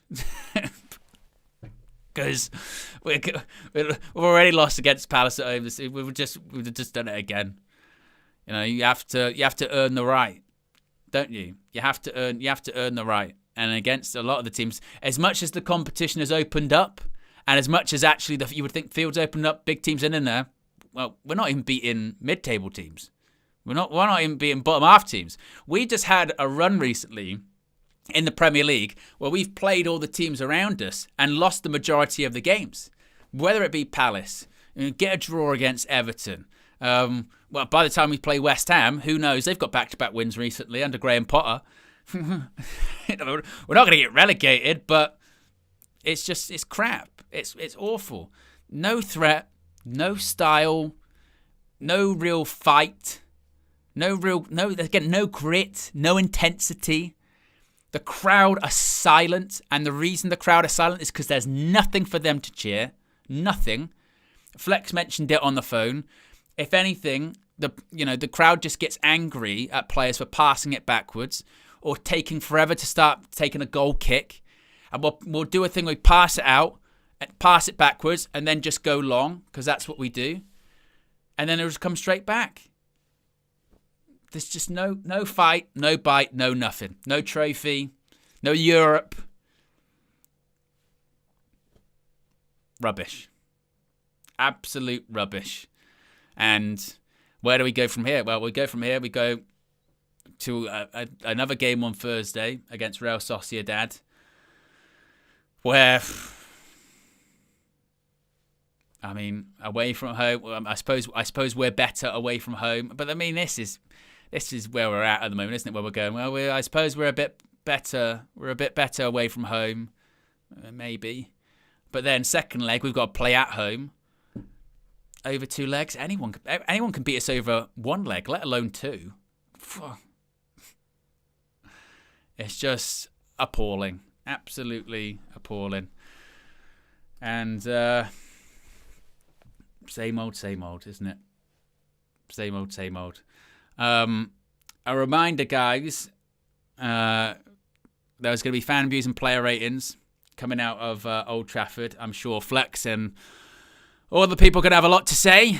Unfortunately, we can't give away a shirt today. We would be able to give away a shirt if we won a game, but we don't fucking win games. So we can't actually give away that shirt, unfortunately.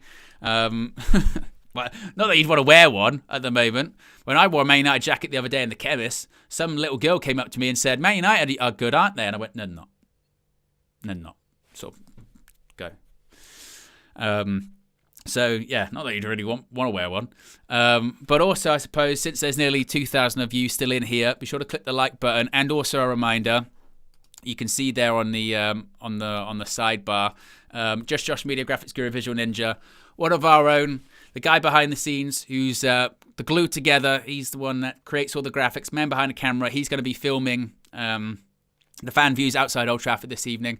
He's stepping inside the cage in April. He's doing an MMA fight for charity. He's raising funds for Parkinson's UK.